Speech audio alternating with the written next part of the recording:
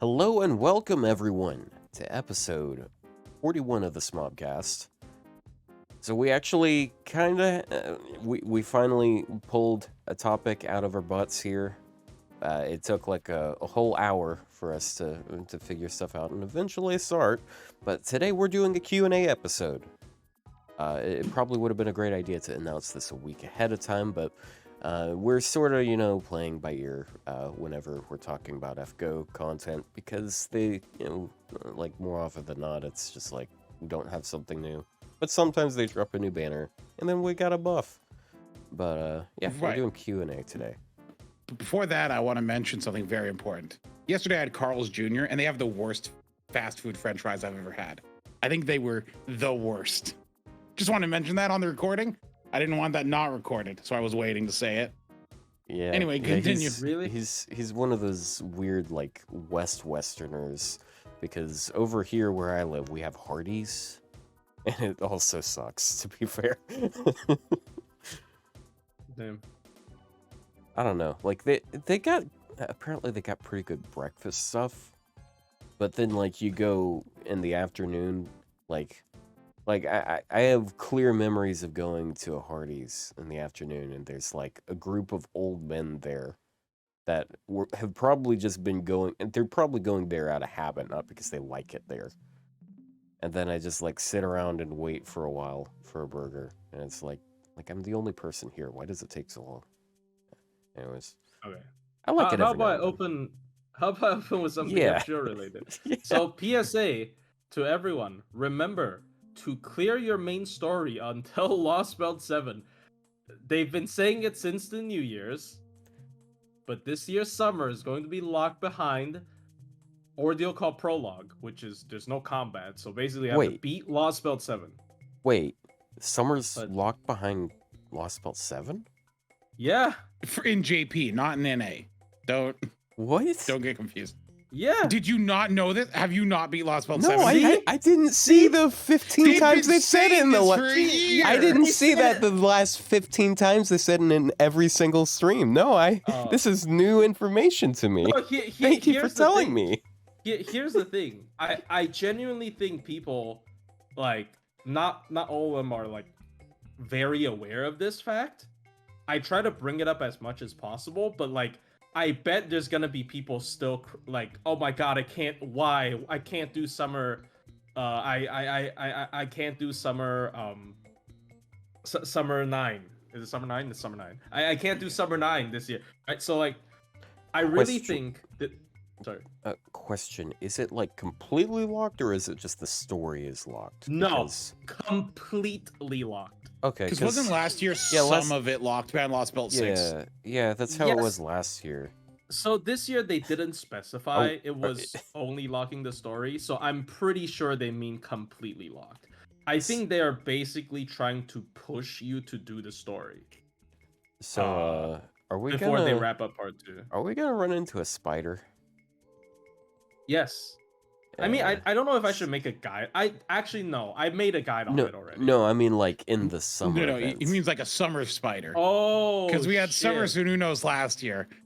Yeah, I don't think we're getting, because like that's kind of a big spoiler, which is why we're not going to go too in depth on it. I think everyone knows the spider from Lost Belt 7. Everyone's seen or heard that there is a spider. This is not going to go into it, But yeah, I don't think they're gonna do that because like Cernunos, and with the way it's introduced with Babanshi and everything, like there's a connection and there's a thing there. But I don't think. So you think they're not gonna make a cool con that's tied to ORD? No, I don't.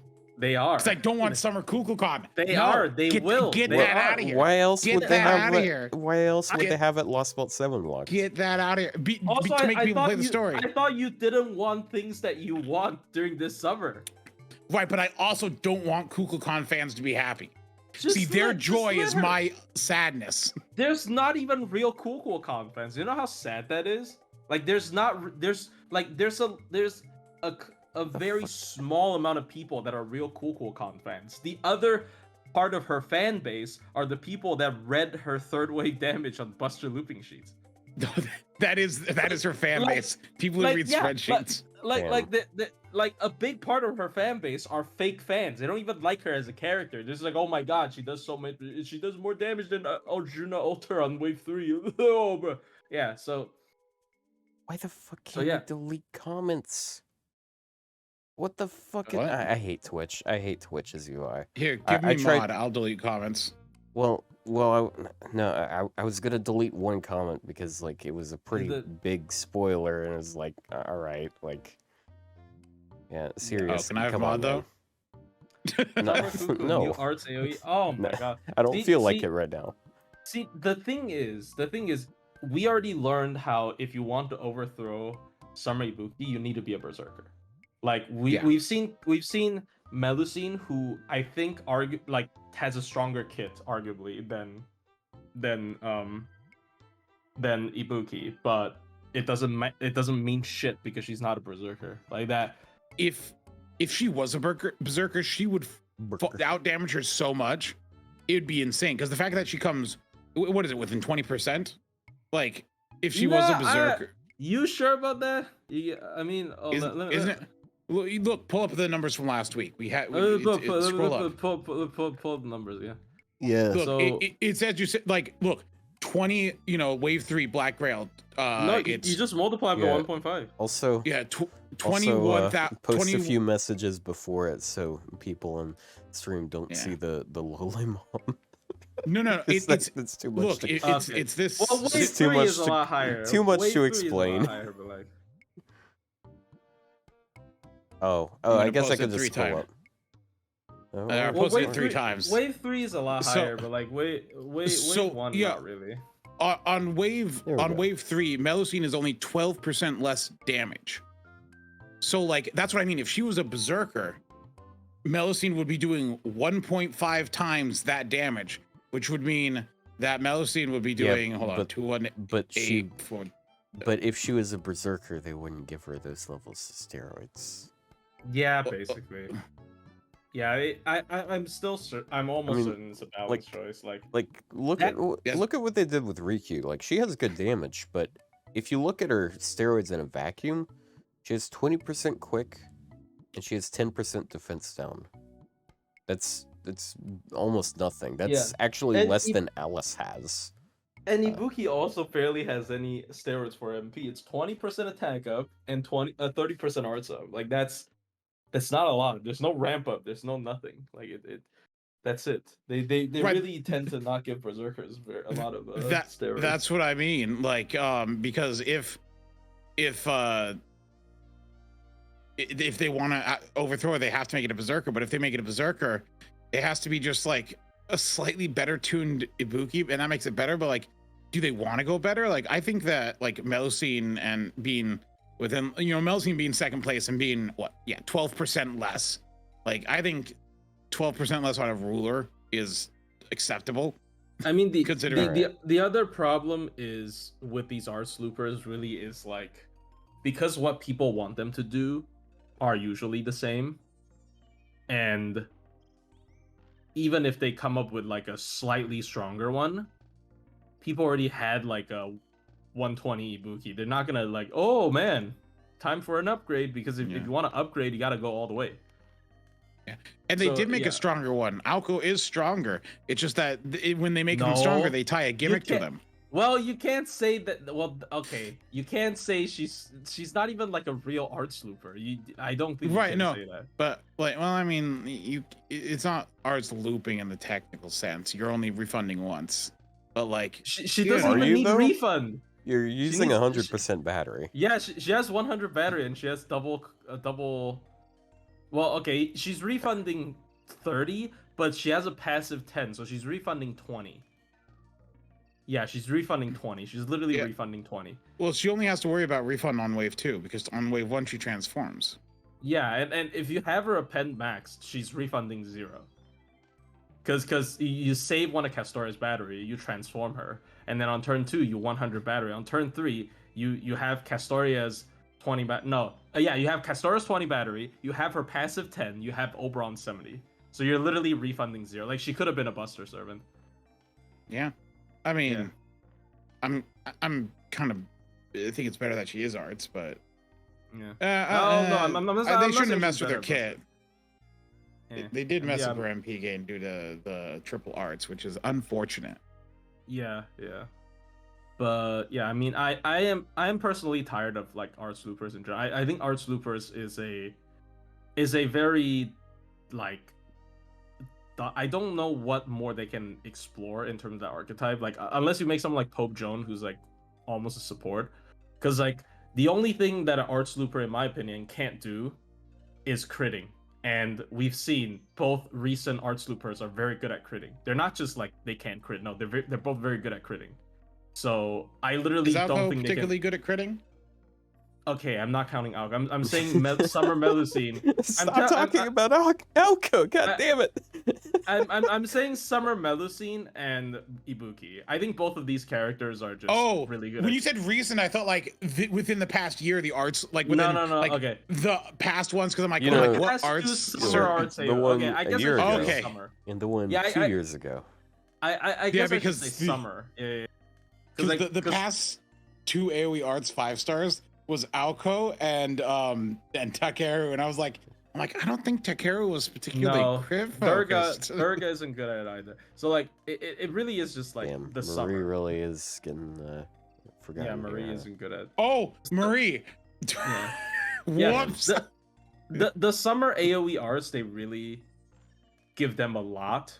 Like if you compare them to all the other AoE arts, they have a lot. Right, they have a lot. Like the only one servant that has like an equal amount of stuff in their kit is like Ptolemy, but like he's a transform servant and his AoE arts version isn't as good still. So like, Now the question is, I think, well, no, my statement is, I think they shouldn't have an AoE arts 5 star this year for Summer. Yeah. So I the agree. AoE arts 5 star this year is going to be a pretender. Yeah. I know we had Kaguya, but that didn't stop them with Duryodhana.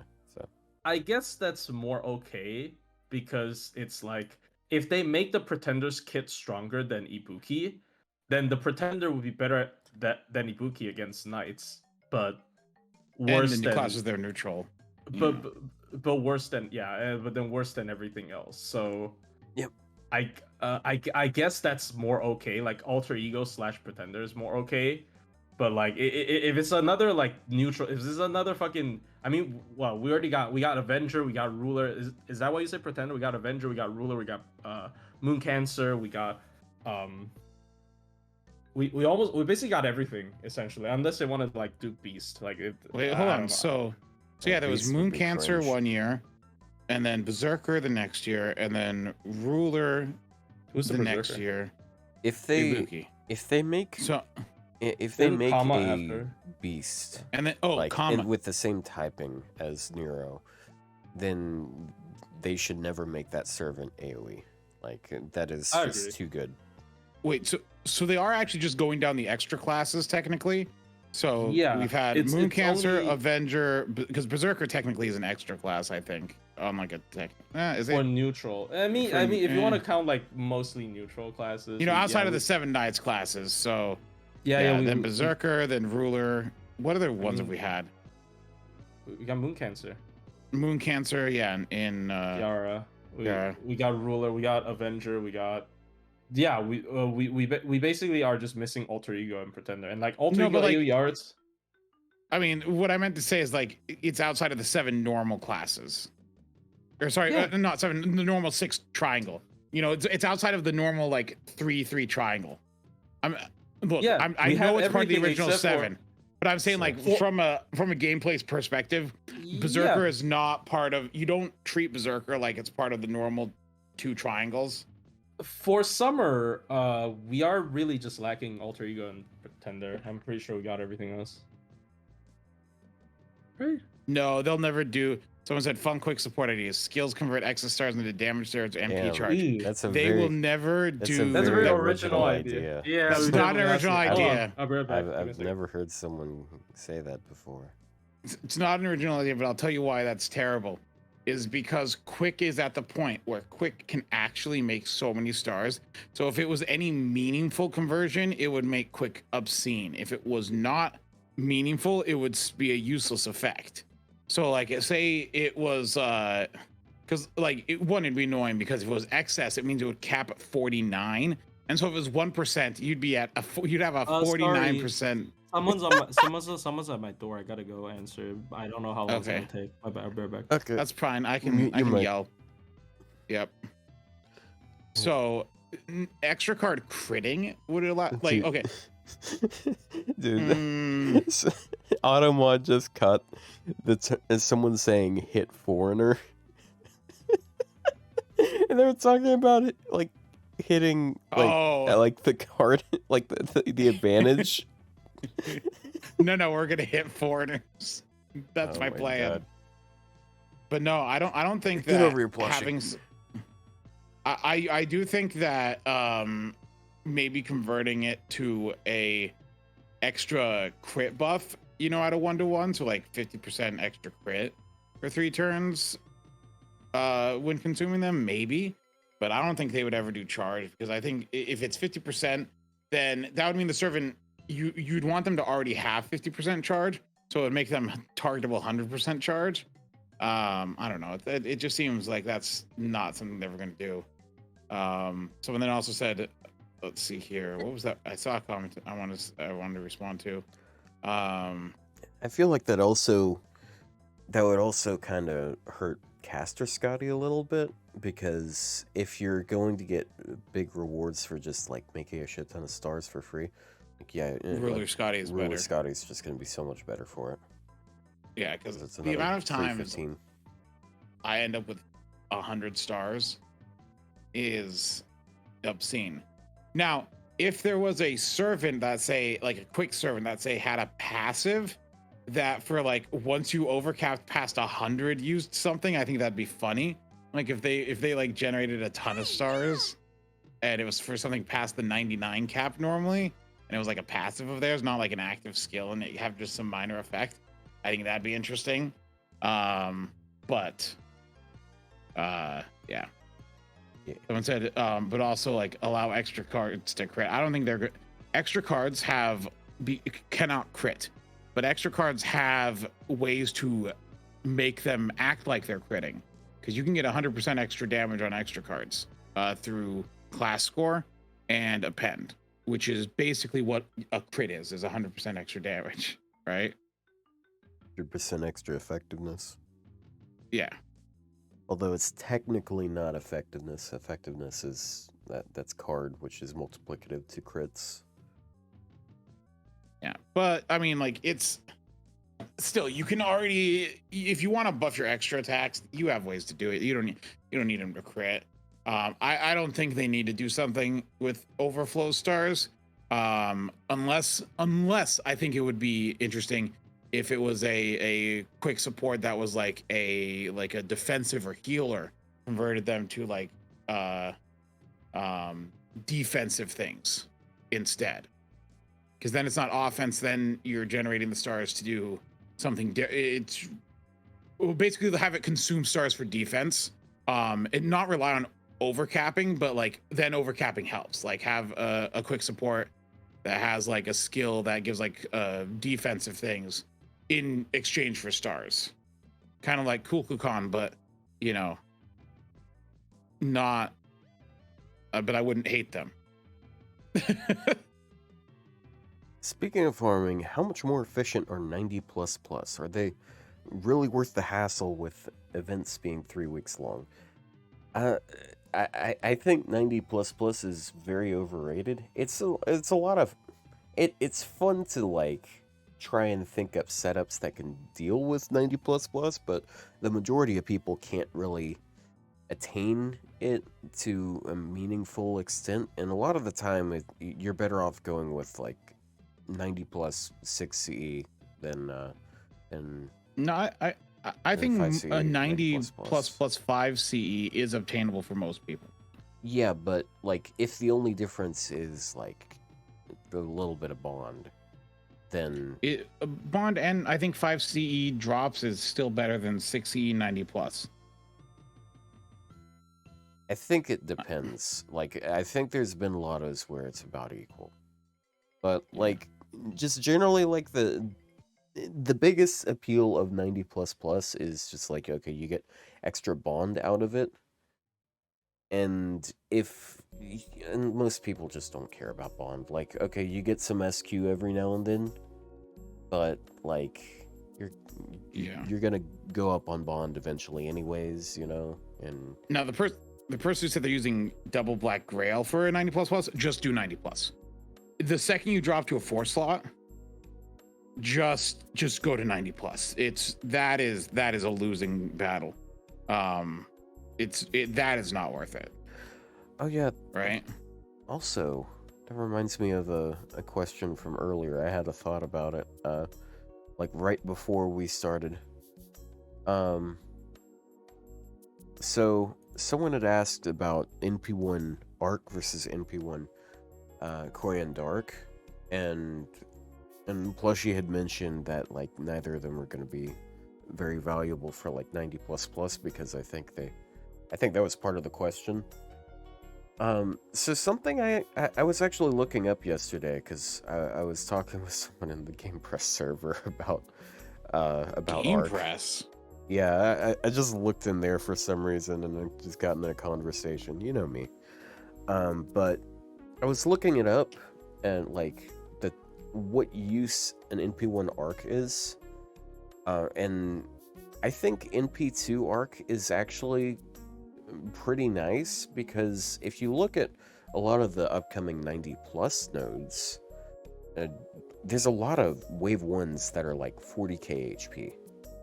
And then like if they have like 30k or less, then NP1 should be fine, but like 40k or less, NP2 Arc should be fine, because without a CE, Arc with her first skill and her second skill up, she does like 40k damage. So if you stack on like some other servants buffs that you might have in a multi-core situation, then it's reasonable to do a lot of 90 plus with NP1 Arc. Yeah. I mean, I think in anti-chaotic situations, Arc at MP2 would be a sweet spot. Speaking of that, Otto, pull that up. I did one single roll last night. You mean one multi-roll? Yeah, one multi-roll on Arc last night. Yeah. If people can check my last stream, I ended with like 835 St. Quartz, and I was like, I'll just do a single roll. How do we know you didn't just buy enough for it to be back at even? I'm not that smart to plan. All right. But no, that was once you give up hope, then you'll get it. But yeah, no, at MP2 I think give up hope. Once at MP2 I think in anti-chaotic situations Arc is fine. Like Arc's main problem is that in multi-core she really can only do one wave, and so she's like, for those ones that are like 113 or 131, there she like kind of works pretty well as like the side character. But in ones where like the AoE has to NP twice, those are much more reliant on arts servants to handle the AoE portion, or some quick servants, or Tonalico. But other than that, I don't know if do many busters really work as the AoE in 90 plus plus? What do you mean? Like, it's harder for busters to be the non-focused damage dealer in 90 plus plus. I think arts and quick are a little bit easier to be your secondary DPS if they have to take out 2 waves. If they only have to take out 1 wave, busters usually fine. Oh, you mean like because they can't like get 2 NPs generally? Yeah, so because like the current 90 plus, it's 1, 2, 3. Your single target takes out wave 1, your AoE takes out wave 2, and then your AoE still has to splash some damage in wave 3 while your single target hits the main focus. So like they need to be able to MP twice, and that's where I think Buster it's harder in 90 plus plus. Yeah, but sometimes you only have one like AoE wave, so it's not. Sometimes you only have one AoE. But then, like, you can still have situations where maybe they refund enough, and you can just have them help on the last wave, anyways.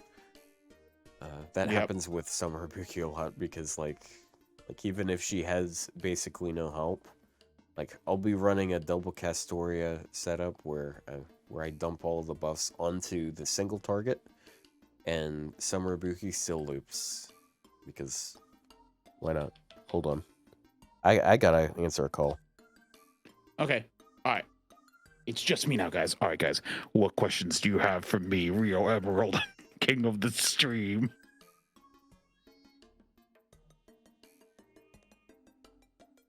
Please respond.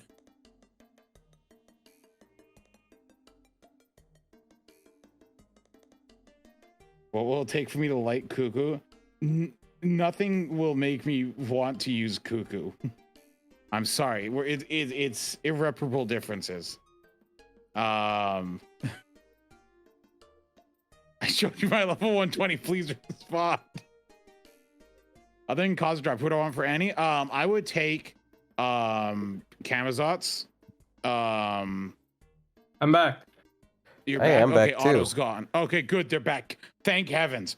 Oh, I just took a call from it was my pharmacy letting me know my medication was ready, and Oh. the lady that you know what Piglet sounds like in like Winnie the Pooh, like he's got the really like feeble voice. It sounded Yes. like she sounded exactly like Piglet. It was very strange. Oh no. Anyways, It's true that Plushie Plushie, tricks you into giving him ideas for his YouTube channels? no, he just takes your ideas. you just Like, take there's no them. trickery There's no involved. tricking. Yeah, no. You're just sitting It's there not like talking, he's sleight of handing it. It's just like if you're carrying the idea, he'll just grab it out of your hand and run away. Yeah, it's mine. Mine now. Mine now. So want to share like why you were gone so long, Plushie, or is it private? Oh.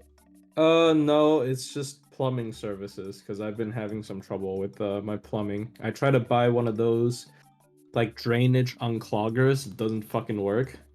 You mean the pipe snakes? No, like chemicals. Oh, like it's supposed Drano. to. Yeah, it's supposed to like dissolve the stuff in the pipe, and like it doesn't work. I let it like sit there for like the entire day essentially, and like doesn't work. So Yeah, they just came it's and not supposed to be able to dissolve a dead rat. So. Oh, is there a dead rat? Is that like karma? Oh, Well, no. we like live a in kill rat. Baltimore, not in New York, so never mind. Yeah. Okay, question. Is Summer Kuro overrated? Okay, so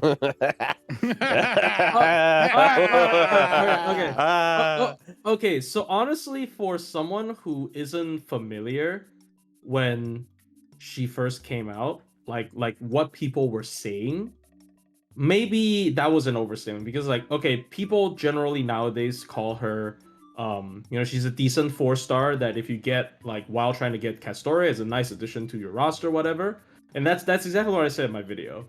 But the reason I call her overrated was like you look back at all the way back, and still today, some people are saying, she's like a must roll. I literally saw someone post a guide when she came out, which is like, if you're starting your FGO account, you must re-roll until you get Summer Kuro before you start your game. Otherwise, you would be at a significant disadvantage.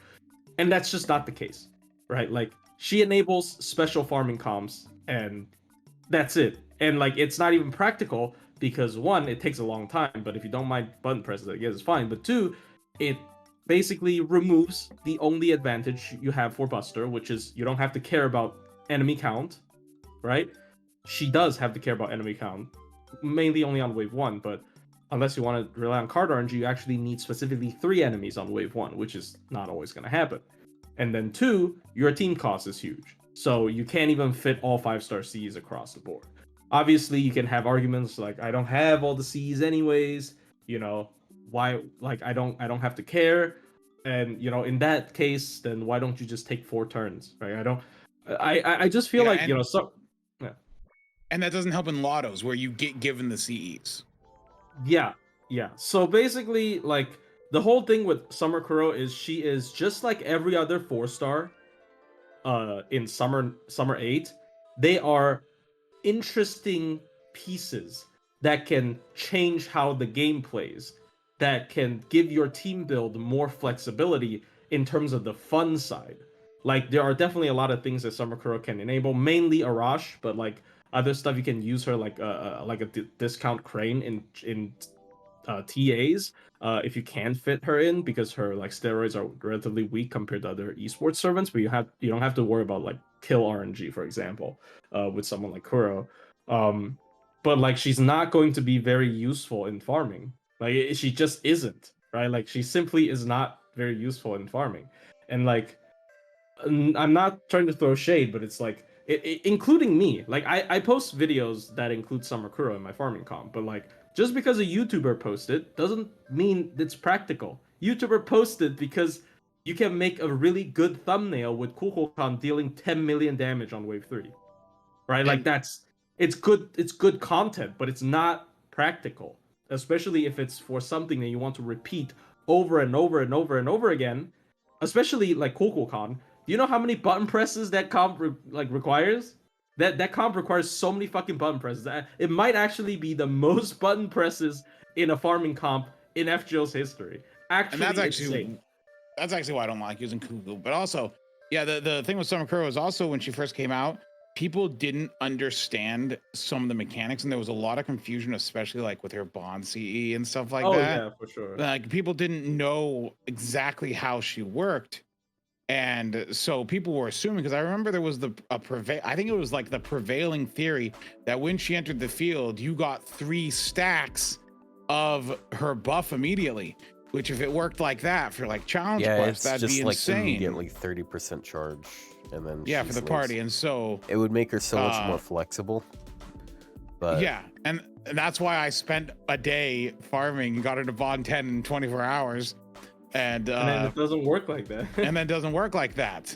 And then I get insulted. It's like, wow, you bond 10 the lowly first. What a shockaroonie. And they're like, no, it's for science, I swear. Yeah, it's very interesting how like people are already out there assuming, like there are a couple of reviews that included her bond CE and just blatantly got it wrong, right? So I mean, I'm pretty sure they did have like a disclaimer of like, okay, like I'm not 100% sure how it works, but like I'm not pointing fingers anyways, but like yeah, it's just sometimes this kind of new stuff you gotta literally play it to know how it works, because FGO wording's weird sometimes. TAs often take more time than normal players. Don't kid yourself. Yeah. Also, let's see. Would you see her as a must roll for minimalist, but for whip? No, I think neither. I don't know if it's a minimalist, right? Like I've seen arguments where like, oh, she can substitute for SSR supports. Then why aren't you rolling for an SSR support? The problem with Summer Kuro is she's a 4-star on a split banner. Her rates aren't actually like that much better than pulling an SSR. And like pulling Summer Kuro is not easier than pulling an SSR. Let's be honest. The other picks are better on her banner. I mean, I think like if you want to use Summer Kuro like as the DPS, I think that as a DPS she's actually pretty good, because you forgo it as a battery and you use it as a damage buff. Because like remember, she can get 100% power mod if she keeps hitting things. Like, because it stacks up to 10 times, right? Well, yeah, but it takes quite a long. Yeah. But it's also not gonna be more than 5 times. It's a 5-time buff. Oh yeah, I mean, yeah. And also, how long do the buffs last? They last 5 turns each, unless you use her 3rd skill, then she removes it all for charge. Yeah, because she's not AoE, and also she gets rid of her own super effective. So what that means is either you go ahead and use her 3rd skill ahead of time to get the NP damage, so you can also get that with the super effective mod. Or you're right. Wow. You have to choose one or the other. I forgot they wear off. Yeah, or you wait and then you can actually get the charge, but you'll miss out on a little of the NP damage and you'll you'll lose the Yeah. stacks. So She I also has don't like the- that. She also has the thing where when she uses a quick card, she gets a crit buff. I wish it counted that instead of the manuscripts for her super effective. I think that would gel a lot better. But Yeah. But I think as a single target Avenger, like if she's a character you want to use, I think she's actually pretty good. Like, and she has like the interesting if you're at the end and you don't have any more backup, she can spot dodge NPs and stuff like that with her second skill. That is because you're usually using her on point. I do find that part to be a little bit like I think tried it's- to make it work, but it's I think it's a funny little technique. yeah, but it's fun. I think like she's a good single target Avenger. Like I don't know, I wouldn't call her the best one. I mean, who is the best? It's Dante's. What am I joking? It's Dante's. I think debatable. Monte Cristo- Actually, I Monte think Cristo, Jolter you could think- be better. I think Jolter could be better at lower MP levels. I think Jolter could be better. what Like was the people question again? who's the best single target Avenger. I think Jolter. Actually, here's honestly could be the better. problem. I'm looking at the single target Avengers. I know who the worst is. It's Lobo. But after Lobo, Lobo's not even bad. right, No, that's the thing. Lobo's not actually, bad. Like, I he's disagree. I think Lobo's better than Summer Kuro as DPS. No, I don't Same. think so. Why? Like when I say the worst, I'm like the Okay, why? Why is she not better than Summer Kuro? She has upgraded I MP, think- no? Does he have an upgraded MP? Yes. He does have an, but I Yeah. think his skills are less. Unless you're looking for buff removal, I think his skill effects are less applicable and useful. Then Just what she has- does she do? She has anti-man, she has buff removal, he has That's what he has. He has. If it's not man though, all he has on his kit is a 30% attack up. he has star and what absorber. does she That's have? She important. has a 20% attack, 20% And MP MP damage, and 20% and crit damage. Right, and the crit damage can stack up. Yeah, I that's think like- that her kit is better. His His crit MP damage can ramp up too. He has it on every NP. Yeah. right. Hers is on her quick cards though, and Yeah, those are but- easier to spam. Yeah, but his quick cards are gonna be doing more Right. damage. Okay. Once again, His I crit- said his the NP worst, not that he's bad. If we're right, there has to be someone at the bottom of this list because it's a list of 6 people. So I'm not I think saying Kuro's he's at the bottom of the list. I'm not saying he's bad, but No, I'm not Let me arguing let me you go think- back to the Okay, phrase yeah, thing. yeah. The problem with it is that fine. I'll include Lobo. Is that there is no single target Avenger that you could look at and say is bad because it's Jolter, it's Tyra, Arise, Kuro, Monte Cristo, and Lobo. Are any of those could you actually say are actually bad? No. So okay. it's a list of, so once again, someone has to be at the bottom. I think it's Lobo at the bottom, but I'm not saying he's bad. Okay, I'm saying okay. he's on the list. I would put him at the bottom, but he's not bad. But it's a short list. It's six characters. I mean, yeah, it's just But- personal preference, I guess. But like, Yeah, I really think Summer Kuro is just like as a DPS, she's not good. I don't okay. The only Have you good thing about tried her, using her as a DPS? Yes. I don't think many Yes. people have. yes, I have. Like, I have. I also tried. like I specifically Cause tried her she- against DB for the spot dodge, but it's like, DB is weird sometimes, but well, I'm not just saying DB. I'm just saying like overall, like I guess Star Absorb is less useful now with Summer Scotty because you're making too many stars anyways. But like Yeah. I would like MP upgrades are huge. That's all. oh I'm yeah, gonna no, say. his MP his damage is probably better than Kuro's for sure. I don't doubt that. I just think Kuro's kit is better in overall. So like if I was gonna pick one, I'd probably want to work around Kuro's slightly lower NP damage. Than I guess, Lobo. but another thing is like her skill 2's dead. You can't use her skill 2. Yeah, I mean, Yeah. You can't. but like, once again, like realistically, Lobo's you skill can't. 1 realistically isn't that useful anymore. But like, I mean, That's fair. Lobo's also, if Lobo isn't dealing with an enemy where removing the buffs is useful, like Lobo, the second you have to remove buffs is going to be better for the fight than a lot of characters, because buff removal is such a good thing that but like in general things, I mean, that's why once again, none of the single target Avengers are bad. I just think, but the problem is that they're all, especially the 5 stars. The 5 stars, unfortunately, like Tyra has her own gimmick. Jalter is big crits. Dante's is stun. The 4 stars are all good though, as well. There's 3 4 stars, and there's no lower rarities. The AoE Avengers, on the other hand, are a grab bag of fun. You have Gorgon, who is the worst. I think. Well, okay, I'm not counting Salier because he's a 3-star. Probably, yeah.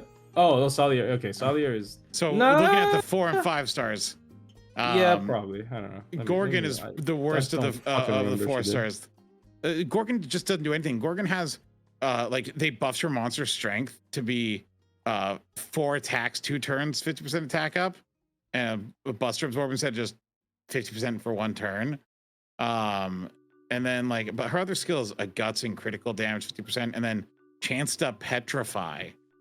I mean, okay, petrify sucks, but it's a crit for. I'm not saying she's good, but like, crit 50% crit of 3 turns, not shit. I mean, my take is like, if Ranmaru is not carried by her free MP5, should be worse.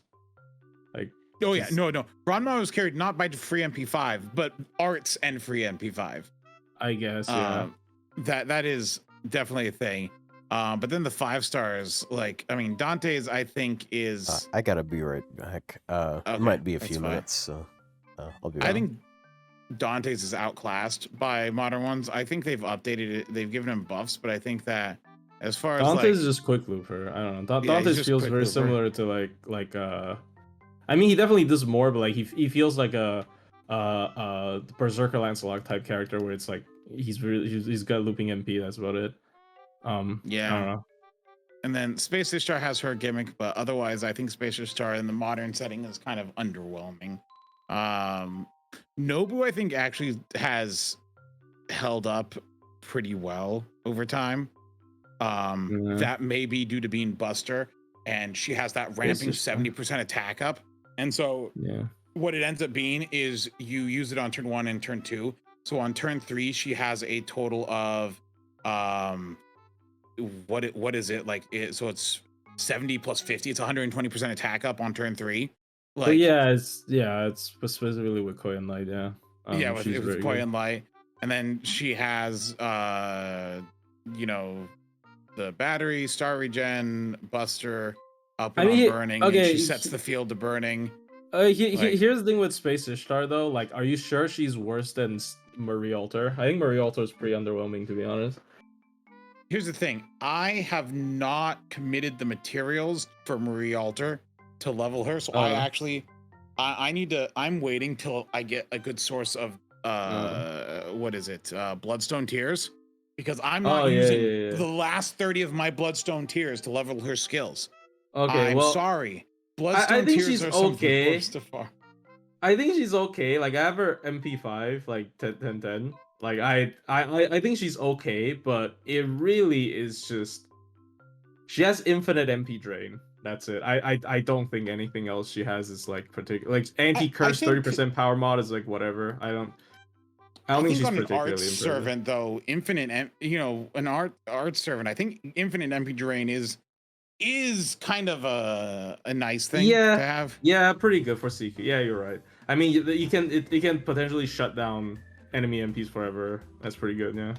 Then she has like the MP and then the slow regen, and I like batteries that are like a combination of charge and slow regen. She has this big curse, but like you're unless you're running a dot team. It's a problem with dot characters. Like, dot is usually taking up a considerable amount of their kit, and then like when you're not running a dot strat, it's just like, oh, okay, this does nothing, thank you. Especially when farming, there's nothing in farming. It works incidentally with it. Also, by the way, I'm back. What happened to your mic? I'm at a weird angle. I mean, I know you're about to mention the Marie having a lot of curse, so that the chip damage does add up because she can use it every turn. Yeah, I guess. I don't know. I guess she's better than Space Star. Space Star, you probably know my answer. So Yeah. You know? You think she's better than Space Star for sure, but yeah, Space Star is only made better at farming. I don't know, for damage because she's ramp ups. I think it's just farming. It is the ramp ups, but Space Ishtar has the problem of her gimmick is being able to change card type, but her as a quick option is just like I think the absolute worst thing I've ever seen. Like, yeah, she somehow doesn't function as quick at all. She has no refund. I mean, yeah, because a refund is 1/3.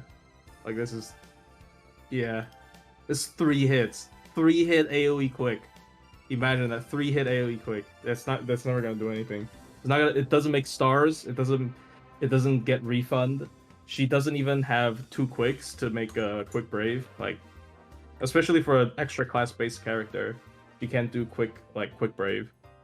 It's just honestly she's just bad. They should have Space Ishtar should have a thing where like Her deck changes when she changes to a card type, her deck changes Maybe. to be a triple of one thing. So like when you change to Buster, she becomes triple Buster cards. When she changes to Arts, triple Arts. When she changes to Quick, it's triple Quick. That's cool. I like that idea. I really like that idea, actually, because like, I mean, I think that benefiting her extra attack thing is really cool as well. I agree. Yeah, I think that'd be a fun, because once again, it may not make her like super better, but it's a fun. Oh, well, okay. Here's what they can do, because it's buffing her 3rd skill. No, buffer. No, wait, hold on. It's her MP. Buffer 2nd skill. Buffer 2nd skill, but add on to that as well as change the card type. Add 20% buff success rate, so I can stop dealing with her 3rd skill missing. Yeah. There was one time I was on stream where I was using Space Ishtar and it missed like 7 or 8 times in a row. Like, damn. I was losing my mind. It's the worst skill in the game. The thing with Summer Comma is I have this proposed buff for a very long time, and then they just refuse to do it, which is like before damage, put 2 Burning Love on all enemies. You should write to Lasengo about that in the Famitsu poll. Dude, that's basically what. that's literally just Marie Alter. Yeah, it's Marie Alter. Yeah, it's Marie Alter. I mean, I came up with it before Marie Alter, to be fair. Like, I've been saying this for a lot, because like people keep saying she should have charm on MP. I'm just like, no, she should. No. Yeah, just make her a berserker. Yeah. Yeah, and then like also infinite like stun lock. Like we like no, right? Like we can't have like we saw Alice, which is a way less like aggressive version of that because it's terror. It's still just infinite stun locks and she's quick. So we can't have an art servant that does that, right? But like yeah, burning love is the one thing where it can increase her, it could kind of give her like anti-trait, but it doesn't ruin things because it's not a stun. Like if you give it a charm, you end up something like Kashin Koji. Like if Kashin Koji was consistent, she'd be one of the scariest characters in the game, right? Like if Kashin Koji's stun was consistent, no, you just can't have that, right? So yeah. Would you want, you said 2 stacks, not 3? Oh, maybe 3. I don't know. I don't, whatever. Like depending on, because it's an MP upgrade as well, so her damage is gonna be really high. So it like depends on how you want to balance it, basically. Oh yeah, if it's an MP upgrade, probably like even if it was just 1 or 2. If it's an MP upgrade, she doesn't even need a stack. Are you kidding me? Yeah, she doesn't need a stack, but that would be a little bit more. But it'd be cool. That would make her ramp up in CQs really scary though, because she does have the defense down. It just doesn't happen in for farming, so people don't really talk about it. She has like defense down for 3 turns, so she does have a ramp up. It just like only happened in CQs. Yeah. I'm not sure if I mentioned it last week, but yeah, it was kind of funny. Like looking back at those previous like on the tier list when people were adamant that the advantage of Spishtar over Kama is that Spishtar has more consistent damage and Kama's more high burst, when really Kama's like actually pretty consistently higher damage because she ramps. Yeah, on wave 3, yeah. Like, like but they forget that the defense debuff is there, and also the Oh, yeah. special attack buff is there. So They don't talk about it. I mean, it's not farming. That's the thing with arts loopers as well. Like they usually talk about farming because like yeah, because usually you're not wrong for evaluating an AOE arts depending on their farming performance, because what they're doing in CQs is what they're doing in farming. They're looping their MP until everything dies. But any debuff based effects, they do tend to like forget about it, I think. I think they should introduce. I think they should change 90 plus pluses or have some 90 plus Break bar. pluses that are just like a single enemy or single group of enemies with break bars. That could be And interesting. Yeah, that would definitely make that- some characters better. Yeah. Yeah. Characters with like card downs, defense downs, after damage. Yeah, because that would be another thing that because like the best thing about 90 plus plus was allowing single targets to enter the arena. And Oh, another Add break- thing though. Oh, sorry for keeping. oh, go ahead. Another thing though, this can make like quick looping a lot better because it's just card RNG. There's a break bar. True. And use face cards now. You're forced to use face cards anyways, so you can definitely get away with using like less refund characters because now you can use one card. Like usually for like quick servants that are quote unquote bad at refunds, you pick one card, one quick card. They refund, so like it doesn't really matter. So like yeah, 90 star nodes. That's what it'd be. Not 90 plus 90 plus star. plus or 90 star. Not even the 90 stars we getting have break bars though. I think they really like to exclude like why not restrict an break bars EX to the node? boss. EX. I think the only time we've seen EX are exhibitions, right? Yeah. Yeah. Been a while. The only since we've seen- difficulties are yeah. Yeah, it's been a while. Yeah. Nodes with more than 3 rows? Yes, because it happened recently during Mahoyo. Yeah, that's suffering. Yeah, and then people are like, "Oh, Yeah, Alco's actually that- good at farming that," that and then was- it disappeared after the third day. Yeah. Like all of the ones that all the later nodes weren't like that, so that was funny. Yeah, and then they also they just put them in the same ways. it that was 6 also enemies and whatnot. pointless to farm like. Oh, 'cause of outbreaks? Because outbreaks, so like Yeah, you get a decent Outbreaks amount of were, farming like, on the outbreaks. It was 5 a.m. I wasn't waking Well, up at 5 a.m. Well, for that's outbreaks. a you problem, sir. well, I know. assuming the event is made for Japanese people, yeah, the outbreaks are essentially I think you But they- only have to do outbreaks to beat it, which is Hold on. funny. They were also at 10, 11 midnight JP time. So Yeah, you yeah, know, they're weird. what if you're a early riser and you go to bed at like 8 o'clock at night or 9 o'clock at night? Well, it's just too damn Yeah. bad. Yeah, that kind of sucks sometimes. Yeah, no, it is too bad. I feel like somebody asked a question I did not answer a long time ago. Hold on. I actually have one from a while back, which I've been keeping Okay. on the back of my brain.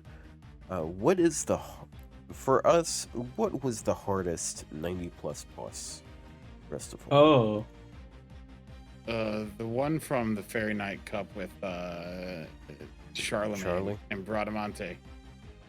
I actually have another answer. Okay. What? Personally, right? Like this is not like generally. I'm not saying objectively the hardest. Personally, I had the most trouble with Huyen Dro's Halloween. The one with Which- the Dioscuri. plus shaped node. And Yep, it's 700k Dioscuri. Okay, so I actually have a pretty cool resource here. Which someone who appears in a couple different servers, he aggregated this, but it's basically just like a compilation of all of the 90 plus and 90 plus nodes with like info about them. It's very It's only NA. no, it's No, not it's just for NA. NA to look at. Oh, Yeah, it's for NA to look at. yeah. This one. Yeah, This one. I don't know think why it's this one gave me so much Cayenne. trouble. I I think think it's just what wave 1. Like usually what fucks people up are high HP wave 1s. Like this one is similar, the one we have currently. I this honestly, this is what I was referring to when I was talking about like NP2 arc being good for 90 plus. It's like if you just look at all the 90 plus on here, most of it's around 50k. yeah.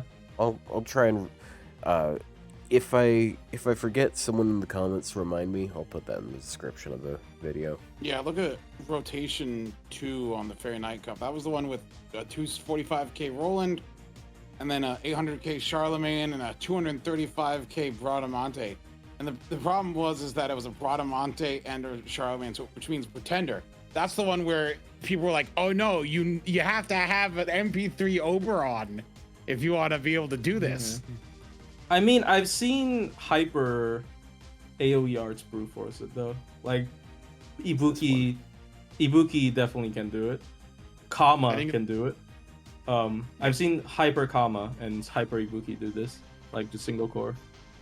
But yeah, it's still pretty rough. I think the setup I did with this was a Saber Ibuki setup actually. I think I was able to 6C with it, but it took a little bit of card RNG. Oh yeah, the one I'm talking about R5C. I'm talking about R5C for sure, because like single core usually R5C. I don't think you can. Yeah, it's very unfriendly to some, because like basically you could use an archer here, but of course there is the lancer here, which would kind of complicate it. But if you think about it, this just means you instead have to do like, what would that be? It would be like 940k. Honestly, you have to do instead. Quadruple.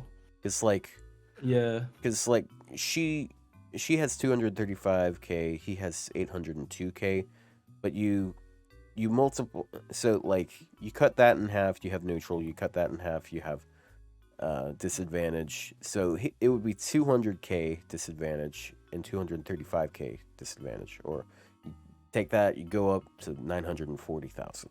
So I don't think it would actually be too crazy of a jump if you're using an archer. The problem is like if you think of like what types of archers you might use for this, like Gilgamesh. Yeah, Gilgamesh isn't. Gilgamesh probably could brute force it because he probably could. No. He is not weak to Ea. Like he is.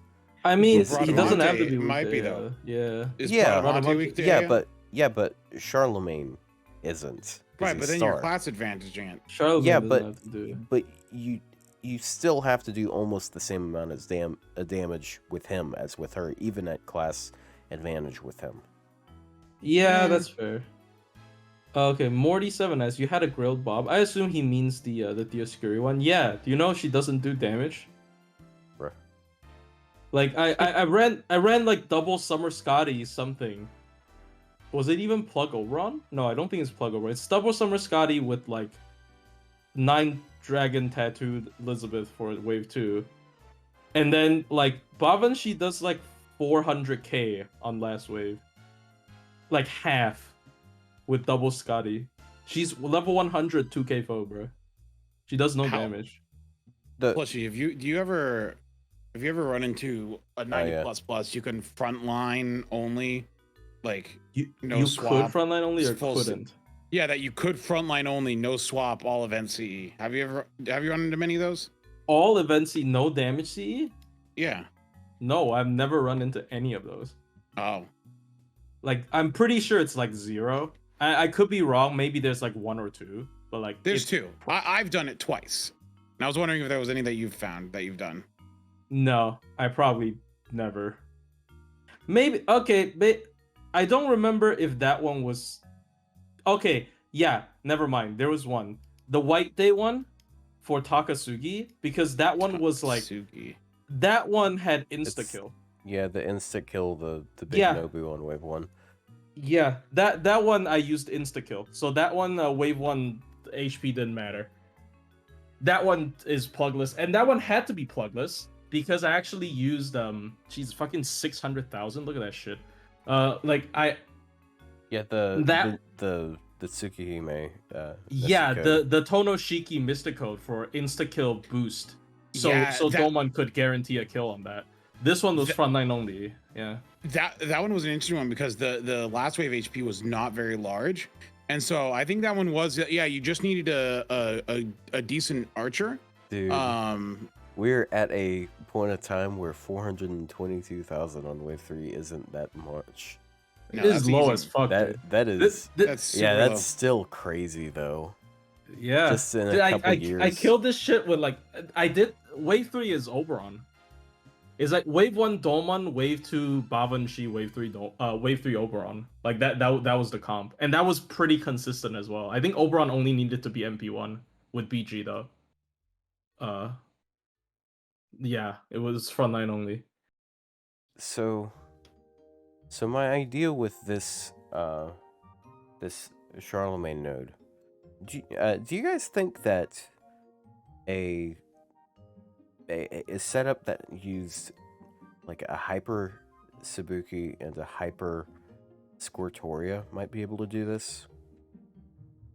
Maybe. Because like Artoria would have to do a lot of damage to be able to do wave 2, but if that's the case, then you might not have to worry as much about refunding twice. Who has the are you doing 6 CE or damage CE? I'm thinking 6 CE because like okay, who cares about damage CE? Like if it's a damage CE, then like if it's a hyper Sabuki, then just like bring in fucking Oberon instead. I guess yeah. Single core. I mean, it sounds feasible. I don't know. I think we can probably calc it. Yeah, it's a lot of damage for Squirtoria though. And she I've become a little bit, because I remember when 90 Plus first came out, I was like excited about making like I was trying to come up with like comps every time, and then I realized it's like not very helpful because like, oh my god, I spend like 3 hours coming up with a comp, and it uses 120 Draco. Like, what's the fucking point? Like, nobody's gonna have that anyways. Yeah, that's the thing, because like archer? Well, the reason why I'm thinking that is because I'm thinking like, okay, something that can refund on their own, because like you're kind of lacking on refund in this. Like you got wave 1, one on wave 2. Arash is pretty easily able to take out that first wave. Is he? Oh yeah, you could just use Arash.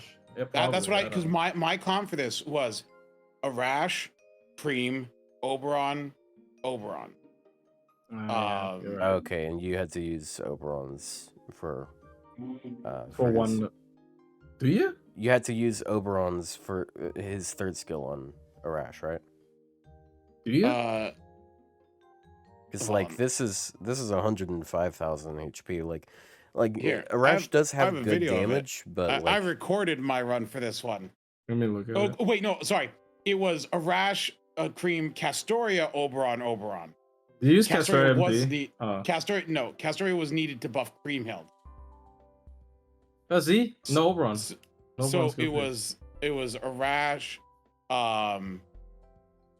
Did I use Oberon skill 3 on this? No, I didn't. No, you didn't. You used it on himself probably because you're using him. Yeah. To do So wave 3. what it took though was it took like a face card from someone on the large Manticore, but Cream, Oberon, and Arash all had advantage against it because like it did like 90k and it has 100. So you had to do 15k damage.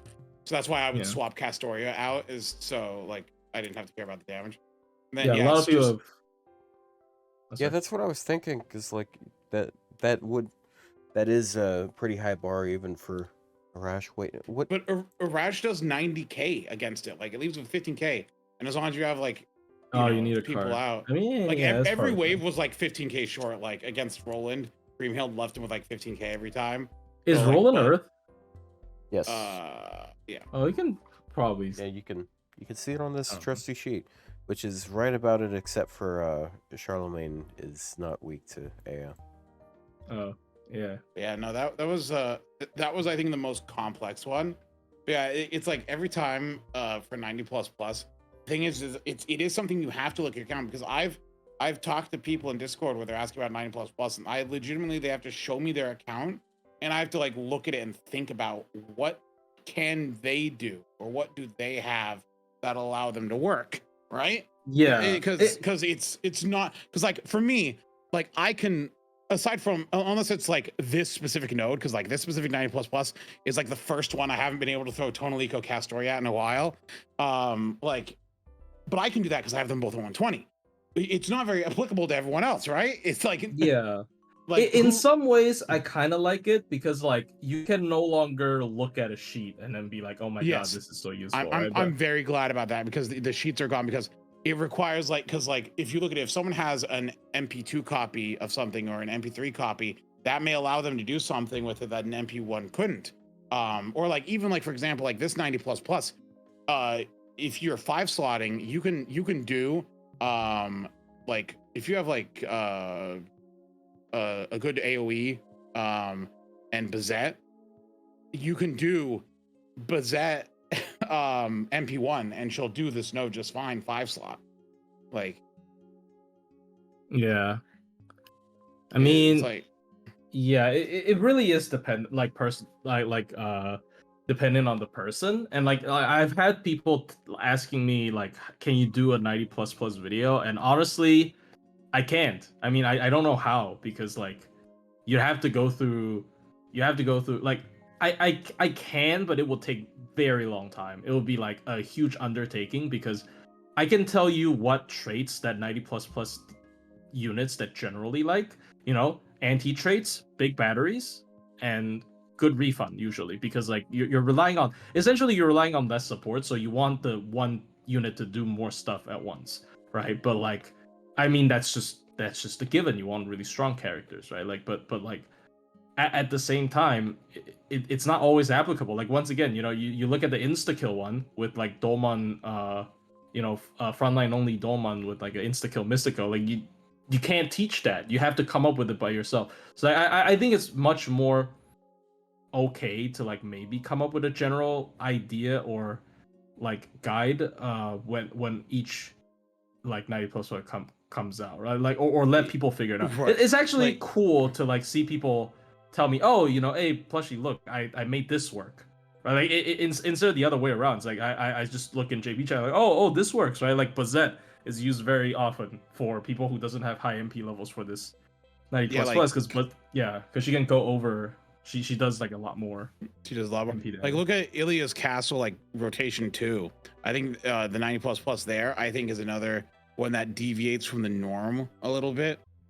Was that the because- Valkyrie one? No, that's the one with the Valkyries where there's a Oh. 350k HP enemy on every wave. So it's not like it's not any like large chunky enemy, but Yeah. you have to be able to do 350k consistently every time. I think Um, Crewcaster was a really good one for that. Yeah, I but he that needed is the event Crewcaster. CE. Like, Well, That yeah, is he the did, yeah. one where I discovered the combo of using Daikokten and Draco together, Oh yeah. and I ended up using that because Yeah. then there's a ton of refund there. But that was a fun one I discovered there, and I've used that comp again actually in 90++s going further. It's an oddly because when you're Draco's then dumping 40% tick per turn on top of her own refund, it's helpful, and my Daikokten's 120. So, but that's like a comp that works for me that I can't describe to anyone else. Like I can't prescribe that to anyone else. No one else uses Daikokten in okay, like I actual gotta farming. BRB one more time. I don't know when All I'll be right. back. All right. My bad. We're just gonna keep yapping. just I think gonna- another like take that I don't know if anyone's gonna agree with me. Honestly, is like I think like 90++ is like a gateway drug for TAs. Like people are actually coming up with team comms. They're like, oh, how do I like work around something, because like you're no longer looking at a sheet and be like, okay, the numbers work out, so I'm gonna do it. I think the aspect of like you having to think a little bit to work around these different numbers and like combinations of enemies is interesting, right? Like after you come up with it for the first time, then you start farming it. It's not fun anymore, but the first time after you come up with it, it's interesting. I obviously the HP gate is a little bit too high in my opinion, but like it's fun. It's fun. You think the HP gate 90++ is too high sometimes? I think it's too high, but at the same time, 90+ is too low because 90+ you can brute force with Buster. That's a problem because because they made a card type that doesn't care about refund, which really sucks. And they 90 also, sorry. Oh no, 90 plus was interesting because I remember when they first introduced it, it was like the difficult one, but that was back when like one. I don't think the thought of multi-core was prevalent in the community. Like 90 plus, in 90 plus, if you use multi-core, you don't even need to like swap in a support. You just actually just have 2 DPS and like a Castoria or a Scotty, and it usually works out. Like it's so simple when you think about it like that. I do think that multi-core entered into the mindset. I think it started definitely with Cernunos. That was the first time it was brought to my attention. Cernunos? Yeah, Cernunos, because like Cernunos was the first time people were actually using it for like a boss. Because they were using like someone to like take out the first bar, like in Kidu or Skaha. Oh, I mean, okay. To be fair, people have been doing it. It's just like the most conventional play. Like, don't do it. But like, it wasn't something that I really thought about as like a valid thing. And then once 90 plus came into the field, then it really started to take off. I think. It really comes down to like, when is AoE damage no longer enough, right? Because like basically 90 plus HP is like, if I pump enough buff steroids into my AoE, they can kill, even if it's like a single target big HP. Like my damage is high enough to kill. But 90 plus is like, in some ways the high HP is a necessity. They have to bump their HP to so high to the point that AoEs can't handle it. And you're forced to bring like single targets, basically. Like that's essentially what they're doing. At least that's what I feel, right? So multi-core very rarely is actually multiple AoEs. It's usually a single target plus AoE for 90 plus. The only multi-core you'll see for like multiple AoEs is for 90 plus, where you're saving time. I'm like a firm believer of if there's a multi-core setup with multiple AoEs, you can always do it with single core. The only multi-core setups that you can't do with single core are the ones that have single targets, where the damage threshold you simply could not break with an AoE. So you have to use a single target, because single targets just hit so much harder, right? Especially for like earlier waves, high HP, because like usually final wave, if you use Oberon and Black Grail, you're hitting over the damage threshold, like even with an AoE. But like earlier waves, you can't commit Oberon, then AoEs can't. They don't have enough. So like I at least I feel like 90 plus should be like characterized with like high HP early single target like big guys. Because like every time you see any 90 plus that's like 2-3 or something, they just end up getting AoE'd. Like it's just because they don't put that much HP in like multiple enemies in one wave, and then they just end up getting killed by AoEs. So like usually, like especially like recent ones, they have like just one big guy like on one big guy on one is like fucking horrible for Buster. Like I feel like that is a I don't know if that's into. It's rough when it's one big guy for Buster, like because like you'd have to have like a really buffed up character and have like class advantage to be able to. It's like even so, like in a multi-core, like even knocking out like 300k on wave 1 can be hard. Yeah, this one's not easy, man. Yeah, this one's not easy. It's hard. I like MP5 Cuckoo with Black Grail, double Koi and Light on wave 1 is a roll, and it's anti-earth as well. It's a roll. It's not guaranteed. It's very high.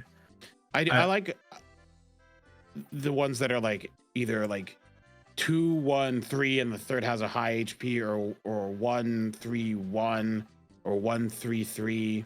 But like the first and the third, basically using the single target NP twice and the AoE NP twice. So you need to do 4 NPs total. You just have to figure out how you're using them. Yeah. And you have to figure out how to get them.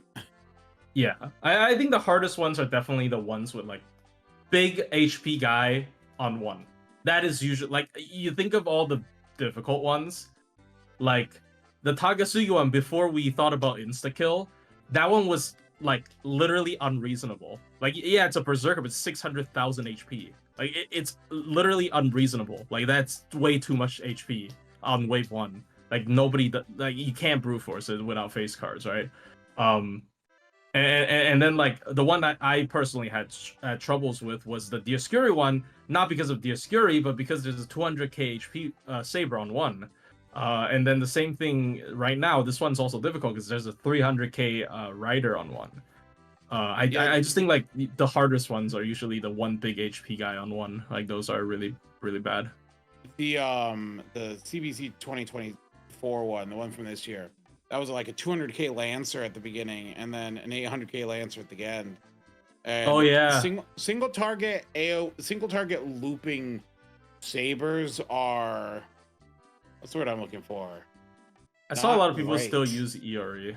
They just, I mean, you have enough charge, they just still use Iori. Yeah. I think I used Medusa. Like Iori's more consistent because of Oberon, but I think I used Medusa because I want Bond. That was when I was able to just frontline with Tonalico and Castoria. Oh. And Tonalico, Castoria. Because like I think the last one was Plug. 800k HP, but it's like whatever, it's 120k. Yeah, that was one of the ones that I was able to frontline, but it's like but Castoria kind of cheats that. Castoria kind of is the solution for that. Maybe I did it frontline only. I forgot. I gotta check. I kind of, because I think it was like I think it was Tycho. No, I definitely used Plug Suit. I definitely used Scotty and then plugged an Oberon or some shit. Or double Scotty, I forgot which one.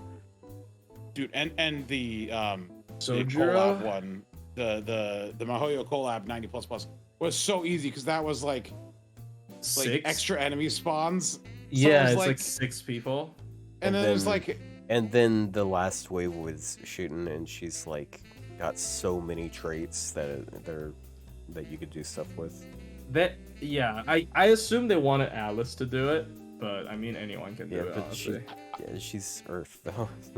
So I believe I just single cord that with Tonalico. Oh yeah, Tonalico. Because she's evil, right? Yeah. Sojiro. Yeah, but Sojiro, you do need to invest a considerable amount of steroids into him. Like as a single target berserker, if you don't give him buffs, like he's not gonna kill. It's similar to like Arash, but like he doesn't have like higher MP scaling either, right? Like he doesn't have higher MP damage scaling with upgraded MP. So I think you definitely, because most of the Sojiro stuff you see, like they definitely sometimes they just put Oberon. They burn the Oberon skill 3 on 1 with Sojiro. Yeah, and they're just using Oberon for the damage or for this charge. I mean, yeah. Otherwise you can't kill because it's just too much damage. So I don't know. It's fun. I think 90+ was gateway drug to TA. Well, I mean that's not true, but like basically it's like you have to work around stuff. That's better than just fucking brute force looping. It's better than normal farming, yeah. I have much better time thinking. Plus, it's more fun, especially when streaming, to like try and come up with dumb 90++ comps. Yeah. It's definitely content. Because like I remember like going like, can I quick 6-slot this multi-core it? And I was able to with Melt and Hibiki and Double Scotty. And it was like, I'm like, wow, I'm shocked. Yeah. It barely worked. I immediately thought of Lancer, so I was confused. No. Yeah. I was talking about OG Melt. The OG. Yeah, it's funny, really. Like Arcoade is just, I remember like people were so hyping her up, and then like in my opinion, one of the biggest like reasons people immediately like wrote her off for being like overrated as fuck. Like she was probably one of the servants that the fastest, like in terms of her people's opinion on her gameplay, like fell off like right immediately. Partially because of 90++ immediately afterwards. Wait, exactly. Arcoade. Oh, Arcoade. Gosh. Like when Arcoade first came out, people were like, "Oh my god, it's so broken! Like you can frontline only Black Grail." Like that. Like one of the biggest selling points for like Artoria Saber was like, "Oh, Artoria Saber was great at looping because she doesn't need Plug Suit and she doesn't need Atlas either. She can use Arctic for maximum damage, so it's very convenient for Buster looping. No plug, whatever." And then like Arcoade is like an even better version of that, right? Because she can hold any CE, even though she can't use Arctic. And then immediately 90 plus plus comes out, and then like this with shit a is not viable million anymore. HP and Kuro at the end, and it's like, and it's 111. It's like, oh no. Yeah, basically they came up with Arcoade, and then like immediately they came up with an event with, you know, Scotty 2, best AoE arts in the game, better Merlin, and then also came up with 90 plus plus that especially that 90 plus plus especially makes Arcoade looks useless, right? Like it's just, yeah, It's just a weird thing with that 90 plus. immediately shut 90 plus plus normally has some aspect that makes like one of the event servants look good, but I don't think any of the event servants are particularly good for that 90 plus plus. The only comp I see that people are saying, like, oh my god, this is it's like Summer Say, which is not from that year, paired with Summer Scotty, so they just buster card the first 2 waves. Oh no, that's what I did. Well, what it is Summer Say, you could whatever, because you just kind of went with the flow. Is if you got the buster card on turn 1, you'd buster turn 1. If you got the buster card on turn 2, you'd buster on turn 3. If you didn't get any buster cards on turn 1 and 2, you would NP wave 1 and 2, and then buster Brave Chain wave 3. There was a no fail situation there. Like you had to pay attention, but like you could, it worked. Like Summer It's basically what I was. just for the first. That's basically what I was doing with Saber Ibuki for that that node too. You're talking about Trouble was there. Summer, Summer, yeah, Yeah, Summer yeah, 7, yeah. 90 plus plus, yeah. Somebody getting slandered just because the first 90 plus plus was 1-1. Okay, here's the thing with that, right? I'm pretty we sure thought she it was can going to do be a it. single target. Yeah, I'm pretty sure she can do it. I'm pretty sure Summer Ibuki can actually brute force that shit with the damage CE. But like, wait, is the damage C the Barghest one, or was that something yeah, it's the else? Vargas Yeah. one. Okay, The so Vargas it's one was starting charge. charge. So Yeah. yeah, Summer it Ibuki doesn't matter. can brute force that. She think- didn't get slammed there because of that. In my opinion, she actually got validated. It's like, what the fuck is okay? Yeah, because like I think people. the only time arts can't do 1-1x is when you're trying to force a 0% charge. Like if you're running a The- 50% CE, you're fine. Like you can. The still only do it. arts that could do it though, Summer Meloseed. Summer Melusine, on Zerks, no overkill. 1 hit of overkill is enough. There's also Ptolemy can do that, can he? Ptolemy. Oh, Doesn't yeah, he start Ptolemy. with the buster single target? No, yeah, no. Well, I mean. Oh yeah, well, but he you swap. transforms on 1. Yeah, he's got he doesn't use 80% a Buster charge. MP. Yeah, he doesn't use Buster MP. Ptolemy can do 1-1-1, yeah, Oh. without He with just full needs to AoE. refund But yeah, 29%. I remember people thinking 90 plus plus was going to be like single target only, and Yeah. also, which would have Surely this brought its will own make problems, my Vlad peak. But Yeah. I am pretty happy with how 90 plus plus has turned out as like a thing. Yeah. Sometimes there are 90 plus pluses that I'm like, they're too catering towards the event servant, like the Mihoyo one. But like normally they're But it's easy, yeah. I find they're they're better to farm. You can do stuff with them, and it's an excuse to like have a wide variety of servants and not just have one servant that you use everything to farm, or like And I hated anytime there was a lotto or something, there'd be like these people like breaking out the spreadsheets and like, rolling, for like, oh, this servant handles like all these nodes and you got to roll this one. It's like, because remember, people were like, I've been playing FGO a long time, people saying like, you got to roll at least MP3 Dantes for these nodes. And it's just like, oh. I mean, people Yeah, just meanwhile- want a Meanwhile, one fit all. Like, yeah. Meanwhile, I was sitting there using an NP1, and I was carding stuff regularly. So, I would have. There were times where I would save scum because oops, I picked the wrong card or something because he almost killed, but he didn't. There's a question. Do we look at app media? Yeah, I do. I do, yeah. I mean, I don't don't really. listen to their guides, but I look at app media, yeah. No, I don't listen, but I do go to the website and look at like their opinions and stuff. Like right now they have on there, should you pull Totalico, Castoria, or Veloceed? It's like, Tonalico probably Tonalico. I feel like for app media they will definitely push Tonalico the most out of the 3. I don't think Yes, App Media's opinions are interesting enough for me to care. Because like I They're sort of not. have my own opinions about things, and like unless I care about the person or think the opinion is really funny, I'm probably not gonna go out of my way to find it. And like I don't think their tier list is like it's not offensively bad like Game Presses is. So I mean, the Well, only reason it's not offensively bad because they split it up into three. So like it's it's harder to fuck up, at least in my opinion. Because like, oh, you can just say because like, it's a lot easier to rank based on just farming, right? Like, is this yeah. So yeah. because like I mean it does have a they have like a should you pull thing. And if you look at the 3 5 stars, they have 3 like 1 star is if you like it you should pull it. 2 stars is like really good in a specific field or like the best of their class, and then 3 stars is like a top priority, you should get this character. They gave Melusine 1 star, Tonalico 2 stars, and Castoria 3 stars. Damn. Which I I was right. Oh my god! See my top 5 characters. I was wrong about I do Tonalico, think but I said Retcon. I would have put her in like number 3 or number 2. definitely I actually think as far as like account building, I think I like Tonalico more than Castoria.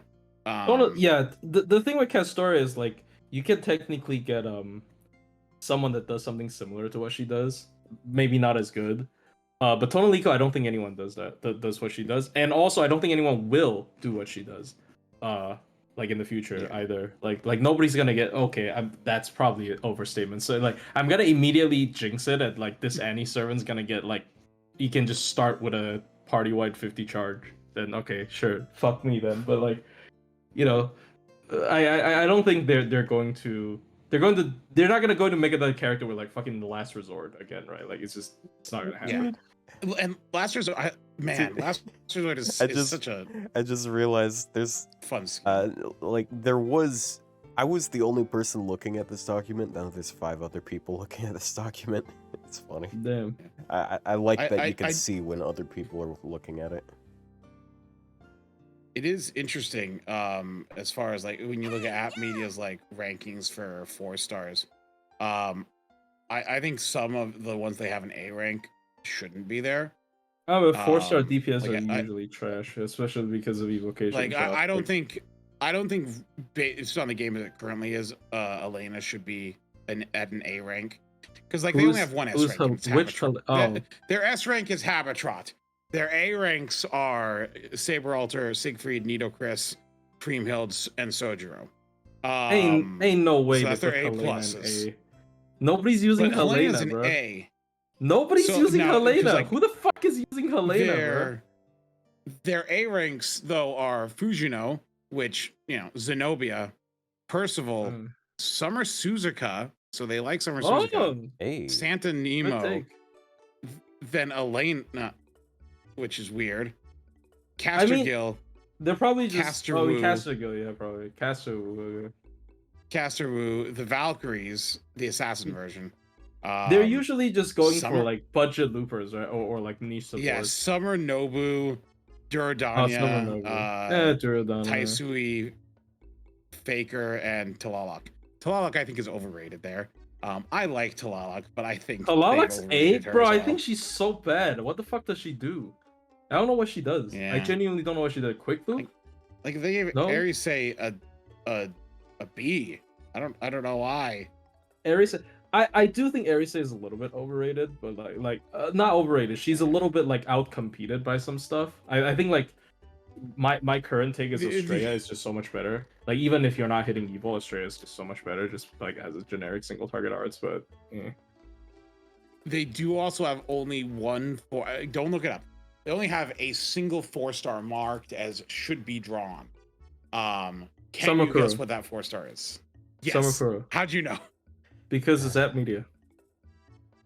Oh boy. That is the only 4-star they recommend is should be drawn. Yeah, so yeah, okay. Again, like speaking of the overrated comment, I'm not saying like Summercrow is bad, but like you see this. Like according to App Media, Summercrow is the best 4-star in the game. right? I don't think that is the case, right? Like that's just. Didn't you try to make Talala do a lot of stuff she's supposed to do? Yeah, she doesn't do it. Look, she does do something. She does a lot of things, but it doesn't like. I think If, I think this is interesting. If you look at the list here, if she could set like water field and leave, I'm telling you, it should be like rain in Pokemon. She just fucking set water field and she can leave, but it still doesn't help. See, they're still putting. They haven't. Like, also look at their A+ servants are still 1-star recommendation to pull. Yeah, they also haven't updated this because Tonalico they have 1-star here, but in their recent article they put 2 stars. So they've definitely revisited Tonalico since she first came out. I mean, yeah. Tonalico's kind of a character that's easy to underrate, I'd say. Like when she first comes out. I think like, she is. I think she is. Yeah, the 5 stars though are Oberon and Castoria. I mean, yeah, that makes sense. They're still putting Summer Castoria, they put 1-star here. I didn't update that. Yeah, I don't know. They probably gave Koyan Dark some credit because she's multi-core, but I don't. Yeah, Koyan Dark's S+. Holy shit. S+ for farming. A+. How the fuck do you use her in farming, dude? She's multi-core. In what? Yeah, mine is 120, and she. Okay, yeah, because mine is 120, I want her to clear wave 3. I guess that's unfair. She just not built for that shit, bro. They should just give her an MP upgrade. So her first skill is team-wide mana burst and 50 charge.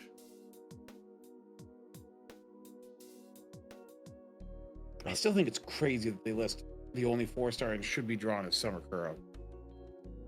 Like, also King Hassan for some reason and Janako. Like, I mean, King Hassan's not a 4-star. No, I'm saying on the list of should be drawn. Like, you know, it's the normal thing of Castoria, Oberon, Vitch, Scotty, Protomerlin, Doman. King Hassan's Scotty. Higher than Kama? Yeah, so this is their must-have. Well, this is their actual like must-have servant image where they're like these. There's are the ones no fucking way they put King Hassan above Kama. Get the fuck out of here, dude. Damn. They put King Hassan on here. King Hassan's not as good as Kama. Must-have servant. I don't know why King Hassan's on there. I don't know why Janako's on there, and I don't know why Kuro's on there. Janako's like, I don't know, anti-lawful, or are they TA brain? TA core? TA brained? TTTT? TTTTT. Yeah, I am curious about that. Yeah, like one of these things is very much not like the others. They did move Constantine into like for high about the child. For high difficulty, they did move Constantine into A rank though. They upgraded him. Okay. Why is Dolman and Scotty with these fucking losers? Okay, Avalon, I guess. But I think Dolman and Scotty are better than Avalon, like more used. Like honestly, Dolman and Scotty are in a different tier than all the other ones in A, in my opinion. I just don't think they're in the same tier. And it's very disingenuous to say like Summer Scotty over normal Scotty. Yeah, technically she is the more important one in looping, but like there's so many quick servants that only work with triple Scotty. Like they're not quick servants rather. There's a lot of like nodes where the servant only works with triple Scotty and not double Scotty plug over. But to be fair, triple like, Scotty in the situations where you don't need triple Scotty, you're probably gonna prefer to have really Scotty. I guess, yeah. I mean, here's the thing though. Triple Scotty, when you're not using Black Grail, triple Scotty can often be more damage than double Scotty Oberon. Depends on MC, but yeah, I don't know. I never did the calc, but yeah, I think it's like close. I was single coring this 90++ with Hibiki, and when I used Oberon, more HP was left with Oberon than when I used triple Scotty. Wave 3? Really? Yeah, on wave 3. That's so surprising. I just settled for triple Scotty instead. Oh, that's surprising. Yeah, I mean, yeah. I like triple Scotty because like it doesn't fuck you over if you don't kill wave 3. Oh, I'd It imagine also that's helps with their that's- wave 1 and 2 refund. yeah, that's because of the event bonus, right? Oh yeah, the reason they kill is event bonus. Yeah, but the Um, reason why it scales better with Triple Scotty though is because of event It's because bonus. you didn't bring BG. That's it. So they didn't bring BG. Oh, you didn't? Okay, I didn't know you said. Yeah, no, I Yeah. was 6 slotting. Yeah. I mean, yeah, like it depends on the situation, but yeah, I mean, cool. Yeah, Nice. sorry. Nice. So on the account of Game Press, they actually they updated some servants because some servants. Are you gonna got show the? Are the we about to error? get mad? No. It's just a funny It's error, fun. I think. You know where they put Murasaki after her upgrade? A plus. Hold on. It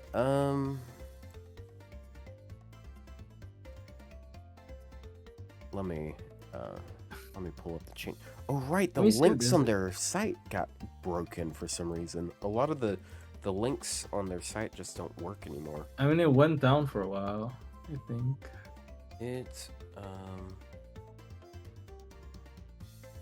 Some okay.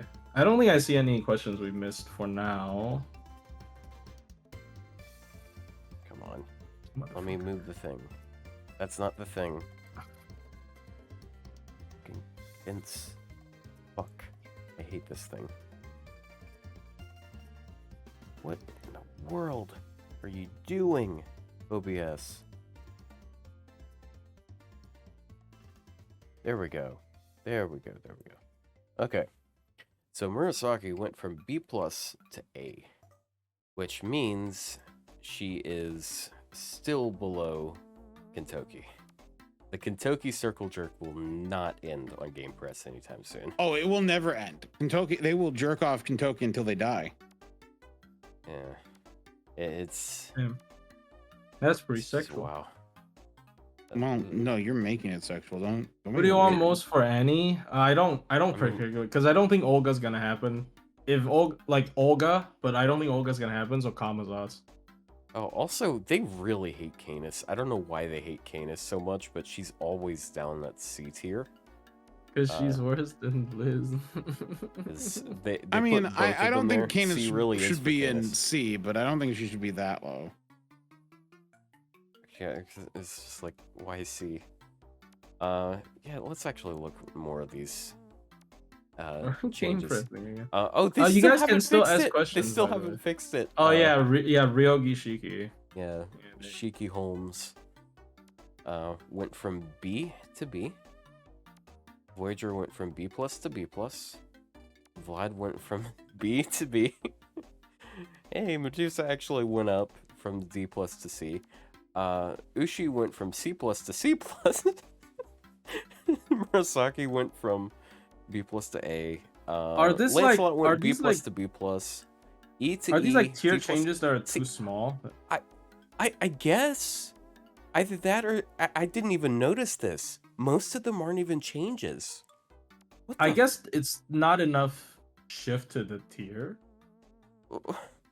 like Then I don't know then how why Vlad's both of them? didn't affect him because like that went from a shitty tactics skill to also like he's got 3-turn buster, 3-turn NP damage, and he can apply. He can defense farm. stance.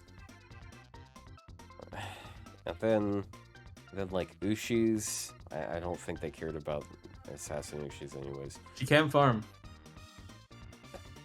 It's, I mean, He can farm. I He mean, can farm. He can. Ushi. Like, hey, don't put words in their mouths, okay? Like they're perfectly capable of making themselves look stupid. They're perfectly capable of making, of being dumb themselves. Yeah. Fergus went from C to C, which is insane to me because the change He to his removed the second, demerit and like, then he's added the thing. he's so much more flexible. Like the things they added were great, and the fact that they removed the demerit made it so he actually works in a team better. See, the buff is helpful to his performance, although it was not agreed to be enough to be worth a tier bump. Yeah. I mean, Bart, look. I honestly understand Bart. It's only 10% charge and 10% crit damage. Like, for a Yeah. lot of people, that isn't much anything at all. Yeah, that's fair. Like, okay, so here's not- my translation it's- for that, right? It's not C minus to C. The minus is part of the arrow. Yeah, they do that with all of them. Okay, so here's my actual translation, right? My actual translation is they're 3 stars. I don't fucking use them, so I'm gonna just guess it didn't really matter. Yeah. I'm not joking. That's like most people's response to 3-star buffs, and I don't blame them. But like as a review site, I do sort of expect them to be a little bit better than that. But Not true. Yeah. Oh yeah, Jufu got a good review. So she got EX minus, which I think the EX minus is good for her.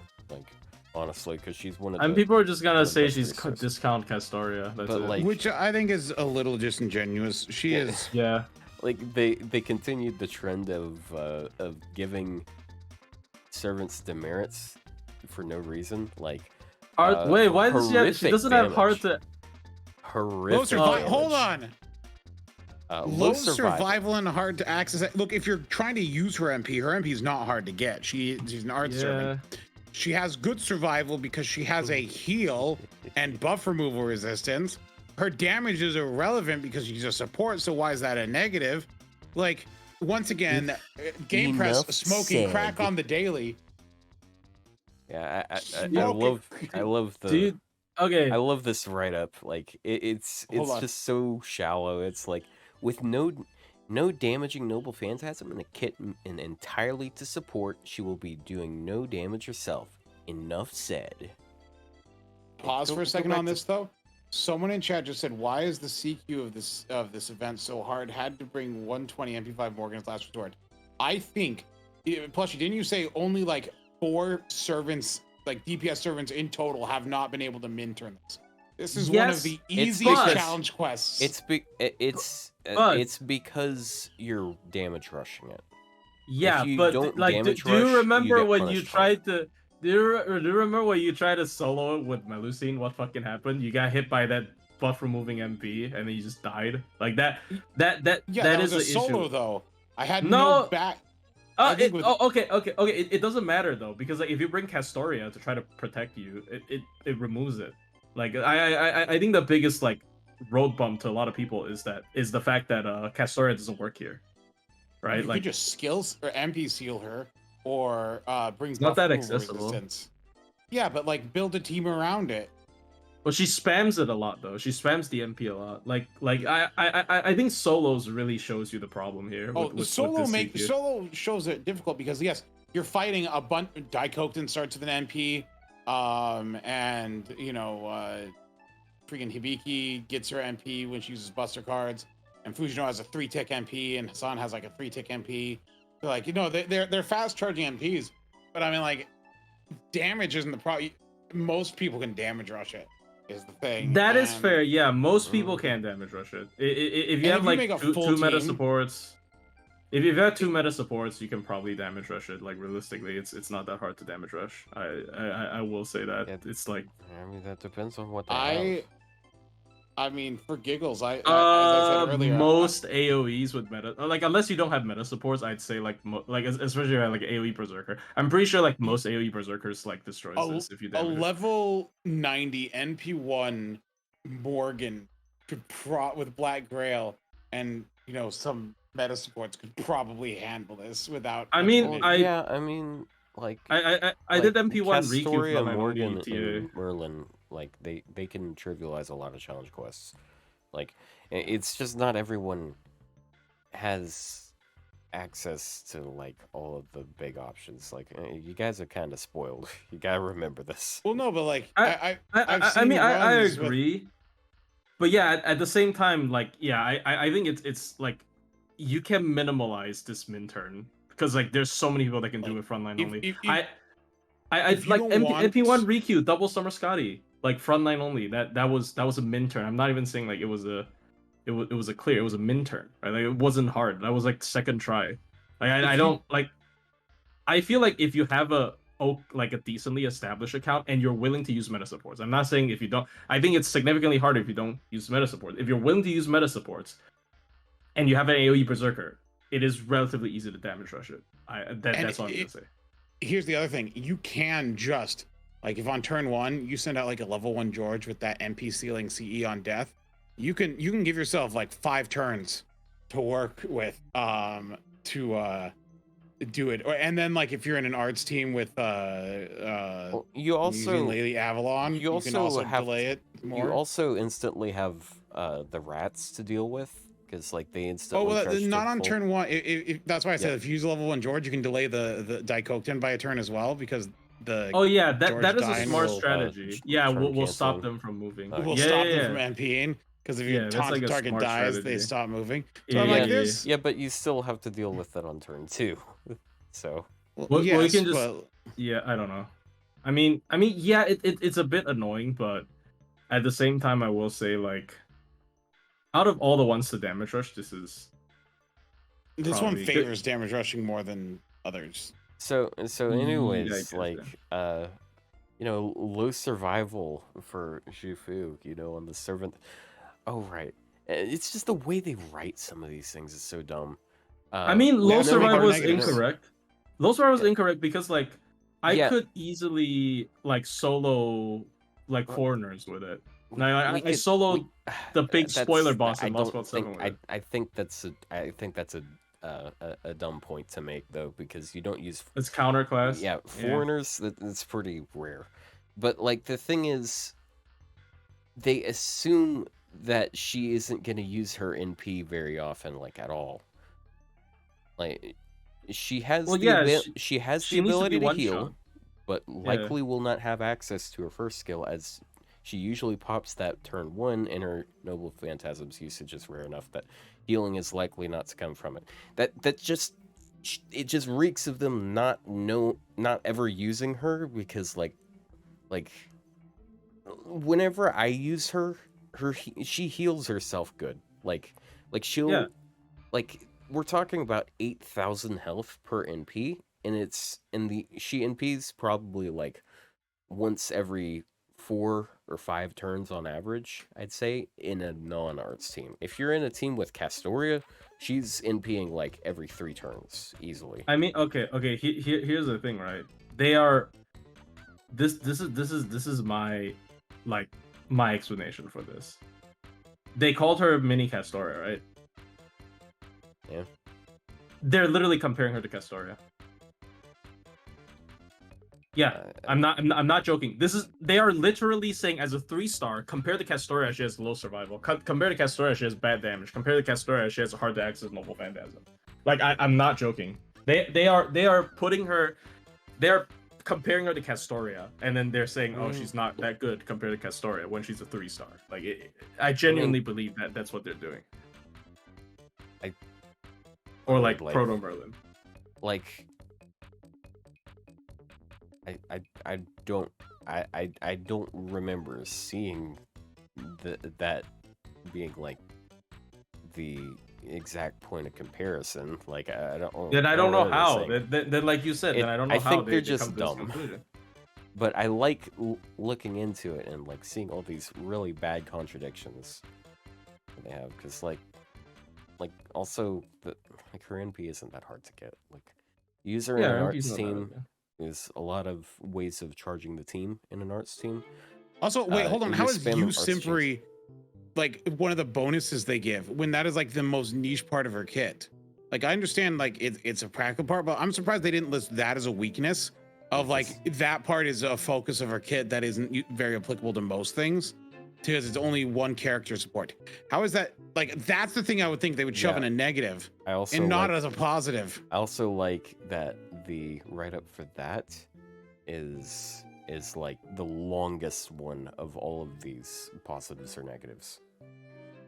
Like meanwhile, horrific damage. It's got like 1.5 sentences. I mean, it really is just like the like you said, it's a thing you commonly get you write yourself into like a dead end. Like you force yourself to come up with 3 pros and 3 cons because that's how the website is laid out. Like you have to understand there are characters that doesn't have cons. Yeah, like or like because little to no cons in terms of the role they fill Yeah, because like they're I one of the think best. I think there are things to count points off with her. It's just they just really suck at finding good ones. well, because here's the thing, like if you want to talk about this, the way you would describe Zhu Fu, the way normal people talk is they were like, yeah, Zhu Fu, she does a lot of art support. She doesn't do a lot of damage, but that's made up for by her support skill set.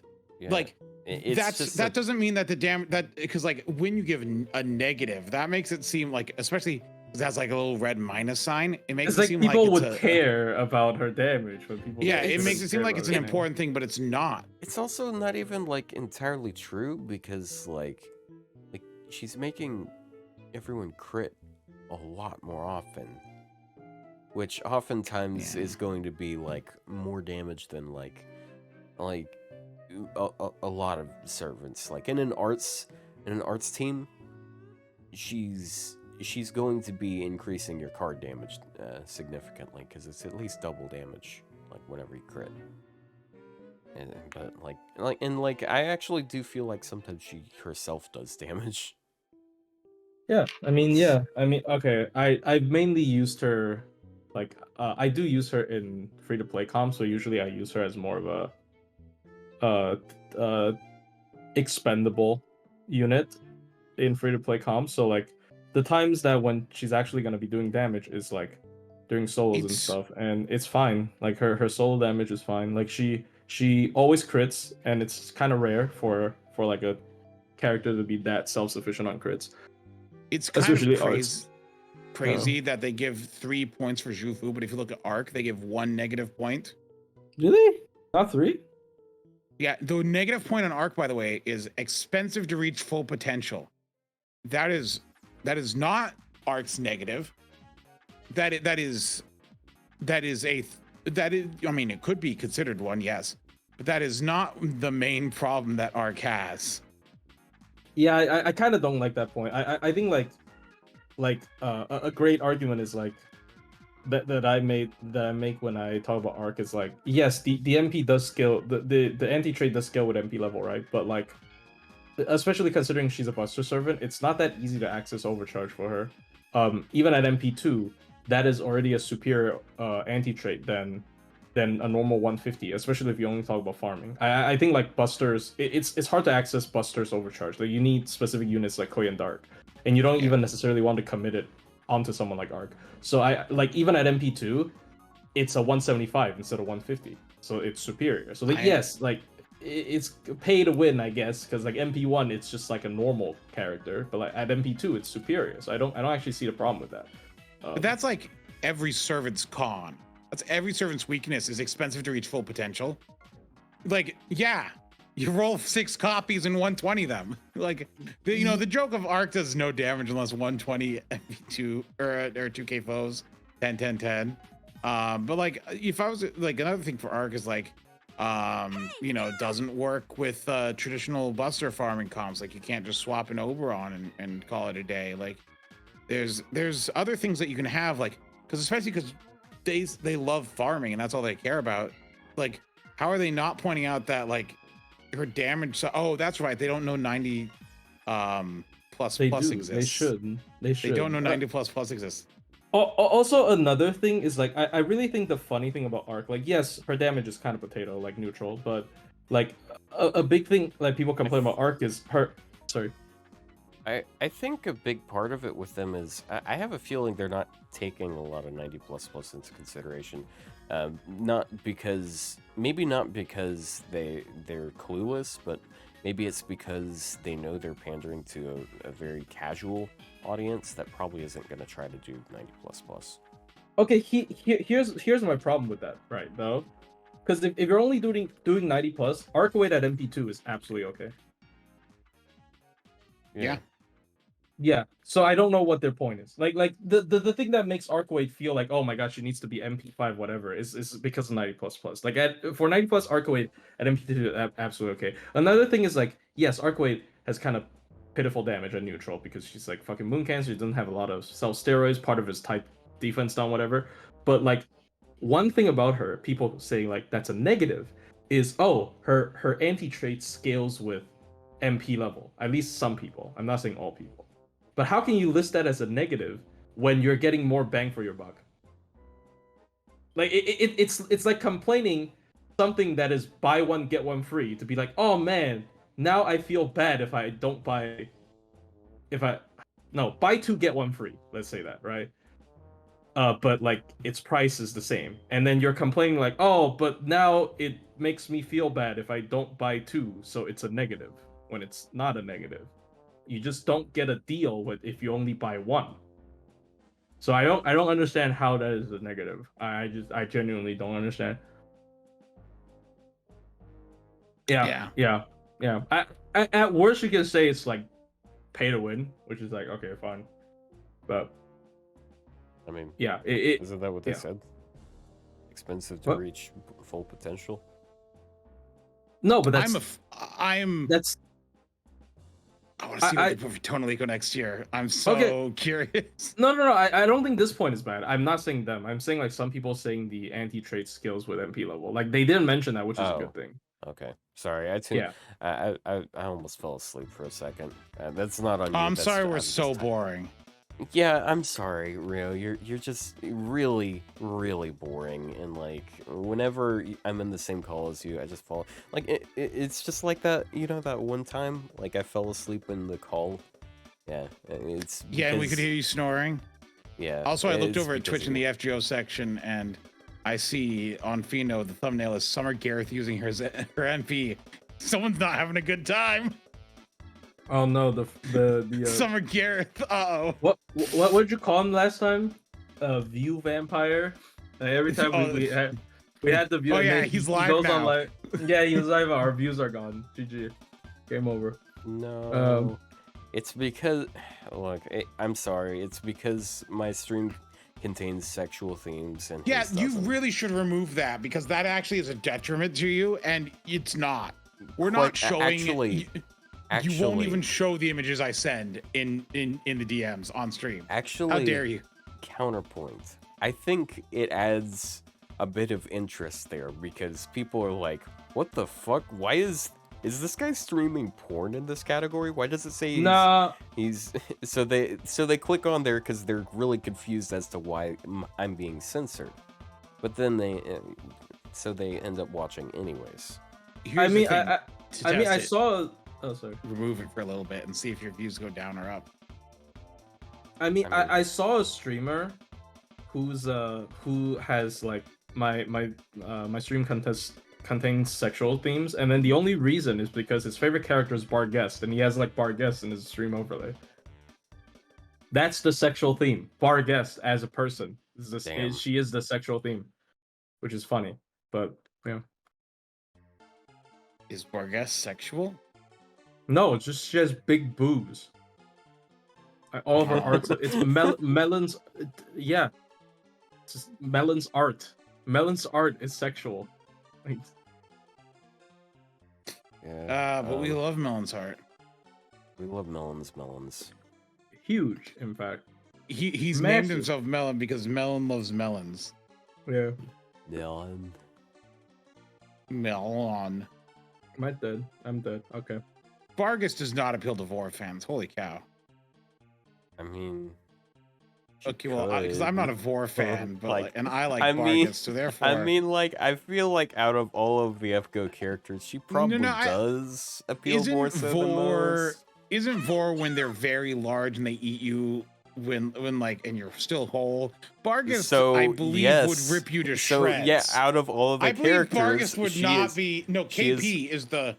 KP is the one I was going that to say has is the one highest of the chance most, to succeed. all right, like KP is how many characters out there can turn huge and also eat people that they like? Okay, but KP is the only one who can get large enough to do that practically.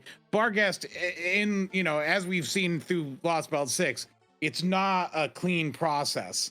And okay. Yeah, I mean, that's why this is there's no, a no. distinction Boar doesn't between imply hard and giant, then software. how do they eat people then? Okay, this is a simple question. Is Hannibal Lecter a Vor character? No, I don't know. he's like, no, he's just a cannibal. Okay, so Cannibalism Does is not Vor. I don't understand. I don't know what the difference is actually. Like It Vor is what, technically swallow is. whole. Vor is sexually eating someone, which usually means not killing them in the process. There you go. Here's the It's sexual Barghest. theme. Here's the Barghest- fucking sexual theme. Oh my gosh. So the term sexually eating makes no sense. It's just like it's a weird fetish for like people take it sexually. It's generally how Yeah, a lot well, of so fetishes here's the are. thing. Once again, Barghest, I'm pretty sure it's a violent act with Barghest, and therefore there is no, there's nothing to be derived there for those. Here's the people. thing. Here's the thing, right? Pit bulls don't vor babies. They maul and eat them. That's True. what Barghest is doing. Therefore, Barghest This is is not a question I ever anticipated to ask, but Ryou, have you seen Vor art before? I've been on the internet for long enough. I've been on certain image boards and clicked the spoiler tagged image and seen things that I don't want to see accidentally one too many times. So have you seen like the type of Vor like Sonic fans, for example, might draw? No, not Sonic. No, 'Cause, not Sonic. Like there's a lot. I don't know. It's it's just like you say things like they're not big enough to eat it, and I'm like, I Okay, feel like stomach you haven't stretches. seen the type of art they draw then, because that is not a consideration for them. You should turn the stream title to Vor. Why? I don't know. I'm joking. Ugh. Ugh. This went weird. Okay, can someone ask a normal question? Yeah, not about Vor. Also, someone I do like I brought the heavy. people come artillery in and too it's like, fast. what kind of conversation is this?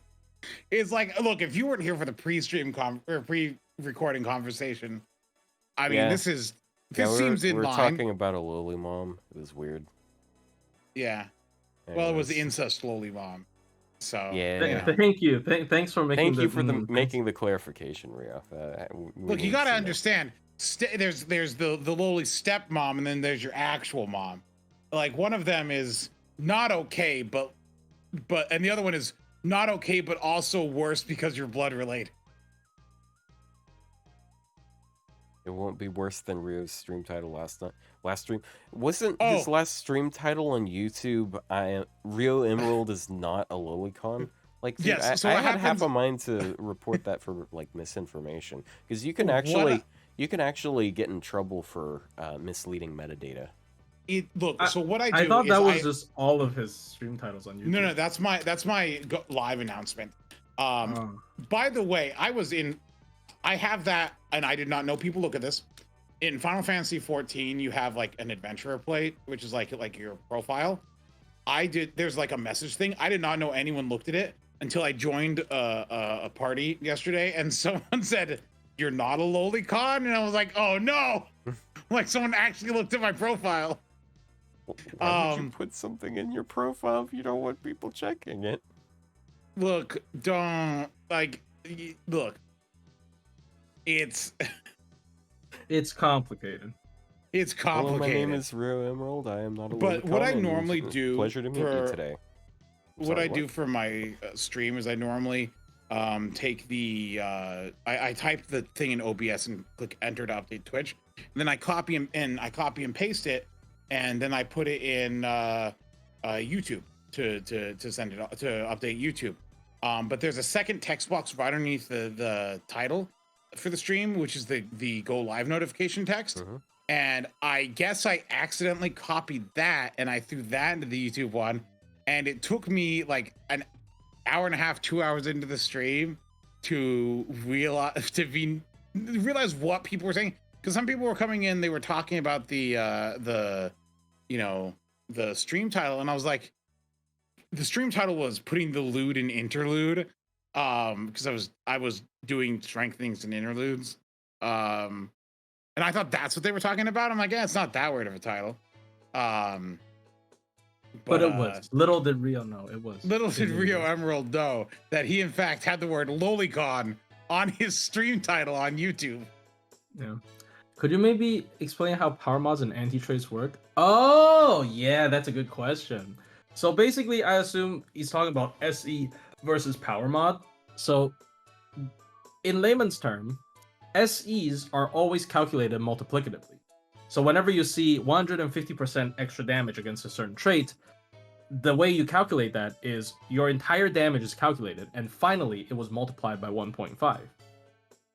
But if it's a power mod, it's additive towards certain types of buffs, such as critical damage buffs, as well as MP damage buffs. So, for example, if you're calculating 50% power mod, extra power mod, and you're calculating MP damage, you gotta add it to your MP damage buffs instead of finally multiplying it by 1.5. So the difference is, there are pros and cons. The pros is that it applies to face cards and MP. But the con is that if you have a bunch of different crit steroids or MP damage up steroids, it ends up being watered down because they're additive. There you go. Everyone nerd react this man. But This is I wanted to get a screenshot of it to show this is when you inspect my profile, which I didn't think anyone ever did. This is what you see. I would like to also point out my guild name. Fuckboy Frontier. Hold on. Thanks, nerd. Come on. This looks like Emeru. It's a streamer. I told him last time. He doesn't know who she is. Sounds vaguely familiar. The only reason I know her is I think she streams with. Does she stream with like J Schlatt or something? Oh. Plushy's explanation can be a YouTube short. I don't keep up with that crowd. Oh yeah, you should cut that and do a YouTube short. Cut Put that up on YouTube. What Plushy just said about the power mod thing. Oh. Okay, I thought you were talking about. Oh, I got it. Okay, that's my video today. Don't ruin that's my video today. Person's introduction. That's my video today. Thank you. Add Subway Surfers. I like to add little visuals though, so I think I'll add like, it's only additive to MP damage and crit ups, right? It's not additive to anything else. Wait, what? And other power mods. Power mod. Power mod? It's additive to special attack and technically NP damage and crit are additive, but basically NP damage and crit are both. They're basically special attack or buffs one thing that only apply for when you're either critting or using an NP. Yeah, that's another way to look at them. Wait, yeah, it's because cool icon and stuff because they're special. One of them is, don't they like one multiplies off the other though? Like power mod and SE multiply against each other. But yes. like yes, because SE multiplies against anything. Yeah, super effective. Like conceptually, it's sort of the way I like thinking of it. Although it's technically like not really that. Super effective. It's basically it directly affects the multiplier of the NP itself. So like the multiplier, like the thing that changes with NP level. And there's some examples of super effectives that actually work that way. Like some servants have super effective for when they have low HP bonuses, and when they do that, they notate it in a way where it's not like up to 100% extra damage. Instead, it'll be like Hijikata has like, what is it? Would it be? Is it 900%? on a Yeah, second. because It would be I think the way yeah, it's 900% extra damage. That's the way they calculate it there. But technically, like it's basically the same thing as MP levels, I guess. it's basically the same thing as calculating any other type of buff, but since it isn't tied to a buff, it's actually It's its own yeah, category. it It's only its own bracket. yeah, it doesn't show up on any sort of cards. It can't be on Yeah. face cards. It's only on NPs. Yeah, so and one of the things it tells, like when it's on an MP, like if the buff says like 50% extra damage, it's a and those carry over to cards, and if it says like 150%, those are actually the same bonus in a vacuum, but those don't carry over to the cards.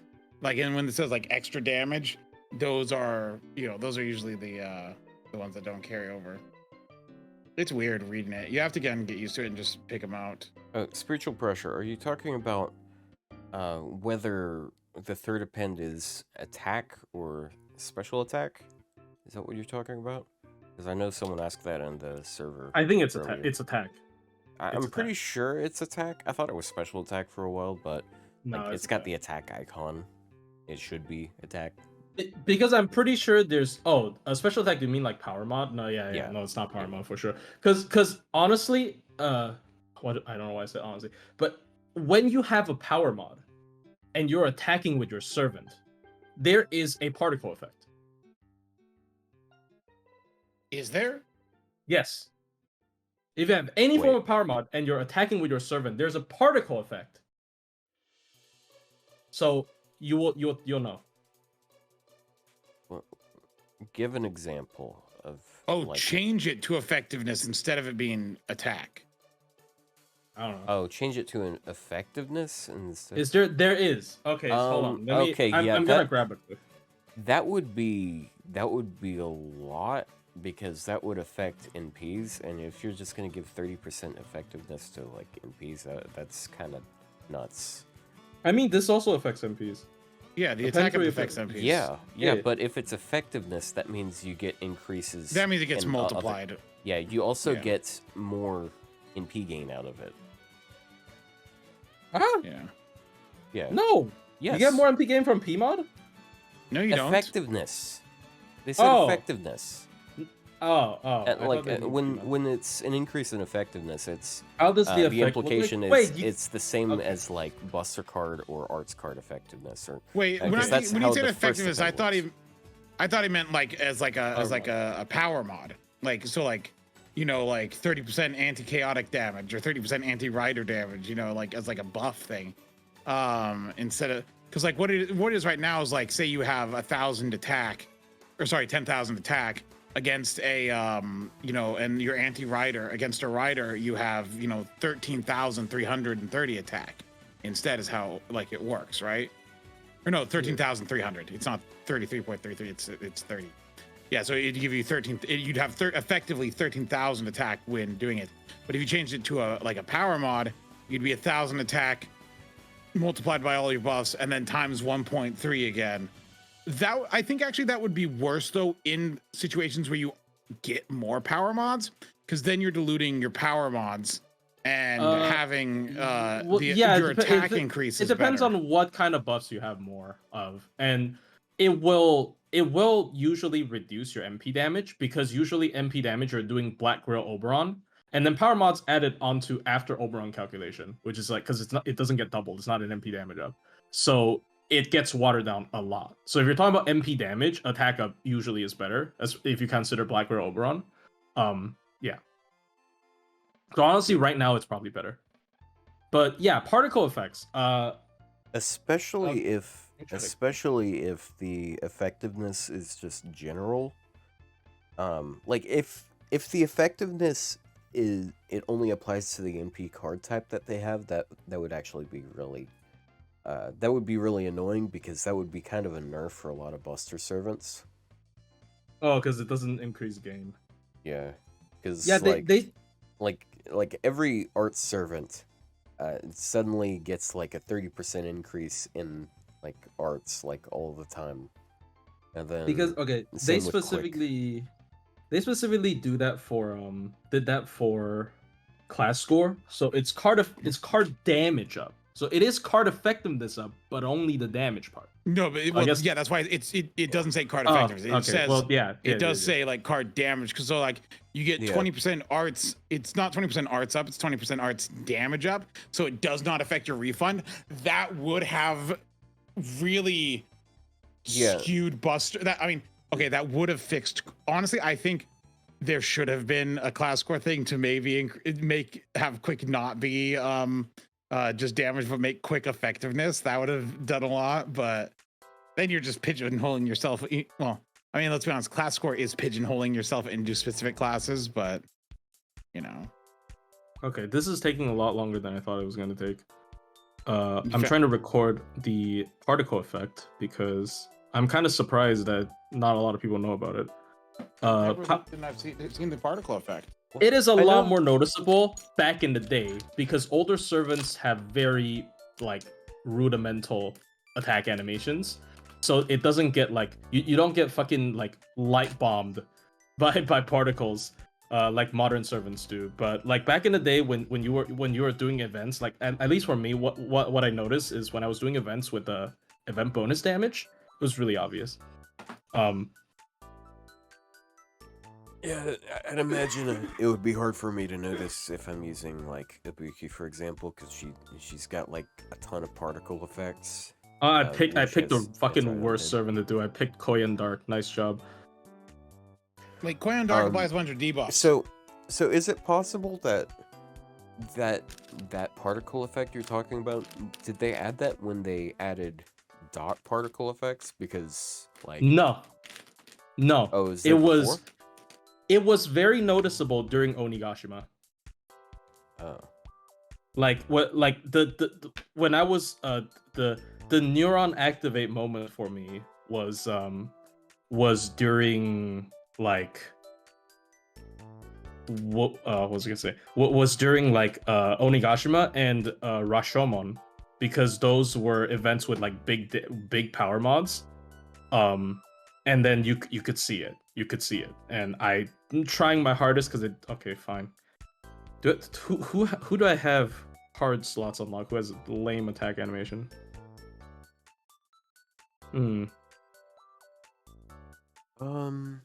Robin Hood. You got Siegfried? Robin Hood. Oh, Siegfried. Okay, Siegfried's a smart one. I can just find dragons. Yeah, he has his own 3-turn.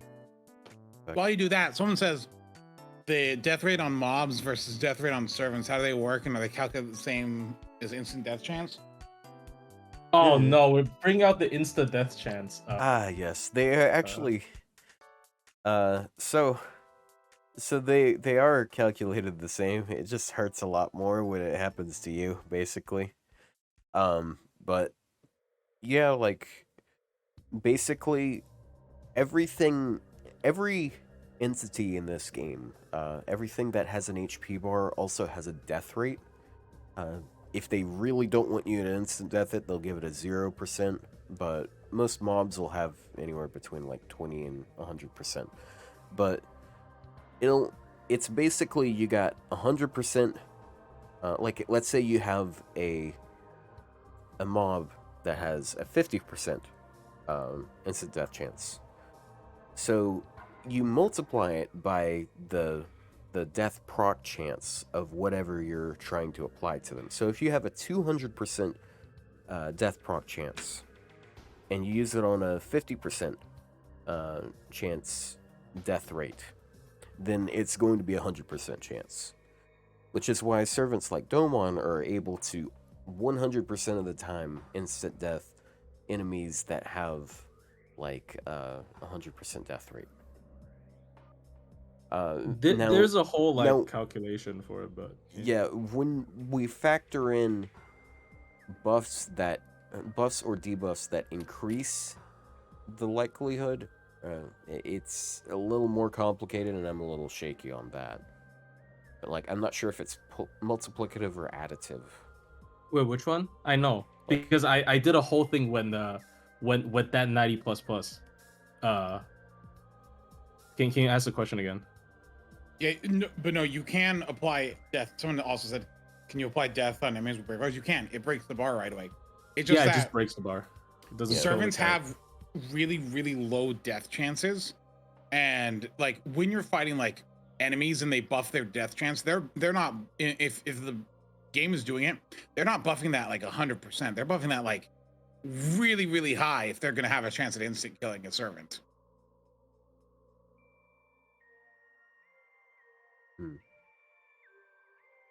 Okay, this is pretty obvious. Hold on. Is the death rate of the QP node in Ordeal Call so low, even though they're gold rarity? I think it's a high. I think they have a high death rate purely because, like, certain types of enemies will have higher death rates than others, like sort of like how it is with classes with the servants. Because, but like you'll have like ghosts and such, which I think have really high death rates. And then like just And skeletons. humans, like humanoid enemies also have high death rates. Whereas They're little fucking things, pirate guys. yeah, whereas things that aren't as humanoid generally are not as easy to instant death. So if it's like a dragon or something like that, but generally it also corresponds with rarity.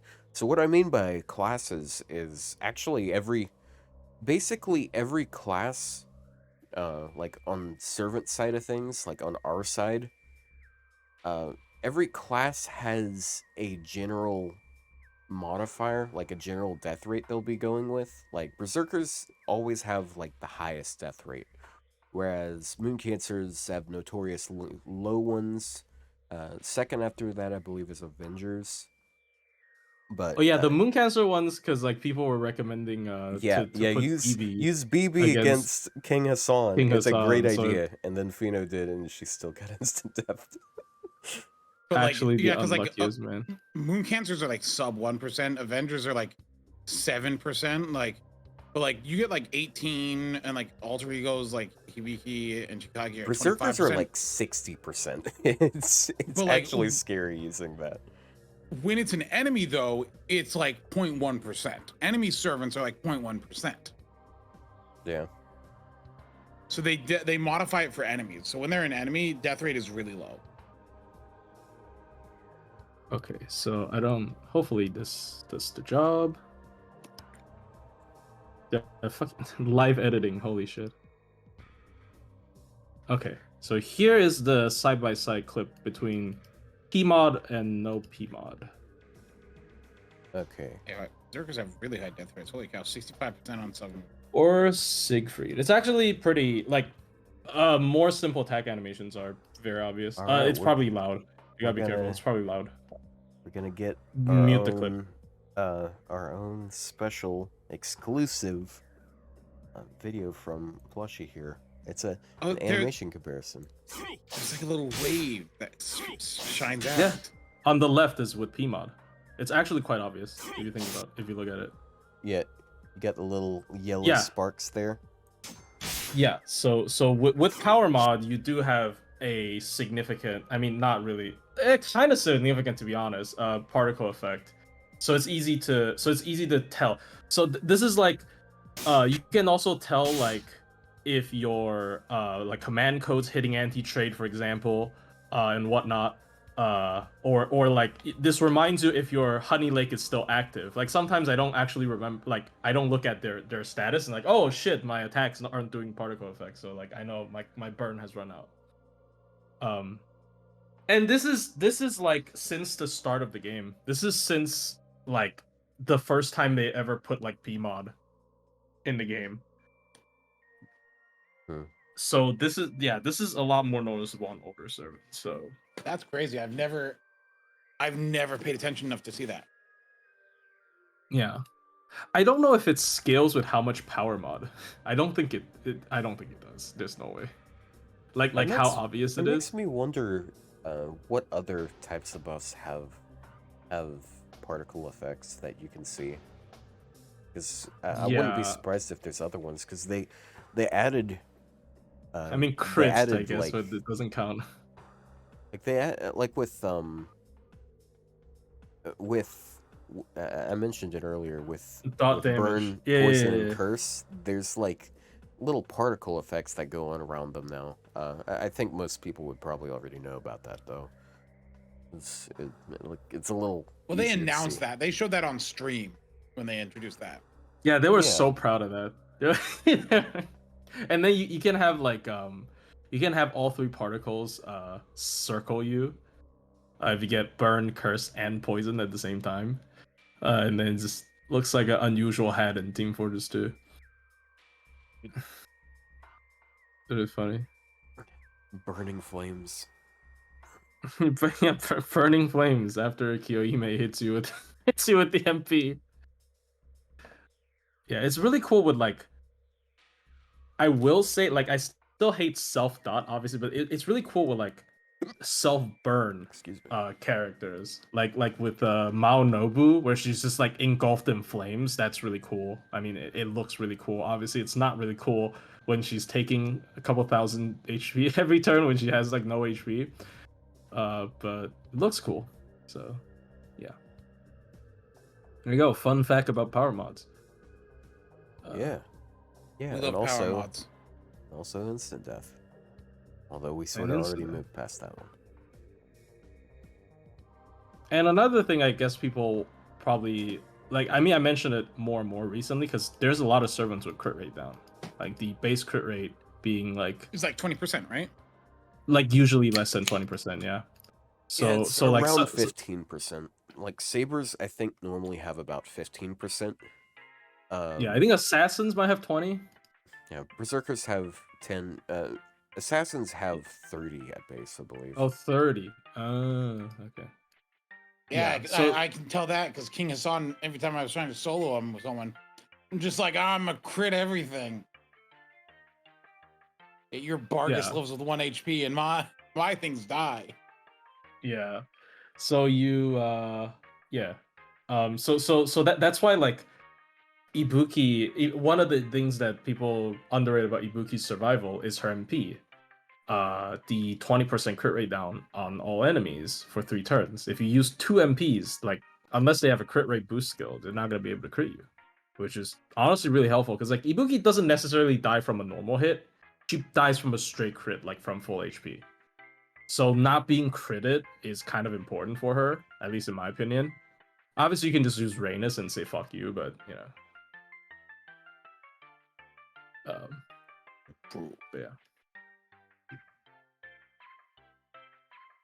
Nice. Yeah. Yeah, it is 30% with assassins. Give King Hassan an MP buff? No. King Hassan has been buffed too much already. Stop buffing King Hassan. Breaking story pacing was not the only reason. What? Breaking story pacing was not the only reason I should do Samurai Remnant DLC later. When I first unlocked. Look, I don't know. You asked me a question and I answered.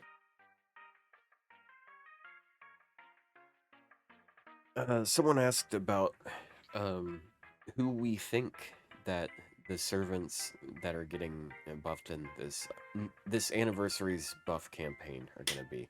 I say ask us. You said that last in year. 2 weeks. In like 3 weeks, because then we'll actually have something to guess around. Because right now, like you're asking. Oh, we know the guesses. classes. You're right. Yeah. Right now, if you're asking that question, or you're asking 10 out of like over 400 servants that could get those buffs, and it's like I don't know, like I have nothing. I have no near accurate guess here. Okay, now, what if they do show a pretender one? Which pretender would you buff? Fucking, I don't know, Talala? Excuse me? Like, Talala for sure. They show a 4-star one, and then it's Cagliostro. Dude, I'm gonna be real. Cagliostro teetering on the brink of being like really high. I mean, I think he's really good already. Like if you're buffing Cagliostro, it's a bit scary. But he has a pretty good. But if it's a 4-star pretender, it could be Smob. It's not gonna be Smob. It's a Summer character, and like she has like 2 million things in her Okay, kit. I hear people say that a lot, like they don't buff summer servants, but like the campaign we just had, we had like 2 of them. Like Summer Okay, Arasaki yeah. got buffed, Summer Ushi got buffed. Who else did? Okay, but the other thing about Smob is she has like 2 million effects in her kit.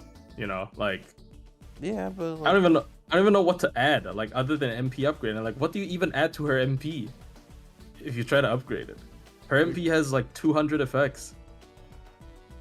you'd probably increase the scaling on like. Just one increase the thing damage. and Just yeah, give her, damage. Like give I her more mean, damage and make the MP tick regen 20%. Like, Oh my god. she'll just go to the school of Paul Bunyan NP upgrades and like get almost nothing increase other than damage. Look, Honestly- damage increase on her would actually be kind of amazing. Honestly, I think that is the only way you could buff her, because like her kit has too many things.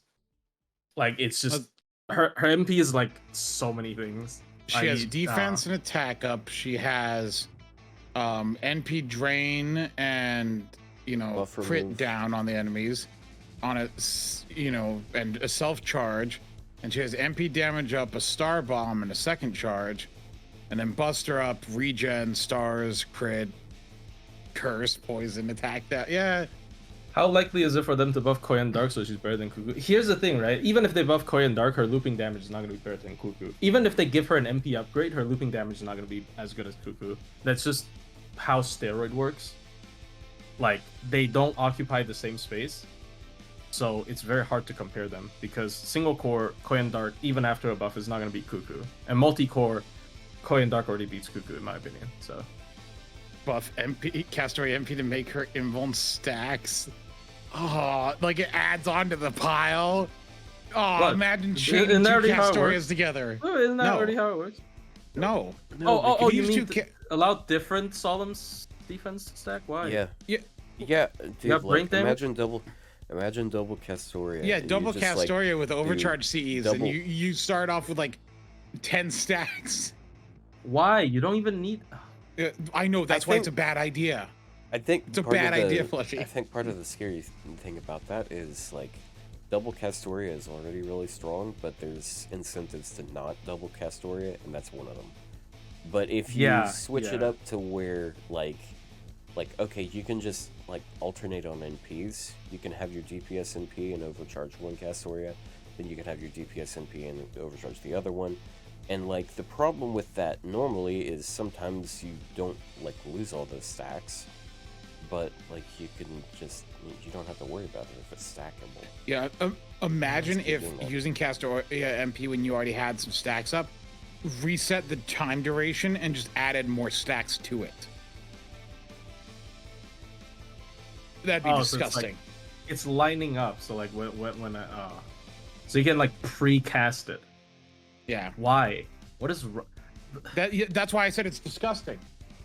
Yeah. Anyways, like honestly, like if that is the case, every boss should have increase insta kill chance on normal attack by 100% per stack of solemn defense presence on the field. So if there's an overcharged 3 Castoria, it's 900% chance to insta kill with their MP, with their normal attack when they attack. Yo, Kijo Koyo would be getting a buff there. Then True. is like out Scotty of all the MP. Well, Scotty NP is 1 time 3 turns, I believe. I'm not sure. I'm also not sure. Probably. Is it instant death? I think it's instant death resist.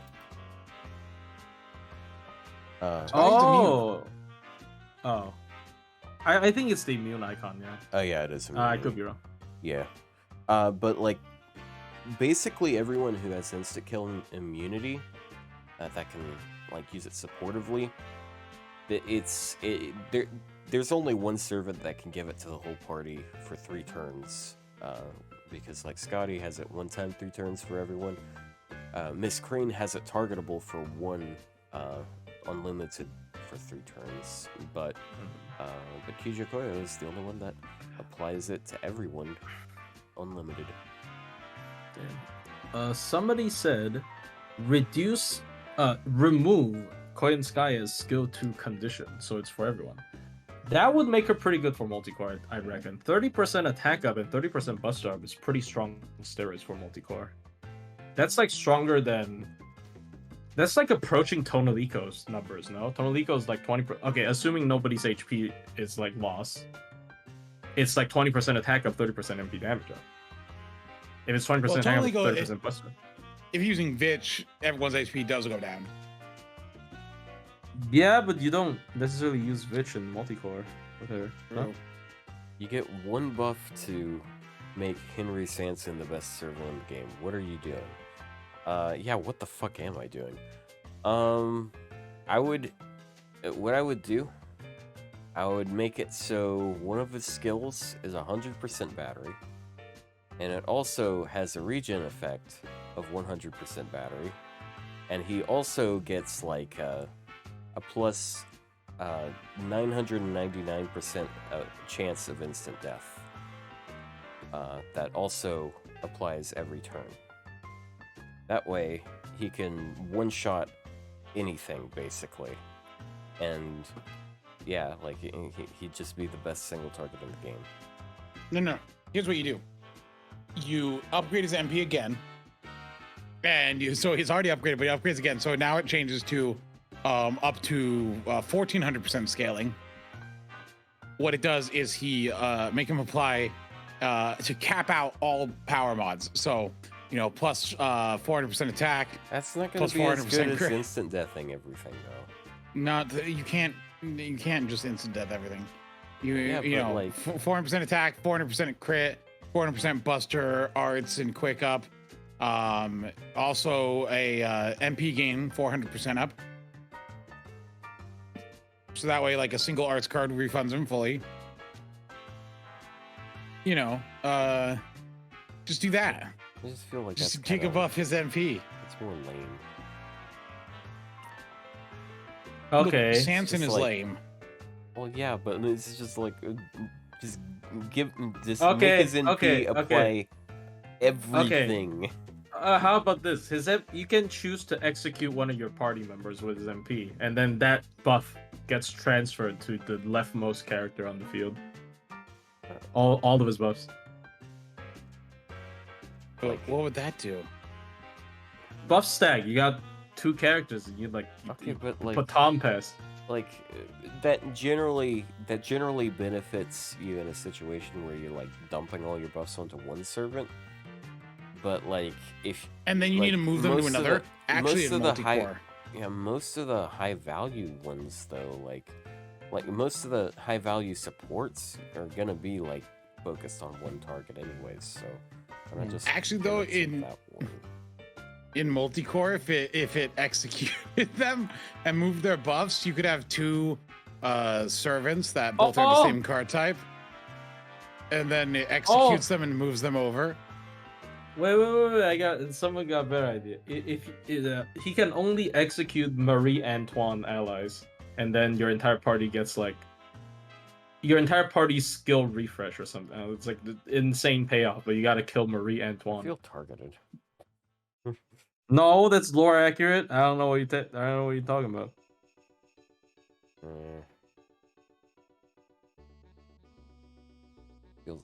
Feels kind of silly. Of course, we're talking about buffing Sanson of all things. One of the they're like old 1-stars that they haven't buffed in years, and they've never gone back and fixed. They're never going to.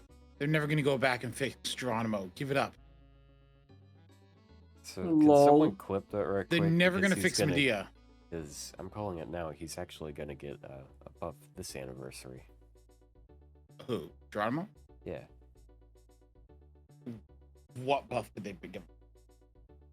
I mean, there's things that they could do. Just like his problem isn't mechanical. It's just the fact that he doesn't have anything. Like he has 3 card buffs. Only one of them does him any good. But the problem isn't that all 3 of those are bad. It is that all 3 of those are bad skills. But you can fix that by giving him things that are like good. You could just like give him normal effects, and then he could be a normal complete servant. Here's what I would do for him. I would do a single upgrade that upgrades all 3 of his skills. What you do is, for a second skill, just change the arts performance to 3 turns. That's it.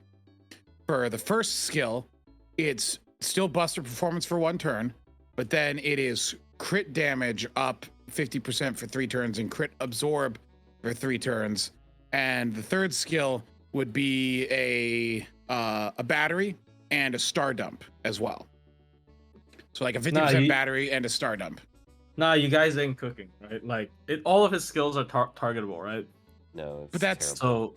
It's terrible. So like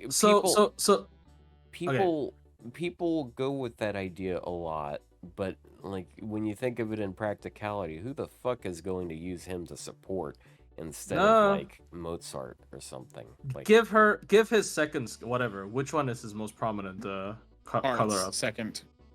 Give his second skill targetable for 3 turns. All colored type buffs on that target is treated as if it was an arts buff. what? So if your character has a 50% buster up, 50% quick up, 50% arts up, he would have 150% arts up and nothing else. So it just turns all card buffs into 1 card type? What that would end up doing is you would for art servants you wouldn't bring, for farming on art servants, you wouldn't bring double Castoria. You'd bring double Summer Scotty. Because then that's 80% per Scotty. Yes, of arts Summer Scotty benefit. Okay, no, that's horrible. And then you add on another 50% arts from him for the 3 turns, and it converts. So you're at 210% arts up. I've seen the problem here. Do you see the problem here? I've seen the problem here. I apologize. It just makes Summer Scotty the best art support for farming. That's so funny though. Crazy. That's so funny, but it's really fun. But you got it, but it's really fun. Murama's rainbow buff would finally be good. True. Oh my god. I mean, so it's still 1 turn. Yeah, why not? No, that's horrible. Arts for 1 turn. Durga would be good. Well, it's supposed to be combo with other characters, not like just with 20% per though, so that would only be 60% arts up. And like, I'm gonna be honest, if the solution for that is like, okay, I bring Geronimo, now she has 60% arts for 3 turns, I'm bringing fucking anything else, like Tamamo. No, but because you're saying also to make the arts 30 turns 50% arts up as well, so it's just as good as Tamamo as far as the arts buff goes. Now it does lack the diversity of buff types that Tamamo brings. It is horrible. It also once again introduces the problem of now you're using double Summer Scotty on your art servants, which is a crazy idea. You're sacrificing Plug Oberon. You're sacrificing Plug Oberon, true. Yeah, you're using. But you're also generating 30 stars per turn. Yeah, but it doesn't matter for farming. Yeah, but well. Still, crazy idea. Let's not say we did. Stupid idea, never gonna happen. For real. Any other terrible ideas? No, I'm out of terrible ideas, to be honest. Do you think there's ever a chance the decks of old servants updated? Henry Sanson has an AQQQB deck in Terrible Stargen, for example. Servants, I think there's some servants who really could use some help with their cards, because like an example of that is like Phantom, for example. He already has a bunch of issues, but like he has a quick deck, and like he doesn't really get anything out of having a quick deck. Like, it has a place for some servants, but like a lot of the day 1 servants, they didn't get the good part of it. Like another servant they could do something with, like Lancelot, for example. Zerkerlot has horrendous cards. He has the worst card game in the entire game because he has a Buster deck and he has a 1% quick card. Oh no. Which is half of an okay quick card. And then like most servants with Buster decks have one arts card that's over 2%, and he has a 1% arts card. But don't worry, he has a skill that doubles it for one turn, and one turn alone. He's kind of tragic in a lot of ways. He's Yet he was the premier looper of the game. yeah, he was the first. He was basically one of the first guys that people would 3-turn with. Sure, you needed an MLB K-scope. Yeah, you need an MLB K-scope and your own Scotty, and you also needed him, and then you also wanted to have a maxed out fragment of whatever it is. 2K4? 2K4. Just 2K4 is what people call it. Yeah, a fragment of 2034. Yeah. Like Exodia back then, and now here we are, and the meta has changed so much. Dude, you don't even like need, like, if you have Castoria, you don't need anything. Like, you don't need anything special to loop. You don't need anything. True. You're correct on that. Your want for nothing. Like right now, like let's say you're up against an assassin node, and like okay, it's 3-3x. Like once upon a time that was a problem because like who did you have for looping assassins back in the times of Quick? But now you can just go to the shop, you can get Sieg, you can level your own Paracelsus, you can level your own Jufu, and you can borrow Castoria, and then bam, you're fine. You don't have to spend a single dime to loop on assassins. It's actually just absurd how much the game has changed. It's so much easier. Yeah, it's just that MP looping should have, like, I mean, I don't think I can live in a world that doesn't have MP looping, but at the same time, I think making MP looping that accessible was like a mistake, because like, you know, fundamentally, the game is bounced around MPs being hard to get rather than easy to get. Did I just hear stars through your mic? Like the stars getting counted at the end of the turn? Oh yeah, I'm trying to do a run. It's not working. Okay. Wait, what run are you trying to do? Yeah, the Tonelico thing on the BB advancement quest. BB advancement quest is surprisingly difficult because she buff removes you whenever she attacks you. So Castoria doesn't. You can't. So it's Tonelico, Himiko, and Tamamo? Yeah. I'm gonna try it. My Tonelico's stronger than yours. You can probably do it. I'm like always like BB's a little bit HP off. I couldn't eke out a win. What CE are you using on Tonelico? BG.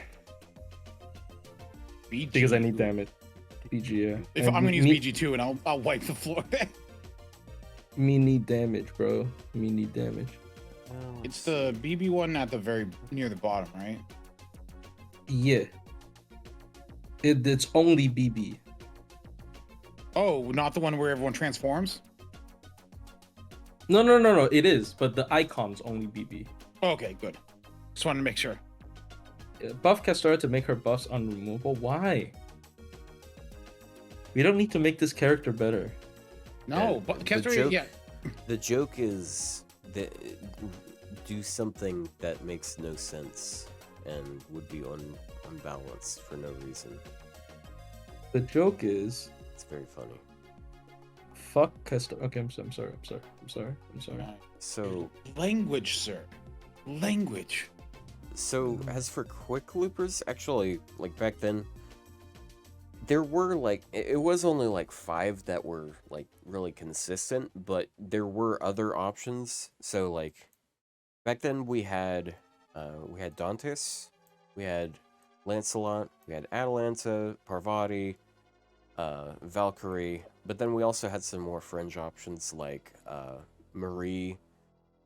Then you also have Fran, who was a pain in the ass to make loop back then. And I guess Astolfo too. Like Astolfo took Assault was a buster looper, to be honest, if you really think about it. Yeah, Astolfo took just as much, basically just as much button presses as Frankenstein did. So like, I don't feel like it. Like I feel like it's fair to include him because like I mean there's buster loopers out there that that run a K scope and plug. So like. Yeah, people acting like buster looping is somehow better than quick looping or psychopath. Yeah, it's just buster looping doesn't care about enemy count. That's it. And I really think like you have to have very strong buster loopers at 120 to like confidently say it works or whatever. It's just actually she's Frankenstein's monster. Oh boy. Like I mean, yes, you're right, but buff sub Ibuki, give her like, anti. why would we call her Fran instead of Fran's monster? that's a shitty name. Why call her Fran's monster? Here's the funny thing with the Ibuki. If you were to give Ibuki another anti-trait, it has to be T-mod. It cannot be SE. Anti-undead. No, they said anti-servant. Anti-servant? Yes, what idea. Kind of servant? Just any servant? Like you really? Yes, anti-servant. You really want to shit on Gil even more? Oh my god, you're right. Franmon? That's so... Franmon just sounds like a Digimon. Franmon. Yeah, do you know Summer Musashi does more against Saber servants than Gil against Saber servants that are weak to Enuma Elish? Wait, that's... I only half paid attention to it. What did you say? Summer Musashi does more MP damage against Saber servants than Gil against Saber servants that are weak to Enuma Elish. Yeah. Have fun. Have fun with that information.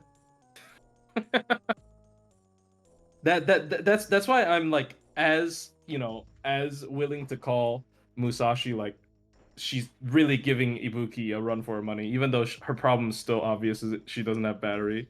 Yeah, it's just like that's one class. Like part of the appeal of a berserker is but her damage is still better than Ibuki. In general? General damage. Yes, completely because she has an MP upgrade. Yes, other than Earth, because anti-Earth. Yeah. Okay. Hold on. Well, yeah. So it's okay. It's 2/3 of the time. All right, fine. Yeah. Whatever.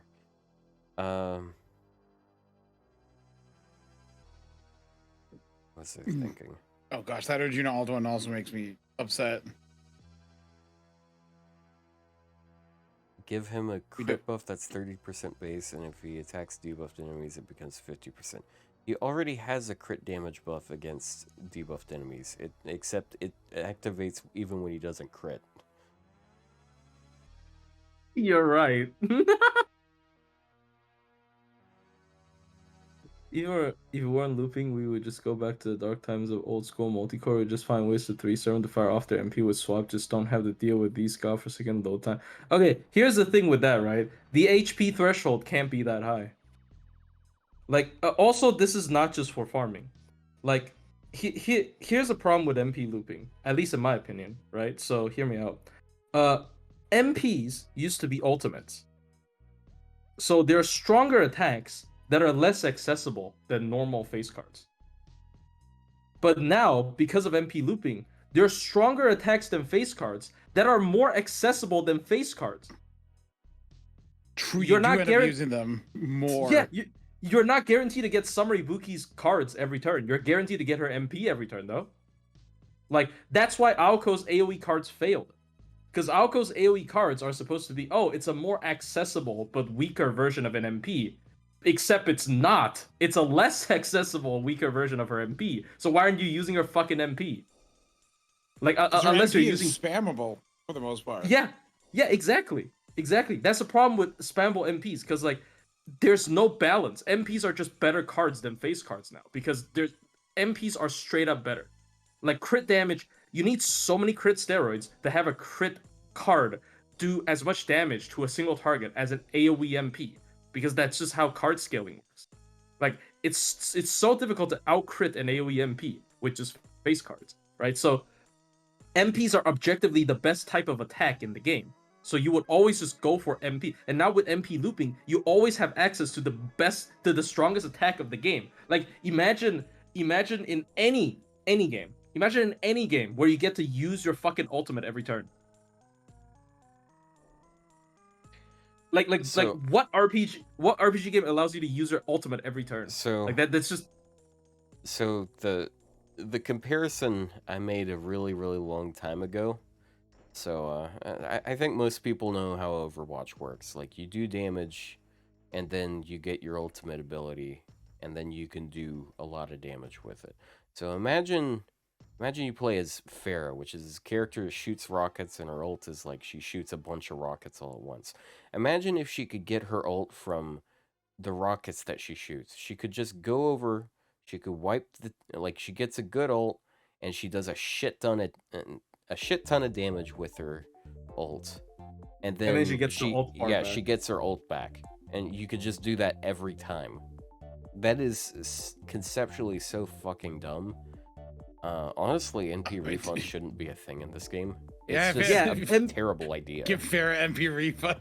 MP shouldn't have the ability to refund, and also it's exactly because MP has the ability to refund that something as ridiculous as Koyan Light can exist. Like, Koyan Light isn't considered the most ridiculous thing ever, but if MP couldn't refund, Koyan Light would be the dumbest fucking character. Like, she would, like, low-key be better than Castoria, like, in some ways, because then she would be the only one that enables spamming your ultimate. Right? It's just like... Oh, because of the cooldown reduction? Yes, because she doesn't... The MP... If no MPs are allowed to refund... Yeah. If MPs didn't refund, then that just would mean Buster really would be the best. The best.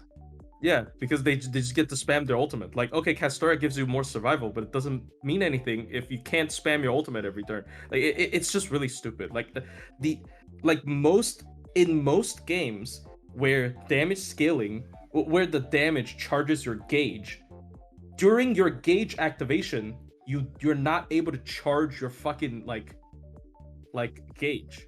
Like, wasn't that a thing with Otto, you play TF2, right? I'm sorry, I was zoning out. What?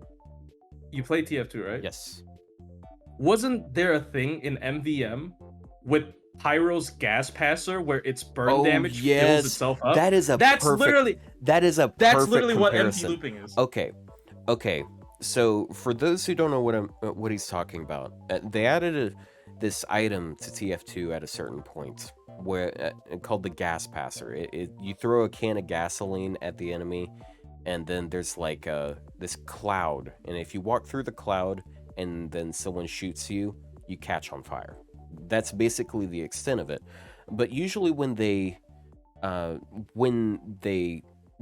like this PvE mode, and they will oftentimes give other weird types of weapons they'll have these specific niche little things, skill tree little upgrades kinda that you can get.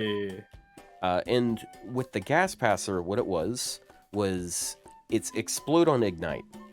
So if a robot walks through the cloud of gas, and then someone shoots it, they explode. But for some reason they made this, like, the damage it does ridiculously high, and it one-shots most everything, even though it's only one upgrade. And the stupidest part of it, though, is the fact that when they first released it, So like part of the way you build the gauge, because you can't immediately use it, you have to either wait for it to charge or you do damage with fire to make it fill up, and then you can throw it. But the thing is, the explode on ignite counted as that fire damage. So you could throw it, someone just tickles the enemy, and an entire crowd of robots die, and then you have the gas passer again. And then next time enemies come down, you can throw it again, and then they all explode. You have it back. It was so dumb. There were like entire groups of people that started just like gatekeeping, and like they would ban people. They would like, and by ban I mean like they would make up Vote these kick. lists. Yeah, they'd vote kick them because Yeah. there's a vote kick system, and then some groups formed where they would actually make lists of people who abused it, which like that's kind of funny. Like, oh, they abuse this thing that's in the game that everyone is allowed to use.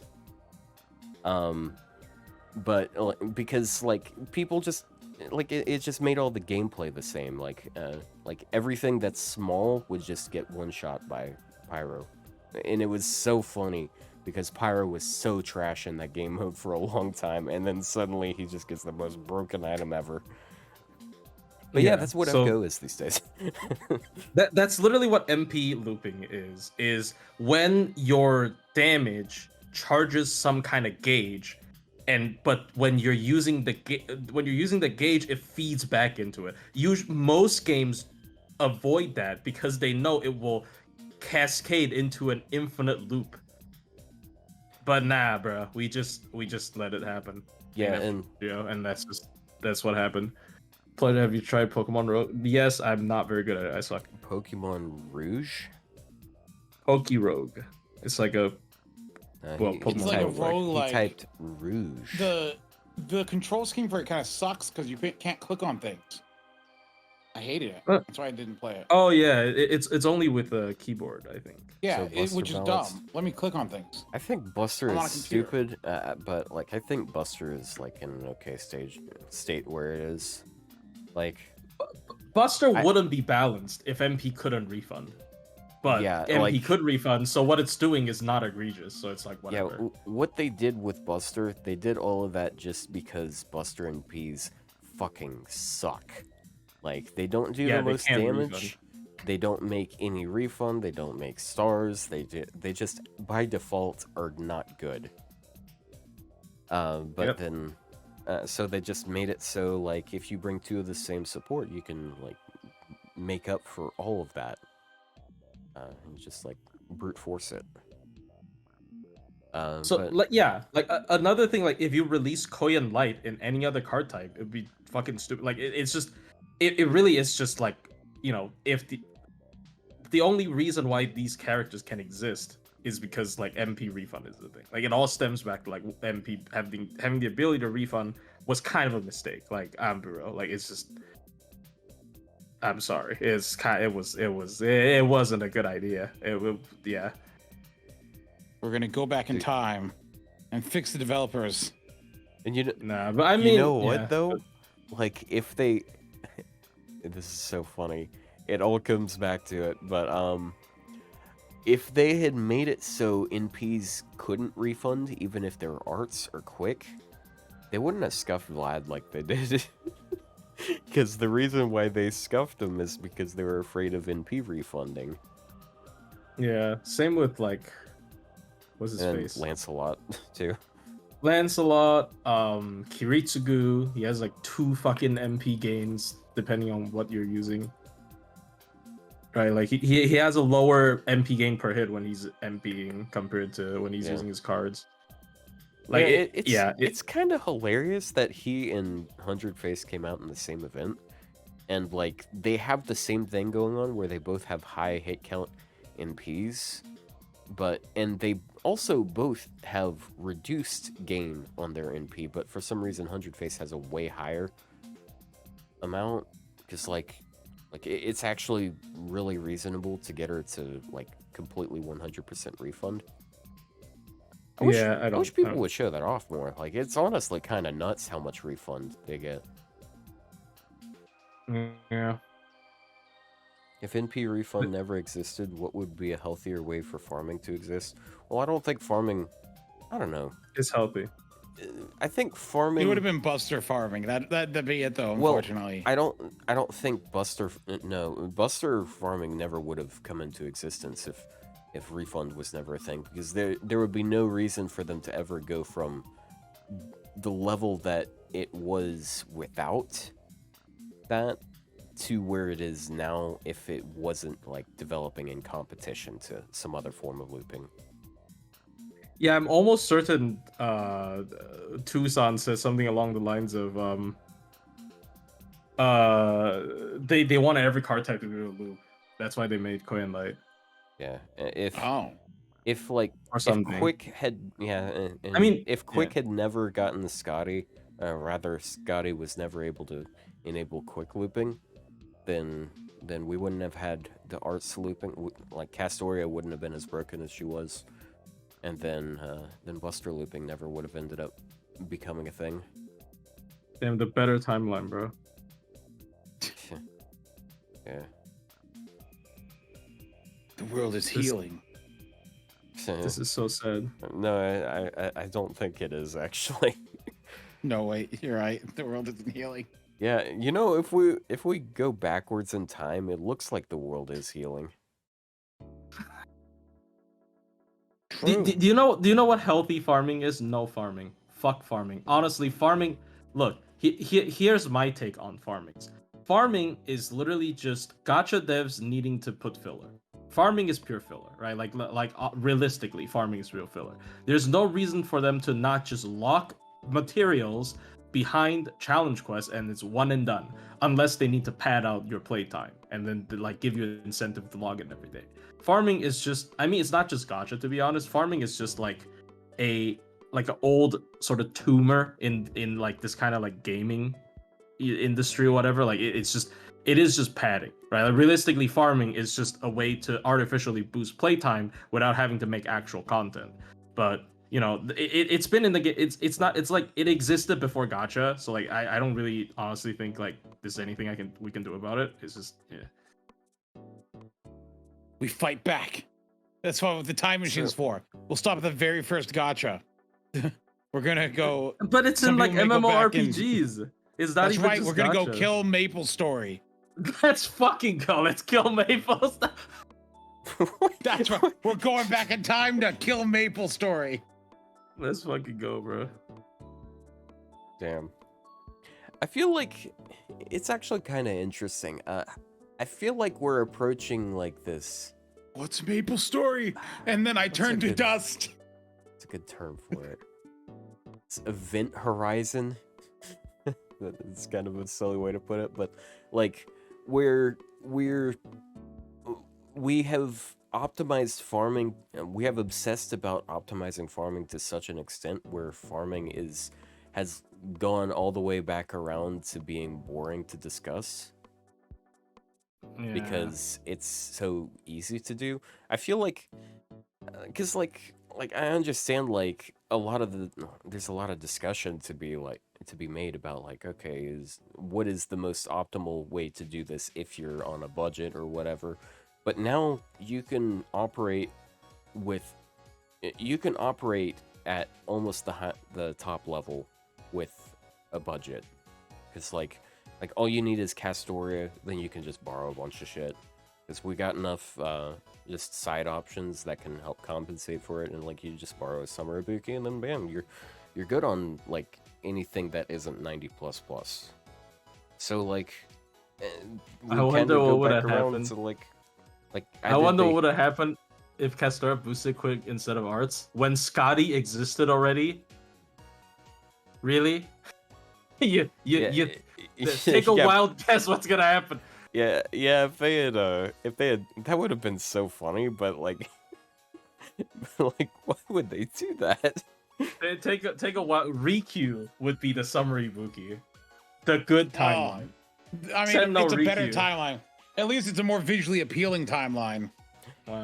Speaking of Sen no Ryou, I can't get over, like, how ridiculously high her her triple Scotty damages on like wave 1. I'm just looking at the NP looping spreadsheet, and like you got, Yeah. and so many Buster servants struggle to go over 100k on turn 1, whereas she goes 234k on wave 1. I mean, you're missing a insane. whole ass 50%. Like, Koyan Light, like, objectively sucks as a support outside of her cooldown reduction. Like, if you're not hitting man, it's just I disagree looping support. with that. Looping support. Sorry, looping support. Yeah, with looping support. Looping yeah, support. that is true. Yeah, Yeah, because she because she 50% Buster.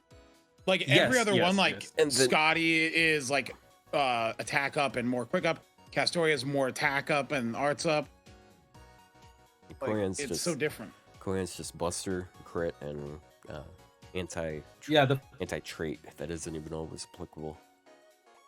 Yeah, but you guys are forgetting something. Koyan Light has the best arts card in the game. Oh. Like, so Loser. why don't you? Then Instead then of why do I making find her- myself? Why do I get so much more out of picking Castoria's arts cards then? Instead, instead of making her stand on the sideline, doing nothing there, make her NFF server. You make her pick up the gun and then shoot people in the head. Sorry. And that I forgot that was a bit sensitive. The timing of where she's holding a sniper. Watch out, Americans. Oh. What? No, Americans. Russian. Why didn't the hitman- Why didn't the hitman. NFF stop her? Fucking sniper rifle. Her Buster card animation is so satisfying when you hit a strong crit because it's literally just a fucking rail gun. He just shoots like headshots. The only thing that could have made it better is like if when she shoots there is a overlay that's like a sniper scope in overlay. Like and the it fucking 420 shoots like the guy. COD's green screen sniper. Like Yes, headshots. yes. The 420, the 420 no. Well, it's so funny that meme is 420 no scope when he clearly scoped. That's more like a 420 quick scope. It's a right? quick scope. But, yeah. Yeah, the 420 quick scope, and then boom, it fucking hit him in the head, and like yeah. Yeah. Anyways. So yeah, Koyan's quick damage is good for Yeah. looping. Yeah. Triple Scotty is also like you're almost front loading all of your steroids, right? Like Yeah. if you're plugging Oberon, you're basically not front loading all of your steroids. Quick Triple Scotty, you're front loading all your steroids. So massive amounts of damage, like for early waves. And like if Quick just has better refund, because like honestly, if you look at some of the toughest 90 plus pluses, their issue is like, oh, wave 1 big fat guy I can't kill with AoE. Quick has the best chance of killing on wave 1. Like if we don't care about refund, Quick has the greatest chance for a brute force AoE to kill like a big HP target immediately on wave 1. Like no skill recast, no bullshit. But because they have the worst refund, even though they kill, they get the least MP out of it. Well, Buster gets the least MP out of it, but like they don't care. So I guess in a fucked up way, it's kind of balanced. FGO's actually balanced? What? Oh my gosh. I'm Is anyone doing still this even thing, listening? But yes. And I'm doing this thing, by the way, Oh. and I keep getting to the type assassin part, and he keeps stunning my Tamamo. Like every turn, Tamamo gets stunned. Just bring But the I- mirror. Also, bring the. Also, I won because I forgot how this CQ worked, and I just punched BB to death with Himiko, because she takes like quad super effective. Oh, are you I talking? forgot I could just do. Oh, you're talking Yeah, about the okay. advanced movement. The one with Yeah, Salieri I and for- wait. No, the Hold on, I'm the getting a final phone call. one where they, Oh, the they final one. rotate every time you. Yeah, and Why then did you go eventually all it the way stops to at BB. BB? Oh, because it's a full video. I have to clear the quests. Otherwise, it's not a video. What? Why are you going all the way through though? That's a bad. Because I don't have enough I don't have enough damage. Then I'm doing Tonalico MP spam. Oh. No, I'm not. I'm Oh. not clearing efficiently. I'm doing Okay. a demo where like Okay. Tonalico Okay. spam skill 3. The way you Tonalico said it, it spams, made it sound like you're like I don't know, making something more like normal. I guess I didn't know you were No. trying to It do is. something It is. specific. It is anything but normal, and I have a notification where my Instacart has started shopping for me, and I don't know where it is. I can't find it now. I don't know how to cut it out. It's a 38-minute clip. Fuck me. Rip you, bozo. It was my sister calling me, by the way, and she was like, "Hey, did you cancel Netflix?" I'm like, "I canceled Netflix a year ago." It's like I've been paying for Netflix forever. It's like, Dude, that's actually kind of crazy because the thing I had to go away for earlier was because my sister came over. She gave me apparently they sent like a bunch of my mom's old shirts to be made into a quilt, and it had like our school's like logo and stuff on it, and like I was basically the only person in the family that actually went to that school, so like it was like, and so it just sort of went to me. So like That's nice. sweet. I mean, yeah, that's a very sweet thing to do. I might hang it up as more soundproofing because I've found that hanging up blankets, it's really good for soundproofing. Like it keeps your voice, all the sounds from bouncing off walls weird. yeah, Oh, empty I rooms bought echo the most. Yeah. I bought the sponge Turning my- things though. Turning my room into a padded room here. Perfect.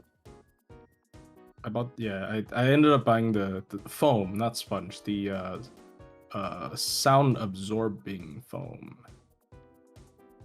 How's that Yeah, working out for you? soundproofing foam, yeah.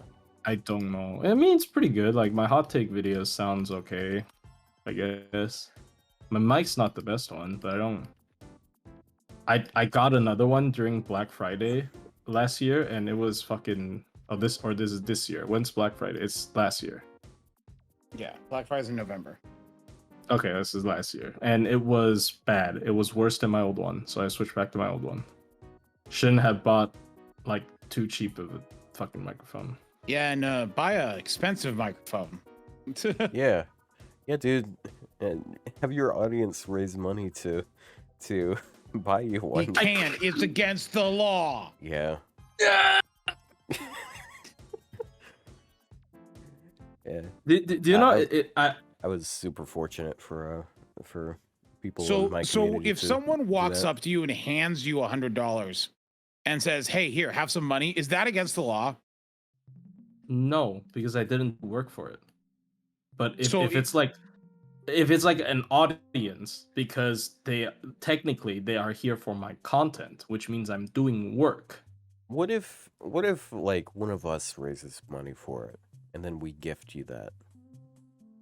I guess that'll be fine. I mean, I've definitely been PayPal'd money just because of like family or friends stuff. Like we PayPal money around.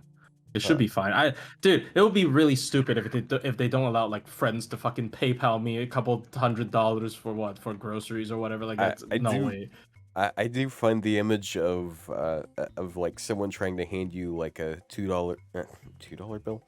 It does exist. I have one, but like someone trying to give you like a $5 bill, and you just like recoiling in disgust, like, and acting like it's a snake that's trying to bite you.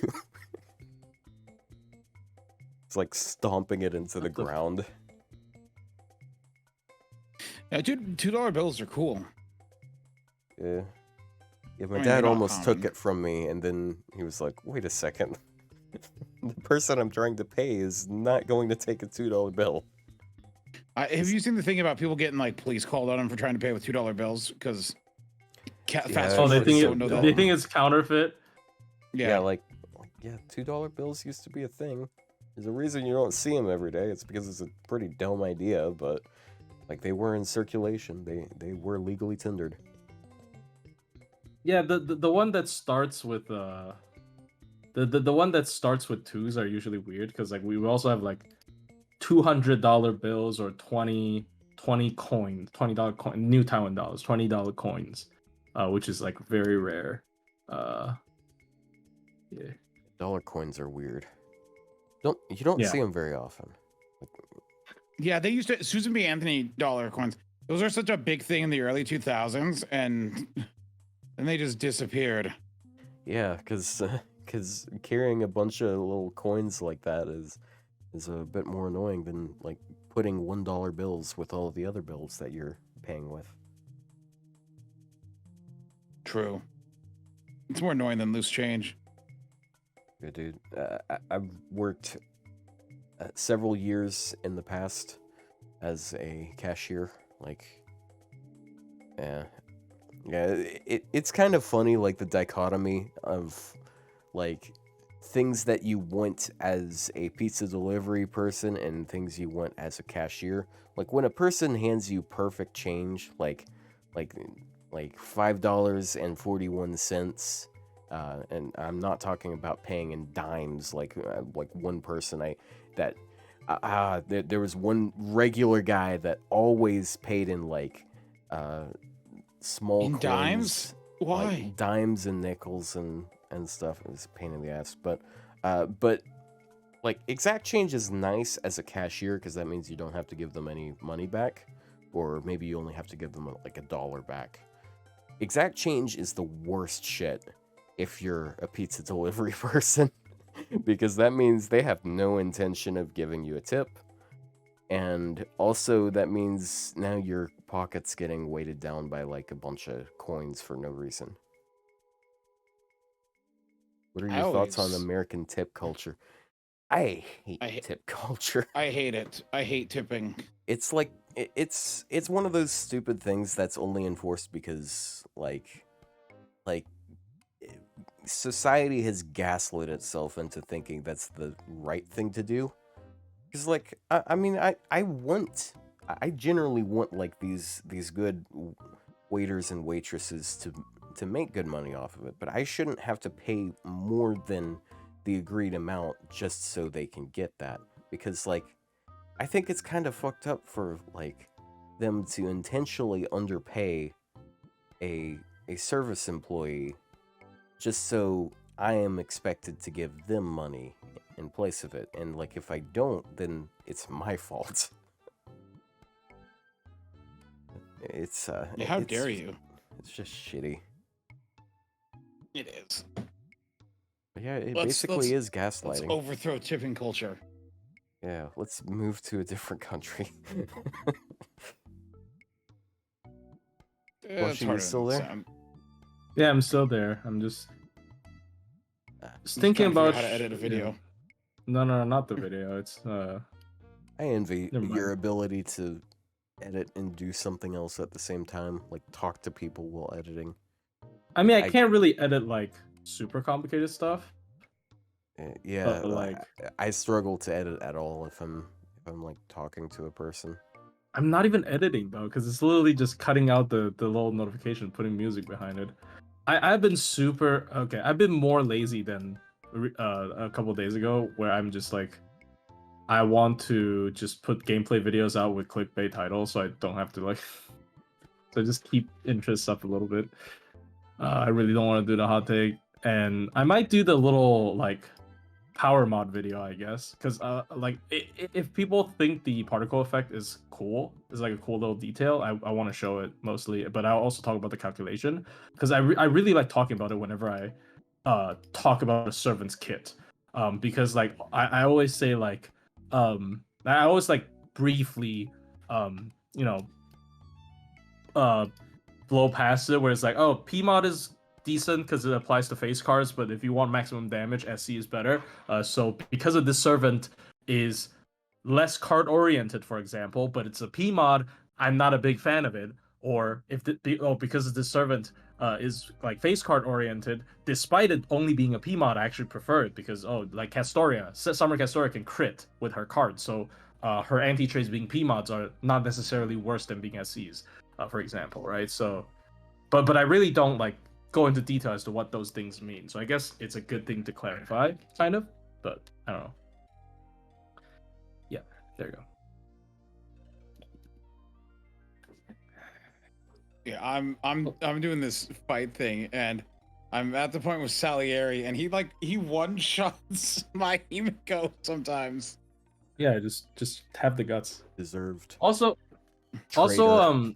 once again, no shade, but like I was a little bit shocked to see because I didn't expect that. I still watch GNA's reviews, right? But he recently switched to stream clip format, which was a bit. I kind of like, regardless of if I agree with his opinions or not, I kind of liked his editing. Like he was actually a kind of a big inspiration to like how I style my videos, because that's usually what he does. He talks about the kit, he talks about the base stats, he talks about the kit, and then like he has like little cute graphics with the numbers and stuff, and then he goes into like what he feels about the characters and whatnot with gameplay in the background. So like it's very similar to my hot take formats, and I definitely took a lot of inspiration from him. But then he recently, like I'm thinking maybe like he just probably thinks it's not worth the time, and honestly I can't blame him. Like I also very often feel like shit's not worth the time. Like holy shit, it's really not worth. Like it's not worth the time if people are just gonna click on it, watch for 2 minutes, and then like and then comment because they didn't talk about how they got Arc in like 5SQ. Yeah, talk about their gacha experience instead of actually discussing. I'm not saying everybody is like that. I definitely know there's a dedicated fan base that's like appreciative of all the details I put into the video, but like yeah, sometimes you just feel like, you know what? YouTube analytics speaks louder than words, and then sometimes it just doesn't really feel worth it, you know? Yeah, it's YouTube analytics speaks louder than words. It's unfortunate. That's just kind of how most people format their stuff these days. So like, yeah, I don't really blame them either, because like like, honestly, one of the best changes, like one of the most lucrative changes I've had for my channel, aside from like the podcast, of course, was like taking stream clips, lightly editing them, and then uploading them. Like that stuff it makes it so much less of a pain, because like like a big part of it is if it's live, people expect it to not be as high quality. Like they expect it to not be scripted. So if there's like dead air, or like the pacing of what you're trying to explain isn't good, then like it's expected. Like it's actually tragic. How to make better content, lower your audience's expectations. Yeah, it's unfortunate, but like it is true. It is true. But it's also better, because that means like, okay, you record this clip once, and then bam, you got it, instead of like trying over and over again because you want it to look perfect for that eventual video. Oh yeah. I feel that. But yeah, that's interesting. I've been thinking about. Oh, sorry. That's why I should start clipping my streams and put it on my YouTube channel. That's right. Yes, that's what I've been thinking. I want to clip smobcast and put it on my channel. Yeah, do that. Yeah. I honestly should promote the channel and make me a few more pennies in ad revenue. Yeah. I mean, even though I don't make money, I think I really want to promote the podcast, because I think it's fun. Because it's fun for me to also talk to chat and all that, because like I like to talk about FGO a little bit too much sometimes, and it's super fun. It's super fun, and having chat interaction is really good for that. And yeah, dude, I think I was mentioning it earlier, but but like I've logged on to Twitter, and I was like, oh damn, I got a lot of notifications, and I'm like, oh this post I put up last night, it's actually kind of popping off. And see, I'm a small guy, so 50 likes is actually popping off for me. But popping then I up look for me at, too. Yeah, but then I look over at who shared it, and I'm like, oh, Plushie shared it. No wonder. Oh, well, I mean, you don't necessarily want to be associated with me on Twitter. I think it's a little too late for that, sir. I think It's we true. spent a few too many hundred hours on YouTube talking with each other. So, like I'm already in some people's eyes that that guy that's on Plushie's podcast. So Well, that's it. They get it. They get it the other way around. What do you mean? yeah, yeah, exactly. Plushie, how many turns did it take you? 12. 12? Yeah, long. It took me 11. I cut one turn off. I didn't save Wait, as much did your time as I Himiko- thought. No, did your Himiko die early or something? No, everyone lived. Did you beat up BB with a Himiko Buster Brave? No. I had Total Eco Killer. Okay, you didn't cheat. Okay, I cheated because I had quite enough of it.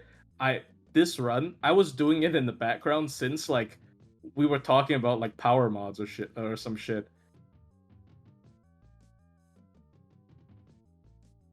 Yeah. Well, we Okay, well, we're 3.5 hours in. Do you ever? Yeah. I gotta ask. Do you ever go in the VODs for this and just randomly click to see if you're the one talking at the time, just to gauge how much you may have talked during that stream?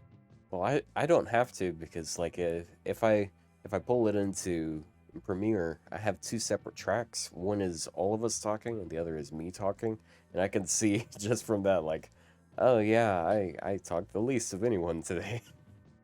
Oh, show me that later. I want to see like what percentages me and Plushie. And Plushie, I think, talks the most Oh yeah. because Plushie is able to go on rants. And we just let him. Yeah, but I mean, they're good because they give us something to bounce off of. My bad. Yeah. Yeah, Plushie, how dare you talk on this podcast so much? I mean, talk too much. I mean, if people are here for like not me or like a balanced 3 people dynamic. I don't know. According to the one guy on YouTube, they're not here for me. They're Yeah. so mean. I already tried to. They're so fucking mean. I don't know why they're so mean about it. Like you didn't do anything wrong. You're not even like very. If anything, I'm the most confrontational one all the time. I don't see a problem with whatever you're saying. I don't. To be fair, Plushie, when you are confrontational, you immediately bitch out and apologize. So True. Stop You're right. apologizing. Double down. KFC double down.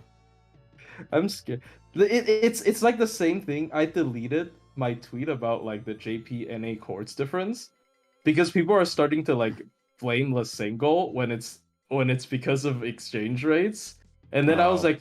like, I was like hyper paranoid. I'll just give you an idea of how paranoid I am. So what if this blows up? Because it kind of blew up, and then people started tagging Lasengo, complaining about this, and then And then they Lasengo jacked because prices in NA or in JP. no, because NA and JP is directly in communication, and then NA's like, yo, they're NA players playing JP, and JP's like, yo, there's NA players playing JP. What if we VPN lock these people so they stop complaining? Oh, no. So FGO would eventually yeah, become you know, VPN lock. yeah, you know that would be incredibly smart. Wait a second, there's people over on the other side of the ocean giving us money? No, unacceptable. They are not allowed to give us you money. joke about that. They are a Japanese company. The fucking audacity of these people, you do not know. Like these people would literally give up on making like millions of dollars, like potential, just so they could uphold some kind of old tradition in their company. Like just look at Nintendo. I think that like Japanese companies are probably one of the most like They are weird. stubborn, traditional in a bad way like company. Like my god, dude.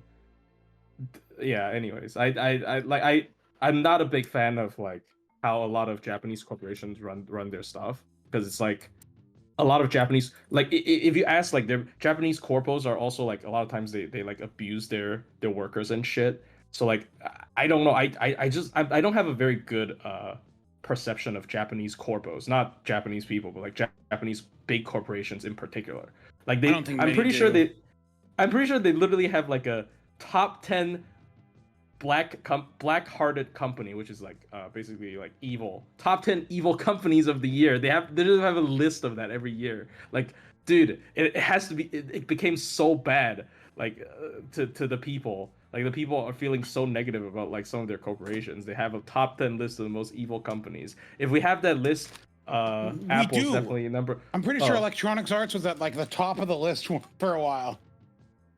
Oh, oh no, no. EA is definitely not worse than Activision Blizzard right now. There's no fucking way. Activision Blizzard is probably like the worst game company in terms of reputation right now. It's actually insane. True, they are terrible. Yeah. Nintendo actually is one of the best places to work. Then that's good to hear. At least they're kind to their own employees and not, you know. Nintendo had that one thing years ago, and people always point to it, where their CEO took a pay cut instead of firing people. Americans would never. No. See, better than Elon Musk. Holy shit. That's an out of nowhere comparison. No, I don't look. I've grown very sour towards that man. Yeah, my bad. But Nintendo is evil towards everyone but their employees. Nintendo is evil. Don't forget that though. Damn. I feel like it's more so Nintendo is just stupid.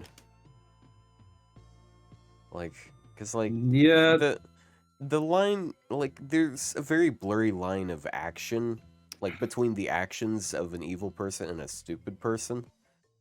No, I think they're doing it on purpose. They know what they're doing. Like, I don't know why they would cut back on. Like, what I'm thinking of is like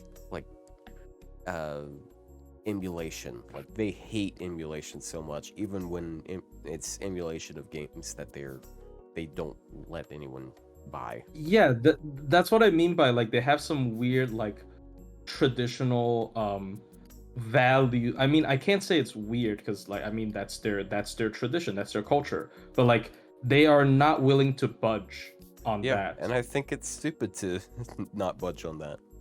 Like they're very unwilling to budge on this kind of stuff. And like I feel like we've definitely seen like newer companies like understand like, okay, we're literally getting in our own money's way to try to uphold this like thing that doesn't really help us. But like Nintendo is such a classic company that they don't like, at least that's how I see it. They don't really, they would rather have this principle, this weird principle. Maybe when Miyamoto like has zero control over the company or something, like then it will change. But true, then he can stop ruining Nintendo games. Here's like, my opinion. This is controversial. I think Miyamoto has ruined Nintendo for the past 15 years because after Mario Galaxy 1, he gets all pissy and like removes story, and he can't stand story in games because he's too old and dumb to understand. And then Sakurai gets all pissy because one guy uploaded some cutscenes to YouTube, and now Smash Brothers doesn't have story anymore. And then, you know, they have a story in the Zelda games that's barely a story. It's just shoestring story that does nothing. So like once whoever in Nintendo, which is, I think it's Miyamoto, the guy who hates story, finally dies, then Nintendo can start making games with story content again that actually, you know, has some substance. I have a similar take regarding Fake Grand Order. Kino Konasu. What is this? Once Kino Konasu died. What's Kino Konasu? No. Is this the segment of the podcast where we all just decide to tell everyone who we want dying? What's Kino Konasu? I'm not saying he should die, but like, just I don't know. Like I for one do not have a comment here. No, here's the thing. Right? Here's why I'm so mad at him, because like I'm like, man, Nasu always makes stupid decisions that make FGO like not progress in a modern way, and then he writes Lost Belt 6, and I'm like, okay, You're like, Fuck yeah, you. you're not too Yeah, bad. See, fuck, you can God write, damn. let him write stories, but take him away from some other Perhaps I things. judged you too harshly. Well, that's not that. Well, that's not the deal. The deal is you gotta have control, right? And then after Lost Spell 6, and then stuff happens with like Super Recollection Card. I'm like, oh my god, goddamn Nasu, you. And then Lost Spell 7 comes. I'm like, okay, goddamn it, Nasu. But like, here's the thing: if Nasu, say, I love Lost once Spell 7. Nasu Lost Spell dies, 7's awesome. and once Nasu's no longer writing stuff, He's not gonna die. How old is he? He's like what? He's only who like knows? 50? Yeah, but the point is, Oh, is once he's He's done not gonna writing, die. once he's done writing, will Fate things have the thing? It's like, I want to bring a recent example. Ishikawa was the writer for Final Fantasy 14, who she also helped write CCC, so she did work at Type Moon. But she was the writer of the past 2 expansions of Final Fantasy 14, but not the writer of the one that just came out. And the one that just came out sucks. The story sucks. And so they changed the writer that everyone loved is no longer writing, and the new writers suck. And that's what's going to happen when Natsu's not writing for Fate anymore. There's a person. Nasu's- Dude, I'm not alone. There's another person in the FGO category with the censored stream because their stream may contain drugs, intoxication, or excessive tobacco use, gambling, Gambling. I mean, significant for profanity or vulgarity, sexual themes, violent and graphic depictions. Holy shit, this guy's got a more interesting stream than I do. I'm gonna be real. Other than the drugs part, I feel like we did all of it this stream. Wait a Meth. It's- Oh, there you go. I think its stream is blank. I went to it and it's just a black screen. Oh. Oh no. But yeah, that's my opinion on writers. And so once Nasu's gone, like, I don't know if Fate can hold the same spark that it has in its writing. Yeah. But he has to I finish the don't know. Tsukihime remake first, He has to finish Tsukihime remake first, or Twitter is gonna. and then Mihoyo 2 and 3, apparently. No, he heard he did the collab. He's like, nah, bro, we good. We got Alice Ascension 3. I'm good, bro. Oh, that's all he wrote. That's all he wrote. He wrote the collab. Damn. He put Mash Craylite. He put Matthew Craylite in every Type Moon work. That's why people hated. People hated Melty Blood type Lumina when they put a Matthew Craylite in. Why are you saying it like that? Because that's her name. Matthew Craylite. Kyrie Light? Kyrie Light. No, it's Matthew. No, it's Kyrie Craylite. Light. No, it's Kyrie Kyrie. Yeah, Matthew Craylite. Kyrie Light. Man, we are. Mash Kyrie Light. Matthew. No. Matthew. This person, there's another person in the category who has barely censored art. Oh, and just sitting there. What the fuck? What, of porn?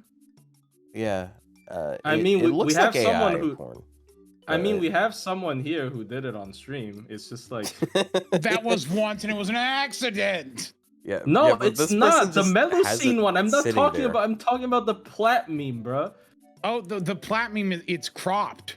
It's cropped. It's That'll still get you in trouble in plushie server because crop porn is against the rules. Well, it's not Plushie server, it's my stream. Plat meme. Ain't no way he just said Plat meme on stream. Holy shit. Wow, this is literally just what is that? Penguins covering it or something? Oh my gosh, I moved it to a different window and the ad started back up again. Yeah. So I How do said you to an guys know ad, what I stream? moved the tab. How do you love guys Twitch. fucking know what stream? How do you guys know what fucking stream it is? Because Whose stream it is? dude, there's so few FGO streamers. There's 8 people streaming right now. We're the one in with the blue prime time sidebar? on a weekend, and we have 8 people. Yeah, it's the one with the blue sidebar. Oh my god, it's a fucking Taiwanese FGO streamer. Oh, it's not? No, you're probably looking at the The one that Yeah, no, that's censored. that is. Yeah, that art has literally just some guy's face covering the nipples and the groin. Yeah. Yeah, it's like, holy shit, dude. I don't, like, I don't know, man. Like, I'm scared of putting a lot of things on my stream, and yet things like this fly. Yeah, that's why I'm like, I have don't know confidence who this in your. is. All I know Have is that he's got confidence. titty Embrace the on plap. stream. Have confidence, embrace the plap. That's a horrible fucking sentence. I'm I sorry. do not like. I don't know. I don't know where we're going here, sir. You don't know where we're going? Someone else mean, is doing hey. a smasher pass list. Who's doing a smasher pass? Not someone I know. It's just someone who's playing FGO. Oh, It's not smash or Fino. pass? Dude, smash or pass? It's like Koyanskaya smash. Or something. Is it? I don't know. Oh shit! I wasn't looking at stream. I couldn't see the on-screen celebration is not going to show up unless it's on Twitch. It will not show on the VOD, no. Yeah, because But- OBS doesn't go through OBS. Yeah. Is Yeah. Last Resort one of the most broken skills in the game? Are you talking about Pokemon? No. Hona Leak. Oh, Last Dude, we- Resort, sorry. You have this Sorry, character at 120. Sorry. Bruh. I moved on from totally going to my mind. And I was like, is he randomly bringing up Pokemon? No. I say this because I don't know what, like, my thing was auto playing. I was playing 14 earlier and it started auto playing video and it started playing auto playing some Pokemon thing earlier today. And I was in a dungeon, so I was busy and I couldn't change it. And it's mentioned Last Resort as like the Pokemon move. And I was like, that's why it was in my head today as like Pokemon. Dude, it is a Pokemon move. I forgot. So- Yeah, it about that. is. So is it like so in your brain? Is it only like one of two things? Like it can't. Like, No, but look, my you're- mind like, for some it reason was like, switches- Plushy flips said a it, so switch, and it just automatically assumes. True. no. I The did thing say is, it. so Plushy said it, and so my mind went to Plushy. Pokemon. Pokemon. Yeah, Pokemon move. that's I heard this today. that's kind of fair, to be honest. Yeah, my a family member of mine shares a name with an FGO character, and I don't have issues switching that, flipping that switch, or switching that flip. You Wasn't switch off that the flip. Switch. So like, But no, like why? when why I hear you that character name, like I just like I think FGO, but then in other contexts, no, it's not a problem for me. Is your sister named Tonaliko? No. Why now? Oh, Why do you damn, think how'd Last you Resort know? is the? don't Why do you know. think Last Resort is the most broken skill? Because I wanted to clickbait people, but I think it's a bit egregious to call it the most. No, clickbait them. They deserve it. Okay. The most broken skill in her kit, No, just say but I just the didn't most say it. broken skill. Yeah, just The call it most the broken most skill. broken skill. What is the most broken skill in the game, though? Castorism. Yeah. It's No. not a Okay. skill. Well, yeah, it's not a skill. Come on. Because like honestly, because like if you really think about it, Last Resort, I mean that there's a reason why it's gated behind 5 CD, right? It does It so might be much. the strongest skill in the game, single skill in the game. Yeah, it does so many things, right? Like it I don't know. It's kind of scary, honestly. If you think because like it does so many things. It does like yeah. It's His second charge, skill MP is really damage, guts. Yeah. The weird thing is Tonaliko's kit is mostly party wide, except Yeah. for the only thing that she gets on her own is that extra battery and 20% MP damage. Aside from that, her entire kit is party wide. The MP regen, the stars, the attack up, the other 50% charge, the 30% MP damage. the guts. Imagine if her first skill, like other than the battery, the MP damage up, if that was also party wide, she would That be was so also good. pretty wide. That's 50%. That's probably too much, to be honest. That would put her more into like a. I actually think though, if she was a if it was 50%, because that would put her into like a neutral buffer, so like card type agnostic, like neutral buffer that you just take as one of your main supports. Because you could easily fire off her NP and get to 50% charge by turn 3. Yeah.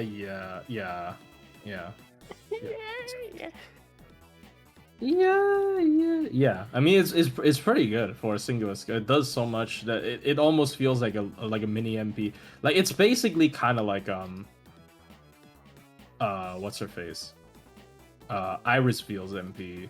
Not really. I don't know. I just feel heals. Now, if they added a heal to her skill that healed the part, no. Oh god. Tonelico doesn't want heals though. She wants the guts to proc, so she's at low HP. Yeah, but if this specific team allows, like, if Tonelico has heals, that specific team with like Tamamo and whatever, you would just always be at full HP because you have 2 healers in your team. That's pretty nuts. I don't know, but yeah, I mean, anything other than that, you probably prefer to not have a heal. Yeah, I don't know. It was aside from Tamamo, my party, the other 2 were at full health by the end of the 11 turns though. How? I've been like I keep getting hit by the I keep triggering my guts on all of them. Oh no, the guts did trigger, but I healed back up. What? Eh? How? Tamamo? Yeah, Tamamo. She doesn't Tamamo took heal most that of the much. hits. Oh, I guess. Yeah, she doesn't heal that much. Tamamo is definitely the tankiest one out of the 3 because of Morph. Yeah, imagine Morph feeling until the end, like at turn.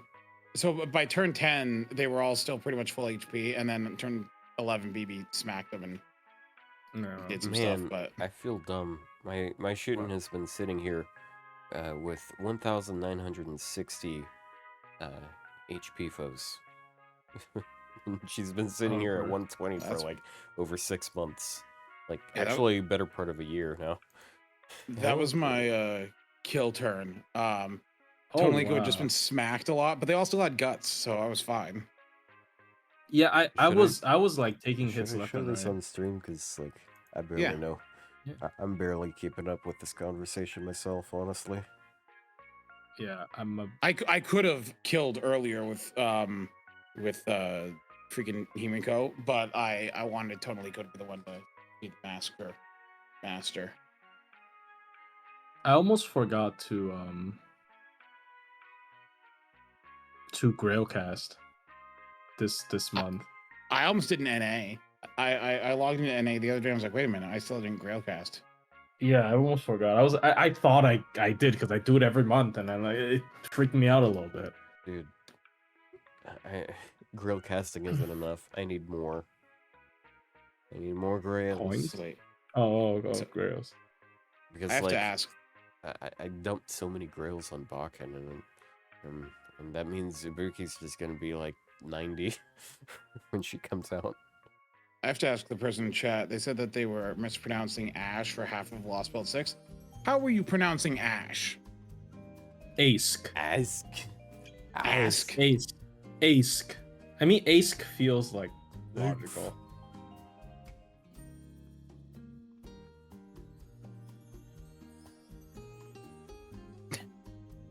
Esh. Ish.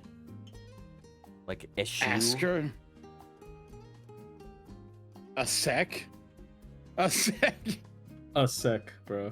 Nah, it's I mean, the weird thing is you know, people can't actually even say, you know, they're like, oh, you know, why'd they change the name from Tonelico? The thing is, if you want to go by how the Japanese say it, they don't say Tonelico. It's Tonerico, which is different than how we say it. That's the same, dude. No, it's all right, Tonelico and Tonerico. Tonerico. Yeah. Okay, Tonelico and Tonerico. That's just Tonelico with an accent.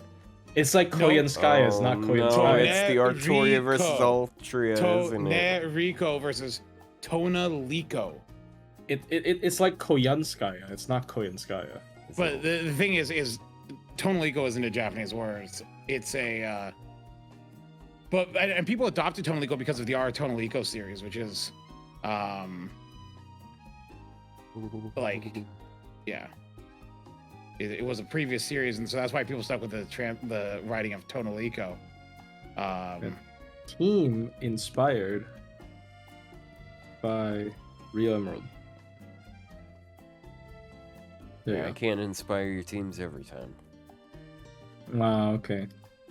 I mean, both of you Yeah, guys took from like the team I made, the Smob team. Yeah, that one was a masterpiece, bro. That team's actually a masterpiece, Yeah, in my opinion. I That team love- was so cool. Dude, I love I love weird synergies like that just like break the game in a way. Mm-hmm. It's really cool. Yeah, dude, that team's sick. Like, and it's so thematically correct with Cernunos as well. It's just like, Which team? the double Summer Bob. It just like Double whittles Summer down Bob. the enemy. Like you're forcing them into fighting Cernunos almost. Like you're wielding the power of Cernunos, and then you're like fucking wearing them down slowly, and you like always heal to full. That's so cool. I love that team. It's like both thematically correct and also like an alternative way to do stall. And there are, I mean, it's not a very good argument, but like there are arguments where it's better than Castoria Solemn Spam, because like it is not afraid of like defensive buff removal, for example. Because it really relies on the attack down mostly. I mean, still it will hurt a little bit because of the defense up on Babanshi's first skill, but it mostly just relies on attack down. I mean, actually, no, if you do both of them, it's 100% attack down anyways. It's usually not enough damage. So yeah, really, really scary. Awesome team. I hope if Tamamo gets a buff, I hope her buff allows her to pop off faster. If the buff allows her to pop off faster, then that team I think would be super legit. I don't know. To like MP spam more? No, just like I don't have to like do the first couple of turns with such pain. I don't have to do the first couple of turns like just using cards and then like slowly gathering MP and then like get the ball rolling, right? Like if I can immediately start the ball rolling. I mean, what we did was what Pope Joan plug. We ended up using Pope Joan for the 20% per turn and we plugged it out, or something I think. But Or was it Habitrot? no, I think it was Habitrot- Pope Joan for gains. Pope Joan is 20%, a 20% charge per turn, and you can infinitely extend that. Extend it, yeah. Yeah, with double Bob, so you can like preserve that buff for like infinite turns if you don't fuck up. So pretty broken. Which is crazy. Just infinitely preserving buffs. Yeah. I like Summer Bob. Yeah, dude. I really should 120er so we can have Plushy can borrow the one and I can borrow his. Oh, We can have bro, double- full power Sir Nunos. Holy shit. just two 120 of Avalanche Summers going at it. Going at Yeah. enemies. That'd be funny. Gotta clarify the enemies. Ooh. Damn. Ugh, that's pretty hot. I mean, What? Plushy, she's dead. No, is she? No, she's not dead. only the I third mean- ascensions. I mean, looks all of the undead. servants are dead, except Oh, for true. like a couple of them, or like Yeah, we actually no, they're definitely they all of build 6 did definitely die. So I mean, yeah. I'm surprised that like because they seem more willing to like throw alignments and stuff around. I'm surprised that Summer Bawan doesn't change alignments or something depending on Ascension. Yeah, I mean, she has the passive that might like very minorly changes. Yeah, according based to her on- ascension, and like it's so long. The list of the description is so long. And another funny thing, how it's actually no, never mind. It is written on her profile, I think. Yeah, never mind. I lied. Yeah, she's a fun character. I think she's as far as like fun to use. One of the more fun 4-stars. Mhm. I don't know. Yeah, mean, for sure. I do think the best character out of it was still Tonalico, but aside from that, then Castoria, and then yeah. And Toligo's As far definitely a as, lot like- more fun than I thought. Because As far as I like really fun thought to that. use, Balbon is second place as far as fun. A child so Yeah. blessed that despite not having a story to justify it to, like, for a whole year, it still came out the most broken servant. Tonalico? Castoria. Oh, Castor. The child of prophecy. The prophecy is thou shalt be broke, thou shalt be unbalanced as fuck. Thou shalt destroy this game, in Plushy's opinion. Yeah. See, here's the thing. Fairy Britain is just a metaphor for the FGO community. Because, like, look at all the So toxic and what? stupid people on Twitter. So if it's a metaphor for the FGO community, what is Oberon a metaphor for? He's a metaphor for all the bugs that this game has to contend with when it goes to NA. Oh my god, you're right. The NA exclusive. Oberon bugs. is the NA players. Oh, Who wants to no. destroy JP? Who killed Morgan? FGO Reddit. I'm be real. Morgan getting killed in the court by like those peasants is like literally FGO Reddit be like, okay, I don't know about FGO Reddit, but like FGO community be like, damn, Morgan's looping damage really sucks on turn 2. It fucking dies. Like, But no, then let me get back to my throne. It's like bad looping damage. Bad looping damage. And beat her to death. There you go. But that is what they are like. That's exactly what they are. You have bad wave 2 damage. You know what's pretty funny, guys? This is funny. Just the timing here. Oh no! What Bad is wave this? 2 damage. Wait, what even is this? What I'm even is doing rank up quests. Oh, This is Voyagers. that's cool. Because Yeah, this looks I like don't have high a Saber expectations Wars. here. Yeah, This looks like a Saber Wars too. I should have used their third skill. What is this team comp you're running? This is what I use for XP. I use Arc for wave 1, and then Morgan, and then Penth. Since Penth has recharge, it works. Penth for real be stuck beside these two bad looping damage people.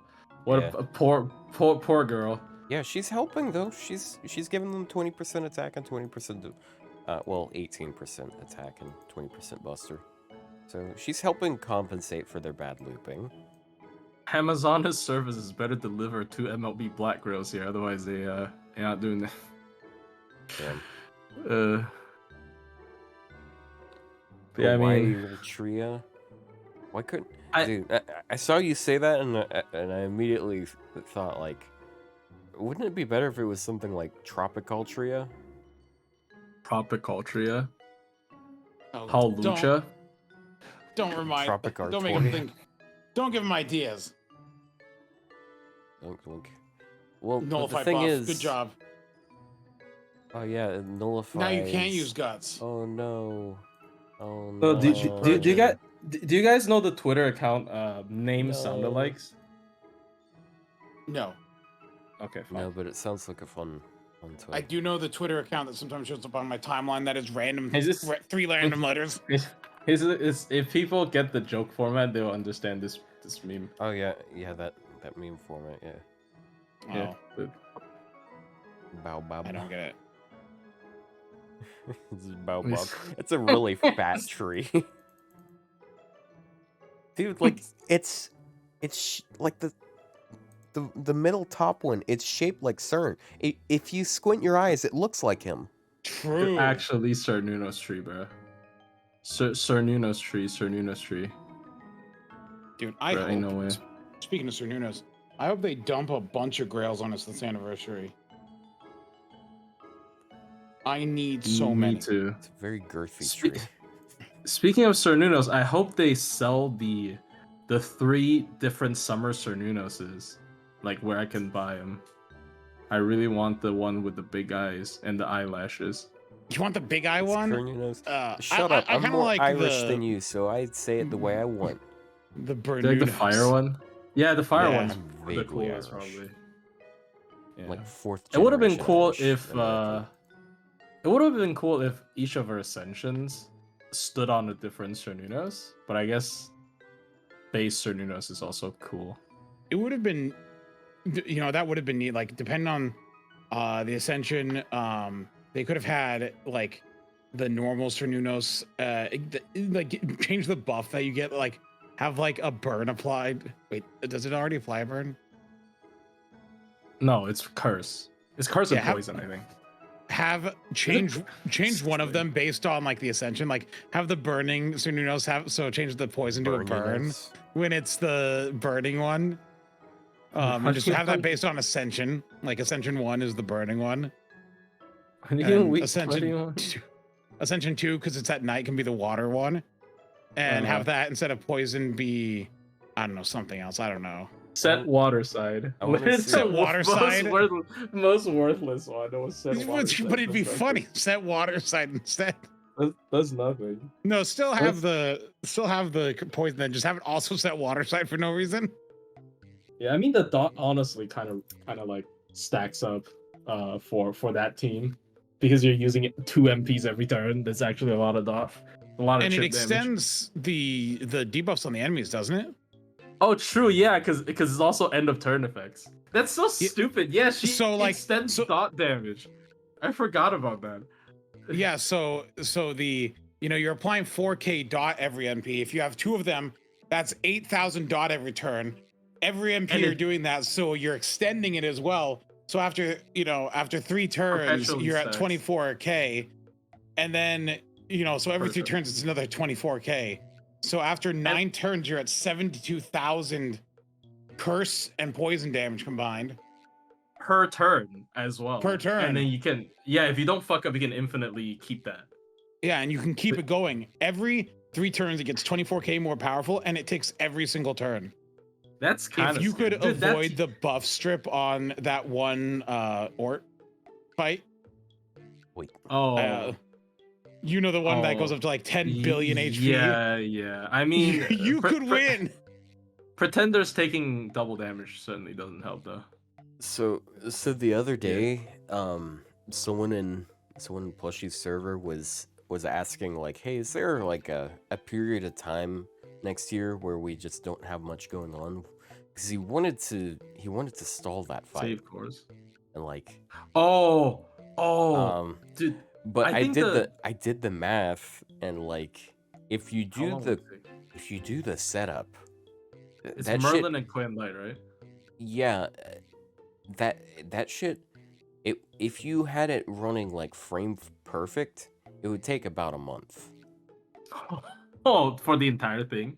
Yeah, because I think I was estimating it was like, okay, if it's 1.5 minutes per turn, and then it takes like, and he gave like a rough estimation of the number of turns, because it could be changed by like what kind of, like what CE that you give Koreanskaya, or maybe what kind of, maybe if she's in P5, if she's 120, that would be a huge change. It would save you days. But like, yeah, it just takes a really, really long time, because you're sitting there through 2 Garden of Avalons and then 1 Korean NP. How many HP is it? It like goes so high. Is it like 1 billion? I think it goes to billions, right? Yeah, I can't remember how much exactly it was. I want to say it's like I want to say 600 something billion. Oh my. Oh my I don't know. God. I could be completely wrong on that.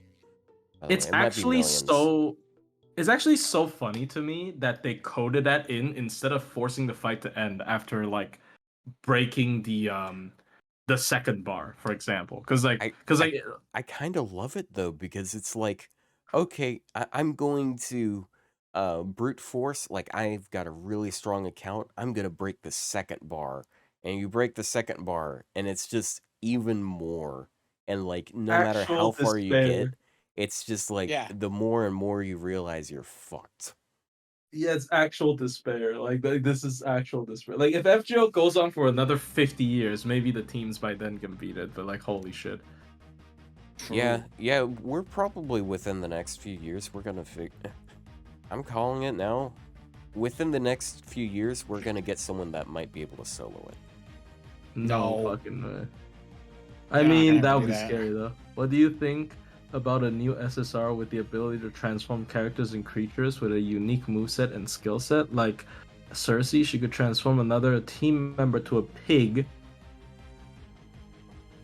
Okay, so think of That it. would be If you had like Jufu, but she could use invuln every other turn, and then she could also put buff removal resistance on herself every other turn. She could probably solo that probably. because she can spam her NP reliably. It's just like every other turn it NPs and it removes all your buffs, and it's constantly got 100% attack buff. But you have to have you have to have a lot of HP. You have to constantly be refreshing it. So like, yeah, even then, like, she'd need more healing. But like, I guess there are Z's that can help you with that. But like, Also, too. if if there was a super Janako that was an alter ego, like every time she NPs, she has the heal that's larger, and then she also has like the invuln, and she gets buff removal resistance. She can NP every other turn. That's completely reasonable. Did we get gained down after your break bar? No, I forgot. Yeah, I think I want to say the NP. Does it apply NP gain down? No.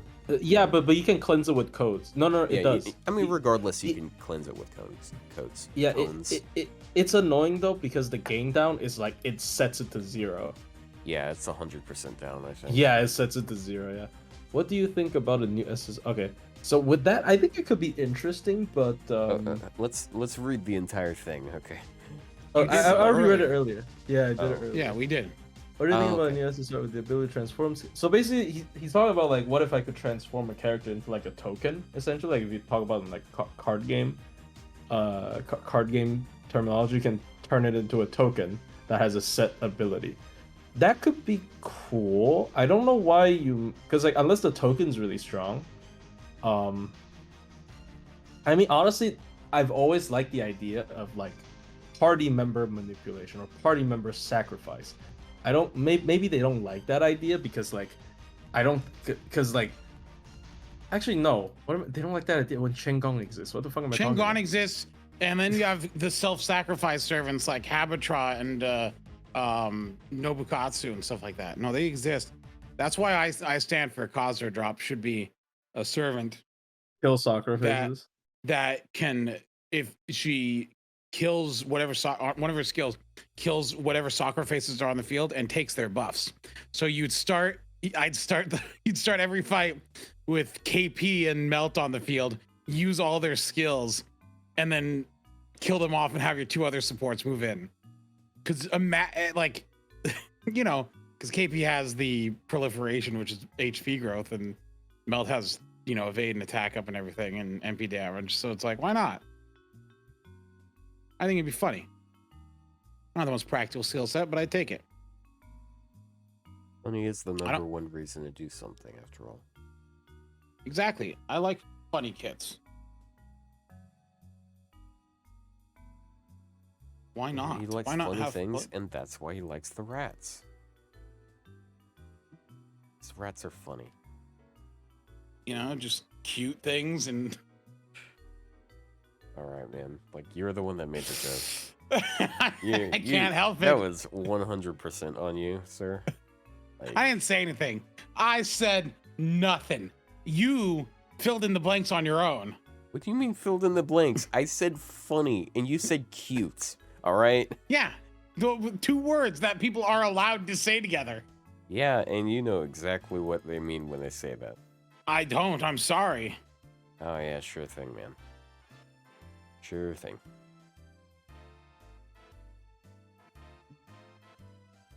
Yeah. Yeah. Do you think they should do more on extra attack? No. What does it Didn't we mean? say that? Didn't we say that early in the stream? Don't Wait, again? mess with extra Wait, attacks. Yeah, Did we? someone already. Yeah, someone asked that very thing. Is this just like a popular concept that like I've never heard of until now? Like, did some YouTuber just make a video about it or a stream talking Do more about? unless they extra make This an is attack and why it's we official? should buff extra attacks. Okay, Make them okay. crit. This is why Okay, we okay. love extra For attacks. for the re- okay, so the reason why you might not want to buff extra attack is because extra attacks are very hard to access, and they unless you're soloing, like they're very hard to access unless you're soloing, and they're honestly strong enough. I think like a base scaling of 200% on extra attacks and 350% on a same color type chain extra attack is super strong already. And I don't think they need to be stronger because their relevance in the game isn't necessarily going to be that big unless you're soloing. And outside of and like it will drastically increase the power level of Brave Chain, which I don't also believe that needs to happen. I think Brave Chain's already one of the strongest chains in the game. I don't think they need to necessarily buff the Brave Chain, because realistically, if you're buffing the extra attack, you're buffing the Brave Chain, which I don't think you need to, right? But and like especially for solos, like unless they really want to push the power level of solos, then yes, sure. But dude, imagine how broken solos would be if extra attacks are like can crit, for example. Like holy shit, like it's just ridiculous, right? Like so I do believe like they don't really need to touch the extra attack, and that's at least my. Yep. Yep. Yep. Mm-hmm. Yep. Yep. Yep. Oh, You've seen King of the Hill. I know what it is. I've seen of it. I've never watched a whole episode of it though. I'm sure I've watched like an entire season's worth of it though in YouTube poops. Look, meme. Don't. I think Game Press is really, really, really bad. Yeah. Yeah, like as Listen much to as we ZTL. like memeing about ZTL, like Game Press is definitely worse here. Game Like- Press is actually like, terrible. I don't think he's like dumb. I just think like his content format can get pretty stale. You know? Yeah, he But honestly that's agrees just- with. That's just because like he has to like do that for the fucking algorithm and stuff, like daily uploads. That's Shit why sounds awful. GNA went to like stream clips, right? Because like that you can't if you want daily spoken content, you can't do Can't. unless you have like a team of editors. You can't do it. That's why I gave up on YouTube. Yeah, it's very difficult. It's very stressful. Like I've been trying my best to do it for no fucking reason. Just as I guess a self challenge, and like even after losing sleep and then like becoming super stressful and like becoming super toxic about the whole thing, I still can't do it. It is fucking impossible unless you're doing this as a full-time job, then maybe. But you're not doing this as a full-time job. So What the fuck? I don't know what you could do Morgan, for spoken Percival content. is a knight of the round. How did you still not kill him? Skill issue. No NP issue. but yeah, he also agrees to a surprising amount of stuff that we agree to, like quick. Summer Gareth being- is bad. like quick being under it. I mean, dude, I Summer don't Gareth feel being like bad is, that's an unpopular take though. So, Yeah, I mean, no, it's not. But at least Well, it's not like. I mean Summer Gareth, that is. Oh, okay. Oh, yeah. Quick. Like he thinks Quick's a bit underrated, and then like, and a lot of I forgot, but like he talked to me in DMs once, and like it was pretty pleasant. Yeah. Look at you backlining Constantine. What a weirdo. Dude, this is what happens when you can't roll NP2 of every single Constantine war. mentioned Constantine's status, I mean, he already got his mention earlier. but was it on the recording? Yeah, I got Arc earlier. What is Bonsi? Hold on, let me look. I don't care about his Bonsi. I He just wants can't a get his pen second too. append. Oh, when equipped on Constantine, grant self undead activated buff. When defeated, increase party attack except self for 20% for 3 turns and heal. Well, no, the dog entire except party. self. He's dead. Oh yeah. Recovers party HP except self by 5,000. I would hope so. It's actually pretty decent, I'd say. It's just Now like these days you want to use his NP for like the extra buffs and all. I wish that on death effects and on guts effects were the same thing. So like if guts procced, any on death effect procced. So you can repeat it. Yeah. Yeah. I love things like Bartholomew buffs on low star server. They should try to make some more like a buff for a specific chain. Something like if the character with this buff makes a BAA chain, the character. Okay, so this is a funny thing because I actually made a custom servant idea with this, which was really stupid and ended up not working. But I like that idea because I'm so glad someone actually has that same idea.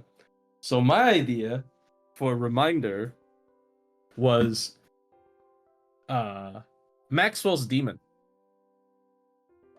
Because Maxwell's Demon is supposed to be a paradox for the second law of thermodynamics, essentially, right? Because like I might be wrong. I'm not good at physics, but like it's like basically the Maxwell's Demon is a thought experiment. Like what if we have two gases of uneven energy, but there's a little demon that operates a trap door and only lets one particle from one side to go into the other, but immediately closes it when the reverse happens. So eventually we'll create more potential energy instead of less, which is what a system should balance out instead of bouncing out of it. Whatever. So basically, it is a. Don't worry, plushie. Okay, so basically, it is like a physics thought experiment paradox thing. So, I think his whole thing in Koha Ace was like they needed to solve his equation because he's a paradox. He's like a physics paradox. Like they need to solve his equation in order to beat him. Otherwise, he has infinite mana because he can infinitely generate energy. So he has infinite mana. So my thought was his buff is a perpetual buff that only breaks if you chain any type of chain. Which is a lot harder to do now because of Mighty Chain. So it's really hard to not chain any specific type of chain. So basically it's like you have to meet the condition and the illusion breaks the moment you fulfill the condition. And then like he dies or something. I forgot what my design was. It's like he fucking dies if you like fulfill a condition. No, actually no, that wasn't. It's more like I forgot what is it. Is it like I forgot my design. I think it was something like if you did like a Buster chain, an Arts chain, and a Quick chain, after you've done all three of these, after these conditions are met, he dies. But like before that, he has a perpetual engine that just keeps going and going and going and going, and like keeps on buffing your party forever with no duration. But that would be a little bit too broken. You gotta avoid chains. Yeah, that would make team comps hard. I mean, you can just avoid it and like you just put it in Castoria with the Arts DPS and you never chain a specific chain, and then he just like charges a party's MP every turn or something. Castoria with an Arts DPS would mean you'd end up eventually with a hand of all 5 Arts cards. Yeah, but tough luck. You're fucked, well, right? That's the risk you gotta take. So you gotta bring Himiko so she can use her NP to prevent it from being bad. I'm reminded of Vitra. Yeah, that's actually a big inspiration to that. The Vitra, it's like a reverse Vitra advancement quest where it's like instead of getting something after you jump through all these hoops, you start with it, but then it after you fulfill a couple of conditions, you get punished because the way you beat him is to solve an equation. So instead, it's like you should get punished if you solve the riddle or if you solve the condition, the puzzle. But I don't think that's probably good. Have like, if you're gonna do that, have just like as a passive, all the buffs be like a trait, and just all 3 of his skills are card shuffles. That's all it is. Bro, that's just so card funny. shuffles. That's actually so funny. Like all his buffs are passives, but Yeah, you enter the field and he just auto buffs everyone on the field. Like they're like little boxed passive buffs. And then just like the second you break it, he dies. And so the buffs are gone. And his 3 skills are just 3 different card shuffles. So you can, if necessary, shuffle the deck to avoid the degradation or death. Bless the fact that we can get punished for doing math. Moriarty instantly dies if he's in the same team with him. Yeah. Oh, they added the friend NP in NA? Yeah. That's good. Yeah, that's actually when pretty we good. got it on GP. Honestly, I never understood why the restriction. I guess that's an incentive to try to add friends, because otherwise there's no real incentive to try to add friends. But yeah. You will make friends. How dare you not make friends? Do you guys not have phones?